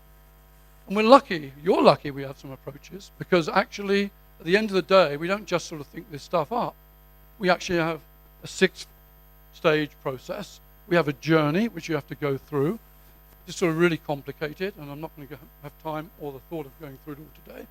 But it is important to understand that you have to keep going through the same information, the same knowledge that you're getting out of this, and just keep testing it. Because we want to have very robust. If a university, based on something we come up with, and we keep coming up with new things, is going to spend, I don't know, what, $300 million on some investment, or $1 billion on some investment, we better know what we're doing, right? And that's one of the issues we don't. So, first of all, we go very much into a broader framework. This stuff here, you'll see, it's all education marketplace, changing workforce, etc., etc., etc. We do loads of interviews, we do panels, we do all sorts of stuff. Why? Because the first thing we need to understand is not only what's happening in education, but what's happening on everything else, which is ultimately attached to education, right? Job erosion or job creation. Now, how important is that for the future of education? Very important, right? Why is it important? Because of all this crap we get all the time. These incredible percentages. 65%. Now that is the only piece of information on there that's actually correct. The 65% of all jobs that will happen in 2030 do not exist, actually it's not today, do not exist in 2020 when this was written. Do you believe me? Probably not, right? But look at 2010 to 2020. And I could put another 100 jobs there. Right? Who applied for a job as a cloud solutions expert in 2012? No. Cyber forensics expert. Why the hell they didn't? Because all the stuff we've just been listening from Vladimir, if anyone had understood what the heck was happening in gaming and in Second Life and everywhere else back then, we wouldn't have had the issues we have today, half of them, and the dark. We're always miles behind, as you mentioned earlier. So this is true. Most of these things didn't exist, but they do now. But look at this lot. And it's going to be far, far more than I've ever written up here, believe me. Now, what's critical about this? Not that I put it on the board, but we have to prepare people for these jobs. Right? We talk about skills. I call them post-normal skills. Doesn't matter. There's a reason for that, which I don't want to go into. Most of them the same. I could have taken any list of Siemens skills and put them up. Mine are slightly different because I need them for a different reason, but at the end of the day, they serve the same thing, right? Most of you talked about digital literacy. Some are typical, like design thinking. Futures literacy, I believe, is important. Some of the thinking techniques, you mentioned computational thinking earlier today. Now, these are all pretty typical things. Now, why is that important? Look at this. This is for Europe and the United States. An estimate for 2030. What skills are we going to need? Where are these new jobs going to be? Why is that? Think of this. Think of this situation. We still have silos. We're still teaching physics as a singular subject. Seriously, guys. There's not one thing here that actually comes from one single science. And I could have put another 1,000. And that's why all those jobs are up there. Because constantly we're developing things where we can't think the same way. And so a lot of universities, and particularly those I'm working with, I suppose, because for obvious reasons, are moving much more into this area of transdisciplinarity. And you've talked about today about not having necessarily typical exam situations. So why is that possible? So this could be a bigger list, I suppose, but there's some very key things on this list. This is a gap. This is the education gap. It's between what we're going to need 5 to 10 years from now, and I'm not talking 50 years from now, I'm talking 5 to 10 years from now, and what we're actually doing. We're miles away. So what we do is we have to sort of work out some avenues of exploration, right? What will potential learning systems look like? Typical stuff that you need to think about. How do we create curricula that embraces the transdisciplinarity, robo-ethics, philosophy, and all these things together? Actually, interestingly, at UIA, they've been really successful at bringing philosophy or theory into other subjects, which was actually a fantastic idea and worked very well. How can we brand the unique characteristics of selected universities? Just general stuff, and you can go through those more. What are the new worldviews? What are the new paradigms? I'll ask a question. What is the worldview of this university?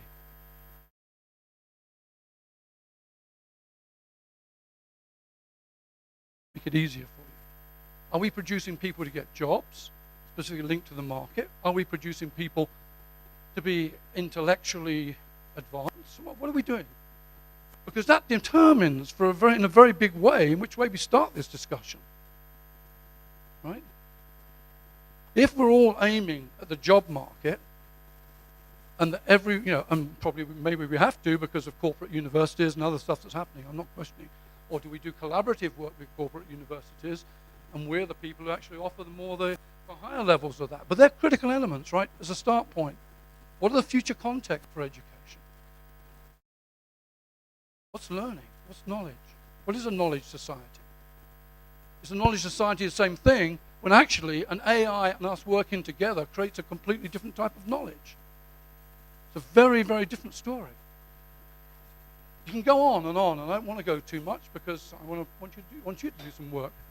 And this keeps going, right? What are the potential learning systems, interfaces, mentoring systems? We have to do all this. We have to understand all of these, where they can go. This is just at the beginning of process. I'm talking about stage 1 of a 6-stage process. And that's all we're going to have time for today. And some leverage points come out of that, right? Revolutionary curricula meets new learner type. So we start to look at, what can we do with multimedia? What can we do with transmedia? What can we do with social learning, et cetera, et cetera? Is STEAM going to work or not going to work? Should we even look at it, right? What's happening in fringe education? Is fringe education something we should bring in? There's many, many areas you can bring together here, right? The university as a corporate universe, as an incubator, right? These are typical and big, normal questions. Learner-centered education. Yeah, but you have to sort of go into them in detail. If you don't go into them in detail, you're not going to get anywhere. And what we do with all this, once we've got it, all these inputs, right, from expert interviews, panels, students, whatever. My students don't usually know they're doing this, but they are. And some initial research, and then the future knowledge base, okay? And what do? We put all this in, all this information. Normally we'll have about 2,000 or more. This is really weird, right? How many elements impact the future of education? Does IoT impact the future of education? Does IoT impact the future of security of a university? Good. Thank you for agreeing with me, sir. He's a colleague.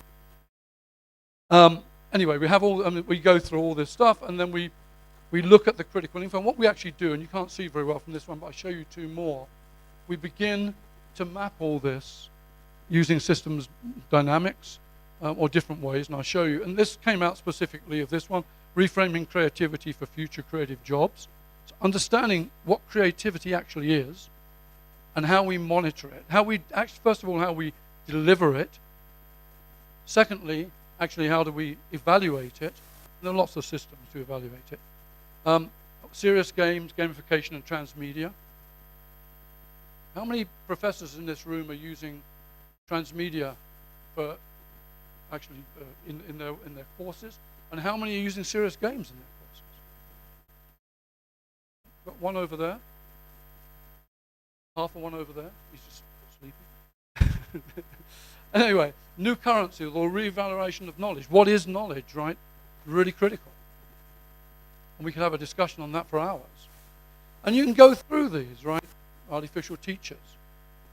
Does anyone believe that we're going to have artificial teachers? Yeah, so do I. So we better understand what they are. These are two words. What are they? Right? What could they be? Could be anything, right, from an AI agent to an implant, ultimately. So this is the other way we do this. This is another one. So I usually do about 3 different ones, just because, I get me and my staff. Okay? And this one had what neuro extensibility, open source epistemology, avant-garde, so on and so forth, new economic paradigms. I mean, some of it's the same, flexible infrastructures, some of it's the same. So whatever way you do it, you're going to get certain things that come out. Social learning and gamification, because there's some of the big things that go in. And when you begin to sort of do that as a model, you'll find that comes out. So what actually came out for this were these. Holistic life, learner well-being, engagement assessment. Student-centered learning, time, self-direction, certs, and curation. Learner modeling, neurocognitive and physical optimization and personalization. Future workforce needs, blah, blah, blah. Reconstructing the academic worldview, so the role, excellence, prestige, reputational dynamics, and that stuff that we really believe we have, right? Universities are the seats of learning. They're the most important places in the world. Let's understand them within the framework of the future, not in the framework of the past. Immersive and responsive intelligent learning environments. We do that. That's what we do, isn't it? We're sort of. I mean, they're not quite as intelligent as we are, but they're getting there. Right? And so on and so forth. No, I'm not going to go through them all because there's a reason. I want you to get yourselves into groups of 6. I know you hate me, but please do it.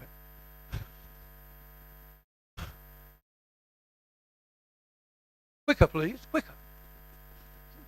We're limited on time.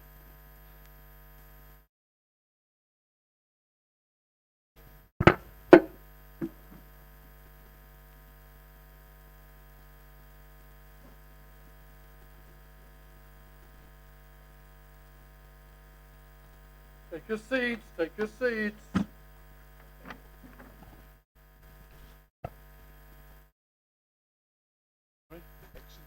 Action time, guys, action time. I'm coming around. Where's that group of really intelligent people? Where are all the bosses gone? Where did all the bosses go? They don't want to do it? Oh, you're here. Yeah, but you're going to have this one. Where's your group? You're doing this. That's too complicated. This should be your group. Who's multimedia here? Anyone multimedia? You'll do. Oh. Where are the professors?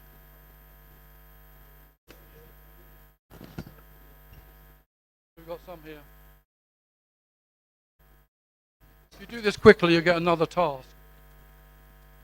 Yeah, you're good.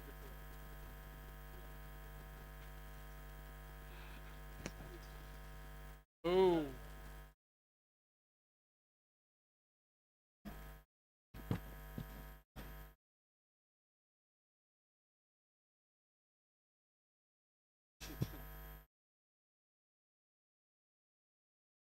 Yeah, just split yourselves up.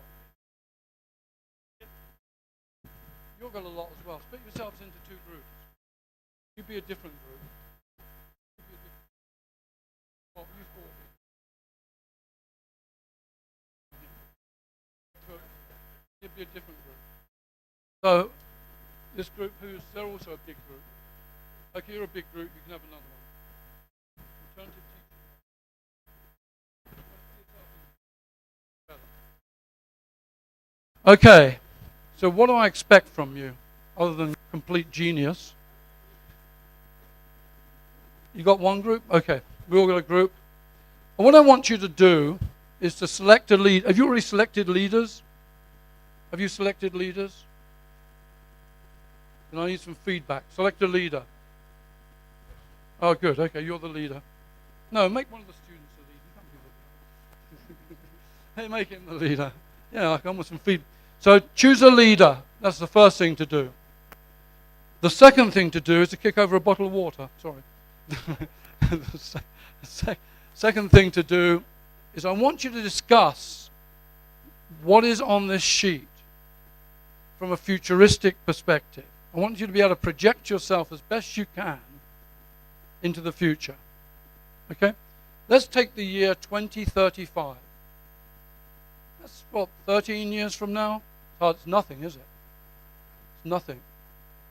So 13 years from now, 2035, I want you to be able to answer what you think is going to be different from today in terms of these things I've given you. Does everyone understand? Who doesn't understand? Damn, child, what's going on here? What don't you understand? Okay, I said you choose a leader. Okay, good. So I want you to look at this from the perspective of 2035, and I want you to tell me how the world's going to be in this particular context in 2035. What would personalization mean, for example, in 2035? What does the whole culture of culture currencies? What would be those? How will they be different? Bear in mind, as you know, we'll have alpha generation coming through, so it's going to be a totally different group of people. But does that make sense? Okay, you're better now. You're better now. Okay, is everyone okay? No? Oh my God. I'm coming. Yes, tell me. Why is this so difficult? Oh, I thought you called me over. I thought there was a problem. Sorry, do you have some words you tell me? I want you to think about how in 2035 immersive and responsive intelligent learning environments will be. So obviously we've got VR, we've got AR, or whatever we've got, or a 3D classroom. What would it look like? What do you think would be in it? How would it be? How would we react? How would we talk to each other? Okay. What do you want? I mean, that's more important.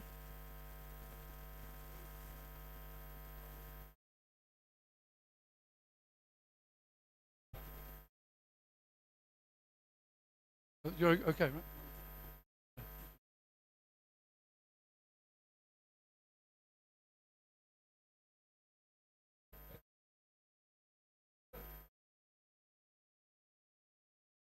What's your problem? No, it's in English.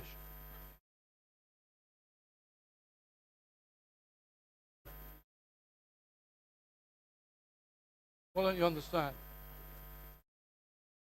How are you going to be a future person if you don't understand that text? Seriously.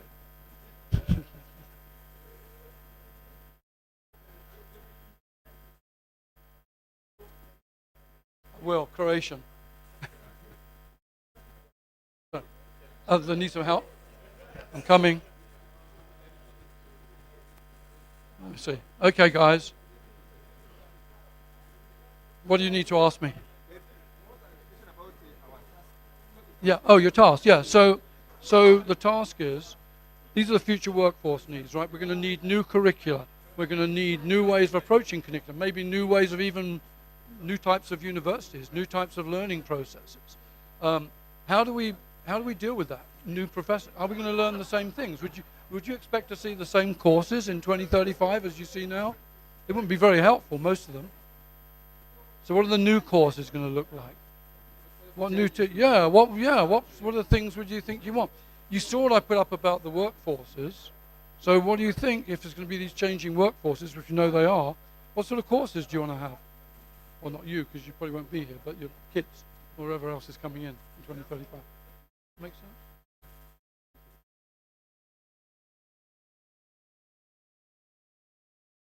Are you helping them? Are you helping them?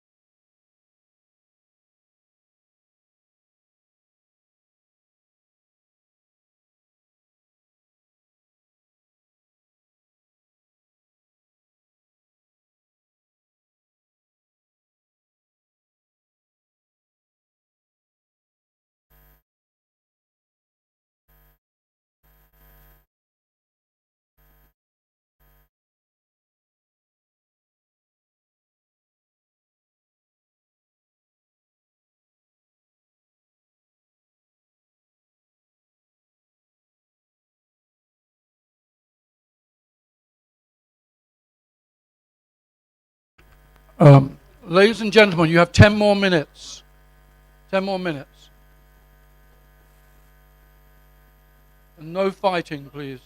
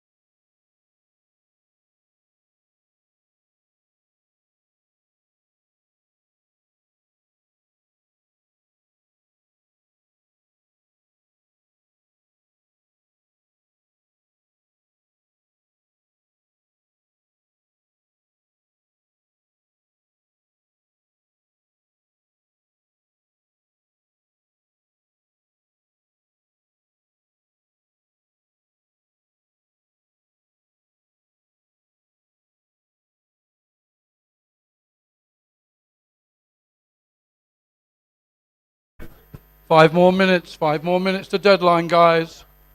5 more minutes.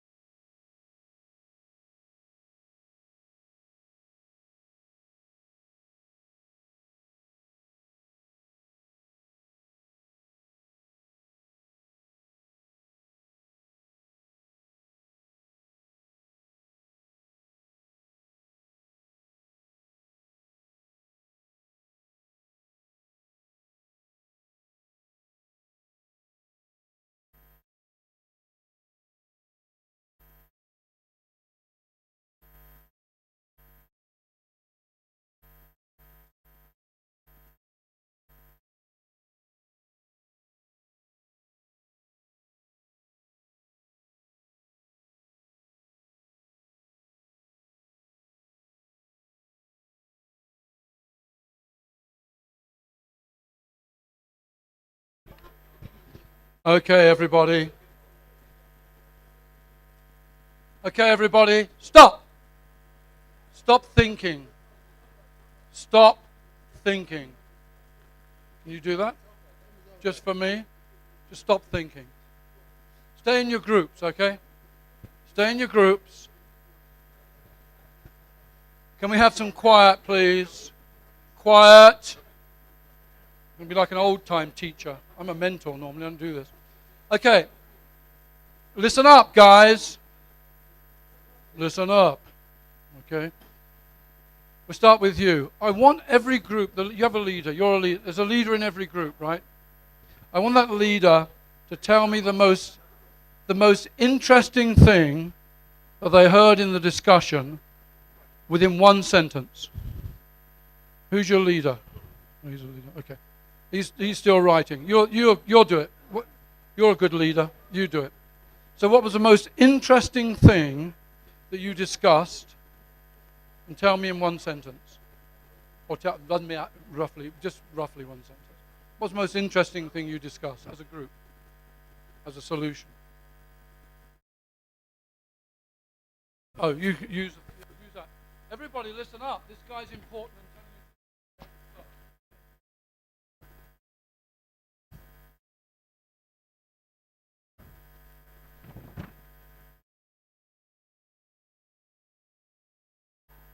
Okay, thank you.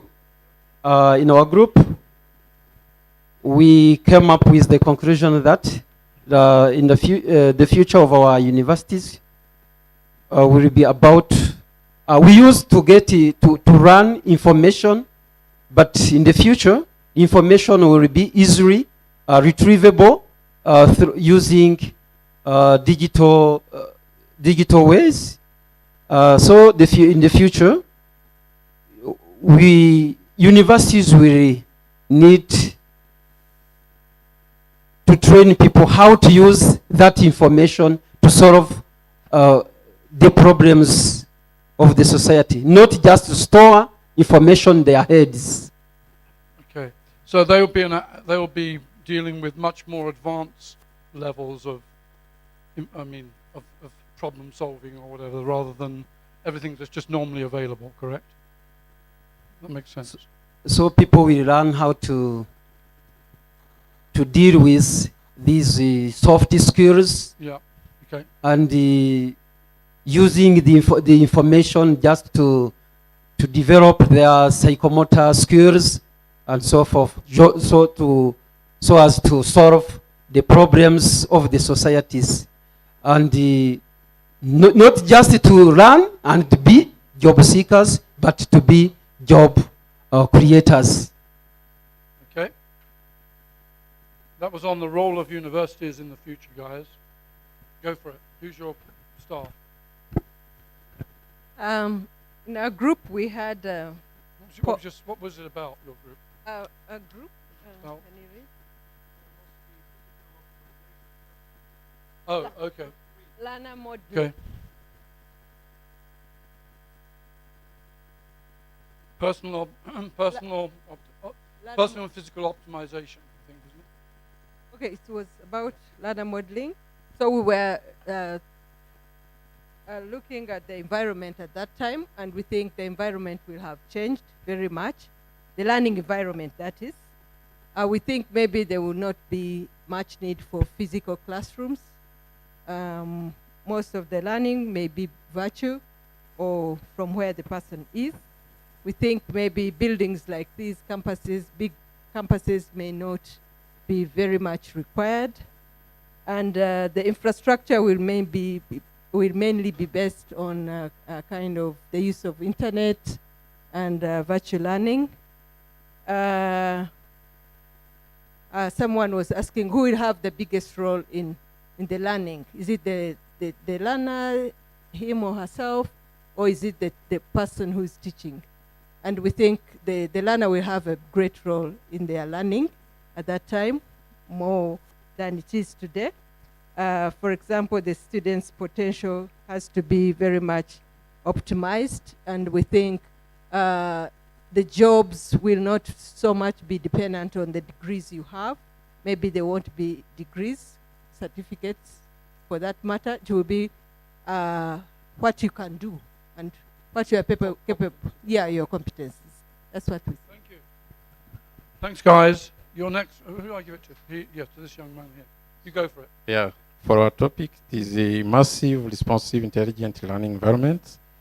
Here, what we have seen is like so the future. In the future, the learning will not be like what we do today. It will be like a computer-generated learning environment where we will not need really the class, but it will be like a virtual. Even we can control our class without our presence in the classrooms, where the computer will be playing a big role in teaching and learning. Thank you. Yeah, thank you. Our topic is about decentralized institution and universal education, democratic education, and the big idea education. We have seen that there is a pressure for current structure of education, where there is a need of a new financial model to support the emergence of the life for future universities, whereby there will be a shift in democratic education, where faculty and students need to work together on increasing free, respectful, and expressive dialogue. There is also democratic impact upon collaboration, diversity and gender equality and inclusion, whereby there is openness, fairness, and justice education, where everybody will be participating in the development of education. You agree with this fully? Yeah.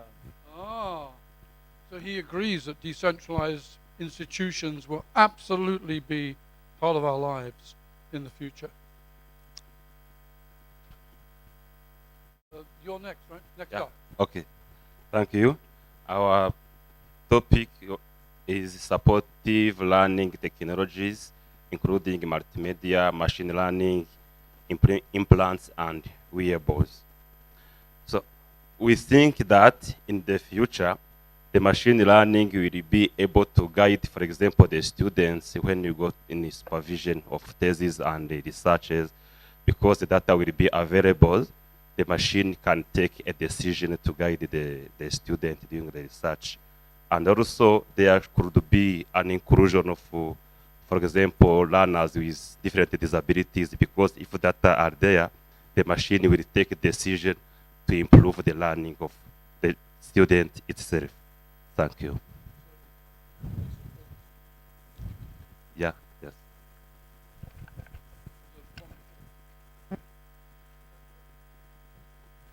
Okay.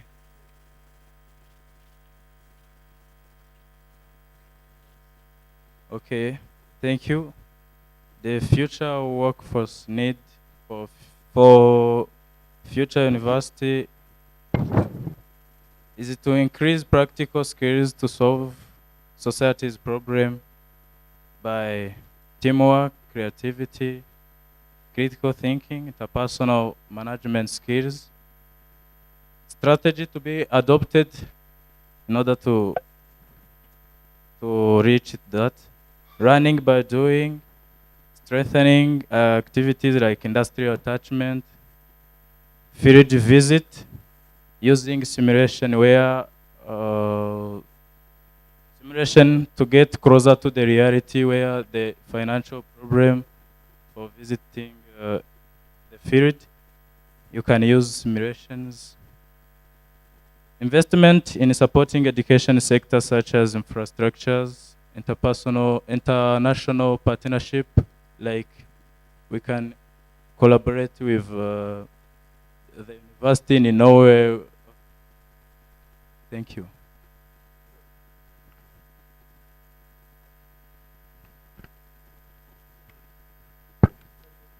Okay, thank you. Our topic is about alternative teaching methodology and faculty retention.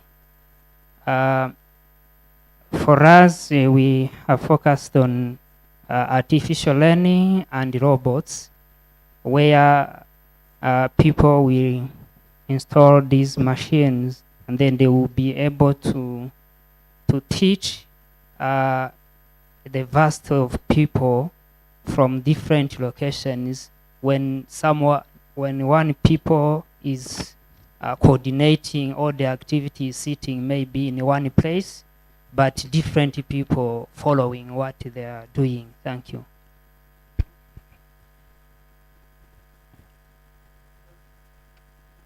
Thanks. Our topic called personalized education, the changing human, new culture currencies, focus on the whole learner. In the 15 years, the personalized education, how it can increase opportunity of learning, to get more chances of learning, more freedom to learn, because we learn in a self or individual, increasing use of technology to learn according to individual needs, more method of learning, mobility of learning in time and anywhere by using technology tools, open-ended learning that enhances transforming what we learned. Thanks. One left. Yeah, that's us. So we have topic number 4, holistic life, learner well-being, assessment and engagement. And some tags for this are biometric monitoring systems. Me? Neuroscience and digital learning support agents. And does it have to be a happy future? No, absolutely dreadful. Yes, because I probably won't be alive. That's okay. we were thinking that yes, it would be nice to have a biometric monitoring system that makes sure that you are doing well psychologically. But and then we thought about a microchip implanted in your brain, which checks your hormone levels, for example, and see that you are depressed. Yeah, and for men. And if they register low amount of something, they will just give you the happy drug, dopamine, serotonin. And that's maybe positive, but if it's in the wrong hands, and dictatorships, for example, you can control the people through that. So E will be legal. Yeah. Did you enjoy doing that, or was it a chore? Would you like to do more of them? Okay. Well, I don't have time to give you another one now, but I tell you what I will do. I will send, because I have some really nice bits here. I will send them through the group, and we can send them out and get them to do them, or make them part of whatever you want to do. In the meantime, can you move on to where's the thing? So, what I'm just going to close down with a little bit to explain something to you. Yeah, you can see it how you want to see it. Doesn't matter. This is a future classroom setting, guys. You're not going to be in one bit. You're going to be working in teams and collaborating and everything else. Okay, so if you remember earlier on, I'll go back and show you what I'm talking about. Far back. Here. Remember earlier on I told you that this is a six-stage process, right? I don't have time today to go through all 6 stages, because you've just done one. So imagine, I do want to explain though further, imagine what you've now been working on, there are 12 of them actually. They're just very, very, very, ooh. Okay, all right. That's okay, good.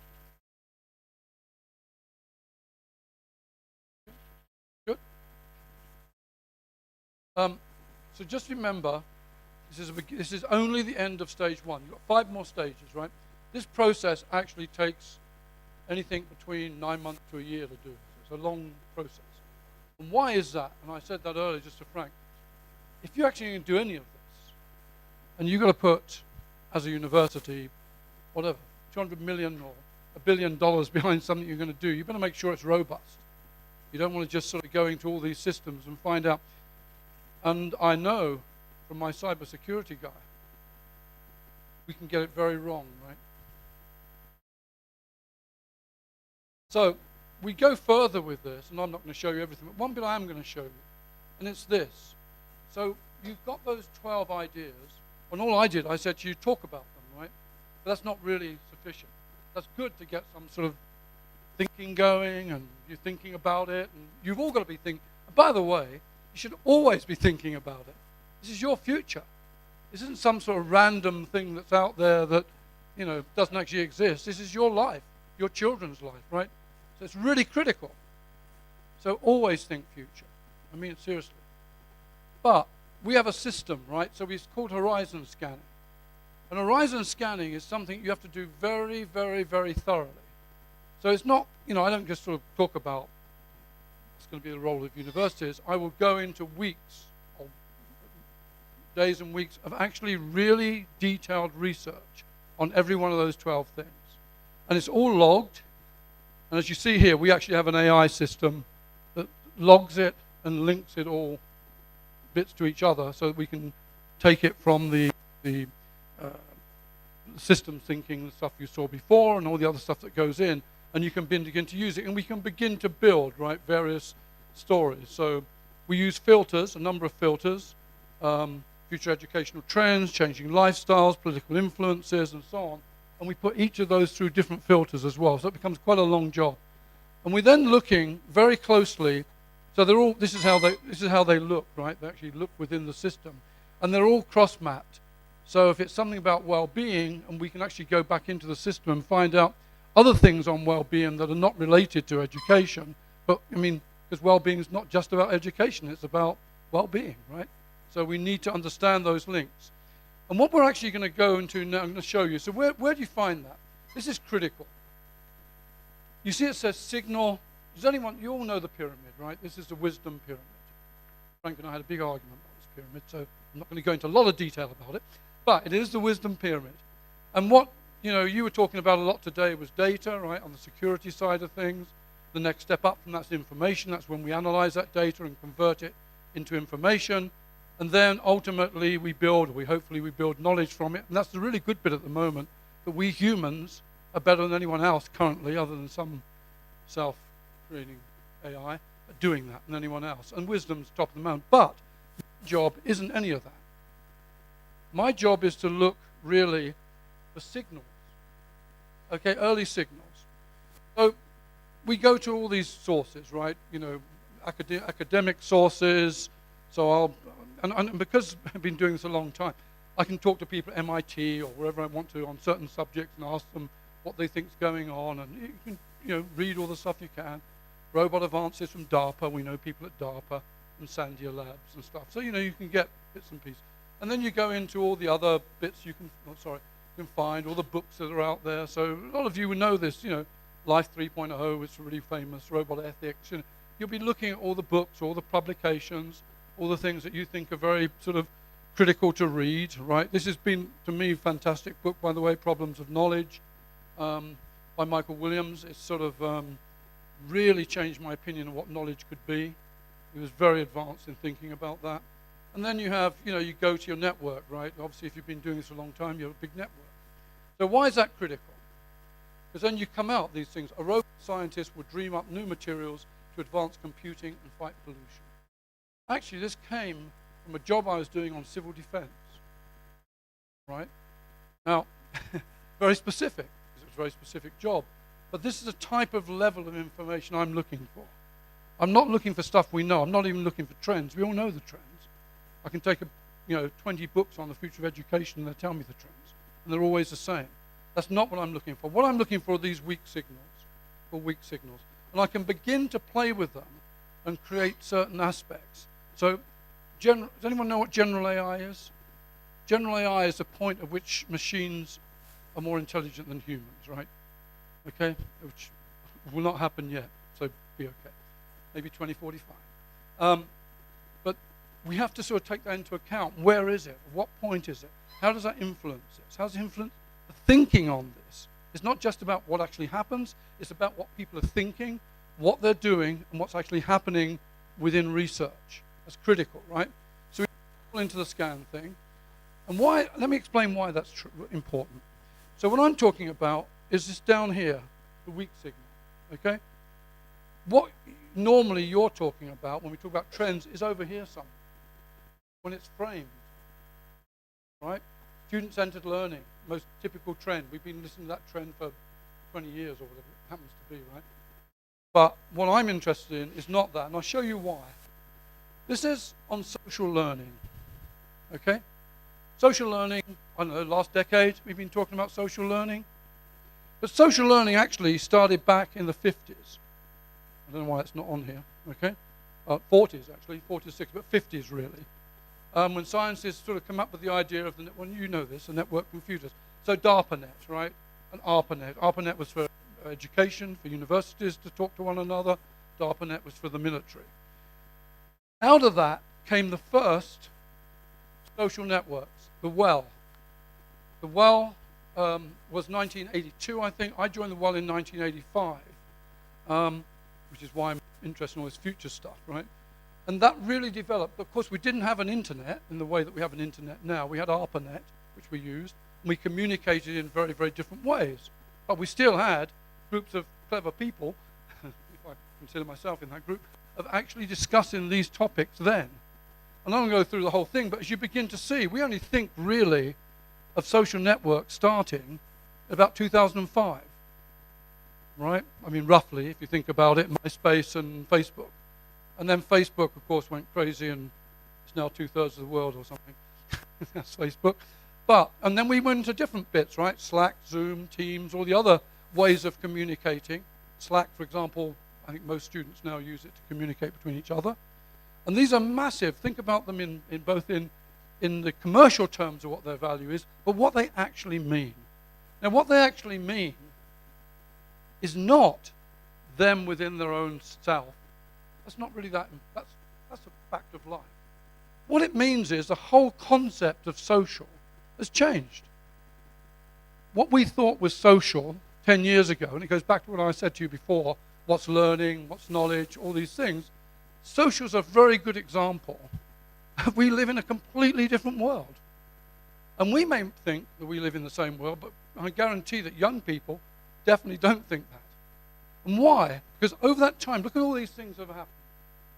Geo-networking, residential created 3D worlds, right? Social matching, social profiling, community-built knowledge bases, wiki, and so on and so forth. These are all new ways of which we've done things socially and has changed our whole communication system. Now, it's important because you have to think, if you actually took another slide and you overlaid it all on top of this with all the technologies and everything else that we have and the communications aspects to it and, you know, cyber or whatever it happened to be. I don't know who's actually part of all this on Clubhouse, but Clubhouse is remarkable and has really changed the way that social communications go. So you have a lot of these issues that to me are very important because ultimately at the end of the day, sorry, I don't need that. Oh, I'm going back for some reason. Why is it going back? Because this is what's important to me in this, that I have to understand what the new values of this are. You've got to understand what are the new values of education. Not what is education only, what is the value of that? What's the relevance of it in relationship to the future that we believe we're going to have? Then you can start to think about how we build it. And you have a lot of elements. So what we use are things like pattern recognition, random generation, and a lot of different methods. I don't go into them now. They can look like, oh, why is it going the other way? Strange fingers. I've got strange fingers. And we then cross-map all that, right? So all those outputs get cross-mapped, and we play with them, and we create implication wheels so we understand what the implications of all those things are, so that we're getting much more robust information. Then we use gamification, so we take the future trigger, we put it through a variety of things like accelerators and stuff. In fact, we don't use it, what we did was built an AI version of how a game functions, basically, and used it that way. So we could actually sort of find winners, which were the winners within of the ideas. And so within that, we came up with these future triggers. And so again, now you have a second stage of what we were talking about, right? A second stage of where you were when you were doing your work. And we don't leave it at that, because that's nothing. We start to actually look at each of those. Here's one, a matrix of transdisciplinary creative. We believe we need transdisciplinary creative. What does that mean? What does it mean from all the aspects I was talking about earlier? What it means from knowledge, what it means from learning, what it means from a system, what it means from where you learn, how you learn, and the environment. And you can begin to build those. And then we go into other mapping things, and I don't want to go through it all. This is an important one, the revalorization of knowledge, not new currencies of knowledge. What is knowledge worth? What is knowledge that's created between a robot and us worth? I'll give you an example. Coding. Okay, so coding over the last decade, and it changed, right, from different codes to others, different languages to others, and Python, for example, over the last 5 years because of AI, Anaconda and things like that's been really, really important. There are a lot of views that by 2030, we won't need coders because we'll have self-generating AI that does the coding. Now, that changes the value of that piece of knowledge. And we need to know that, right? We don't, if that's important, it's sort of a whole question. It's a bit like language, you know. Would you send your kid to study a language, or would you send them to study coding if you had to make that option, right? Or if it was about not just coding in the typical sense, should we all be AI literate, ultimately? Pretty difficult. But then actually it's funny I say that, but we're all now website literate, right? We can all develop websites without the help of GitHub. We can literally all develop websites. Why? Because they've created platforms, frameworks we can all use. Everybody. It's easier of doing anything. So you've got to so we go deep into this, right? What is the unknown world or the paradigm for future knowledge? And we begin to look at what knowledge is, how it's built up, how it's been, but from that we can begin to see these changes and how we can play with the changes. Now I don't want to bore you with all this, but it's sort of important because at the end of the day, if you're dealing with something like the optimized learner, you need to know what it actually represents. What is the baseline for that? And what's the pinnacle for that? And what's in between? And what's driving it? What are the key drivers for optimization? Because we can all talk about these words, optimized learner, in which way are they optimized and what are they optimized for? And what's the critical aspect of that optimization? Okay, and so we have this, a serious gaming for optimization. We go through the whole thing. We begin to build bubbles, right? You know, up to 2030, 2035. Begin to sort of see where these things fit in. Then we do all these maps, like opportunity maps and so on. Anyway, it's sort of boring linear work, but it has to be done. And then we go into the next bit, which is fun, right? Creating. We all want to create scenarios, okay?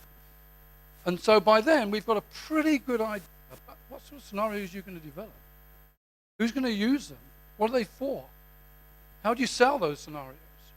I've got to go to the Ministry of Education and get $100 million. What sort of scenario should it be? And so we look at these things, and there's more change, right? Story and story, Twitter, Instagram, real-time integration. They don't look like the way they did before. They're not just stories, a day in the life. I woke up in the morning, and this new technology made me a cup of tea. No, it's not like that anymore. They're really complex. And so these are actually interesting, because these were scenarios that were done by UIA students. Okay? A really true interactive interface of a learning lab. And all these avatars moved. It was sort of interesting. You could go through and you click through on this data over here, and you actually got into not AR. It was just, what the lesson was about, what the course was about, and everything else. This one down here was a library. Choose every book, and every book was annotated. Very clever. This was AR, one of the first works we got from an AR, for example, where you could deconstruct this piece of machinery and break it down into every different piece of area as a training tool. It was 2018 or something, I think, 2017. It was before you, actually. It was 2017. So, and another, so there are lots of these things. And what was great about this is we really got fantastic things based on what was coming out of the scenarios at that time. So, what we do with that, very quickly, once we've got those sort of ideas, and I'm going to show you in a minute, and I'm going to leave the thing, as I mentioned earlier, for you to do, we begin to sort of create the sensory part of this. Because what you're seeing is much more the sort of more physical part, but what I'm interested in is, someone might mention experience earlier. Experience is the experience of the experience. Actually, what experience is the encounter. It's called personal ambience. It's what you actually let in and what you do with it. It's what you do with what you let in. The secondary experience. And that's really critical with all this stuff. It's the shift from what we call the participant to the immerser. What I like to think about in all those students that did that work, they all became immersants. Today, without one word, you all became immersants. No one argued. I said, get into groups of 6. You got into groups of 6. This is what you got to do. This is what you got to do. This is what you did. You didn't sort of say, why am I doing this or whatever. You just did it. And we got some good stuff out of it. It's critical, that moment of which we can shift people in classrooms from being participants to immersants. It's the most critical thing we can achieve. So we have these workshops. It's boring. I don't want to tell you more about them. And well, those that know from the stuff I did at UIA, we used to do a 40-hour workshop, which was very good, where everyone used to have to build things, right? And it was very successful, I think. Was it, Julie? And then we go into the last part of this, which is evaluation, strategy, and planning. So you do a rolling back the future. You have your idea and you bring it back to today and you say, well, what can I do today to move towards that future? And you begin to build it back and you put it into things, different aspects of what your work is. And then you can begin to actually do your assessment, you can do all your work part on it, you can do, as you can see here, your strategy against each of those, all your tasks. Go with it, sorry. So, whoa, what was that? So, there are 10 or so scenarios here. And I'm not going to talk to them, so I'm going to send the materials. Cyborg scholar in the university needs are ready for growing influx of cyborgs, right? So, augmented humans. Neuromeritocracy. We talked a lot. One of the big issues, and these are things you have to take into account, I have to take into account. What is happening in neurology? What is happening in our ability to understand in depth the psychological reaction, the actual behavioral aspects? Not just from, do we monitor them in class or watch them from overhead with video or whatever, what is really happening? And again, is it the heartbeat of the community? Is it then the knowledge remix we talked about earlier? So you begin to build these stories, right, around them, and then you take them to the next level. So I'll leave you with that. Quantum University is mine. And we didn't talk about post-quantum cryptography today. Damn it. Lattice systems, we need to talk about. Okay, so here we are. There's a variety here. Cognosphere, lovely idea. Cradle of invention, I believe.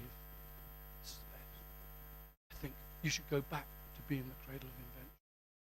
And there's all the elements around it. And that's why we need transdisciplinary creativity. I'll leave you with that. My God, it's exactly 5 o'clock. Not complaining. Thank you, guys. Thanks very much indeed. Thanks for listening.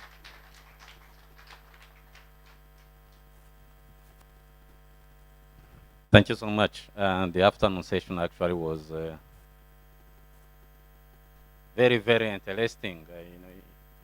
It shows that as we go deep in the discussion, the sweetest part of it is coming. So there are more even to be discussed tomorrow and after tomorrow. I don't want to encroach on the remaining time, which is precious. I just want to thank all participants and discussants and panelists, presenters for the work done today. As we wind up today's session, two things. One, we are going to welcome the project manager so that he briefs a little bit of tomorrow plan. You know, tomorrow we are supposed to be enjoying the other part of the eastern Rwanda. So we are going to Rukara campus. You know, this is in Nyarugenge campus, so we'll be in Rukara campus. So he's going to tell us about the logistics. Then as we'll be walking out, there is and the coffee waiting for us. So make sure that you don't go without grabbing one. Even if you feel you are full, there are fruits. Thank you, Dr. Matthias.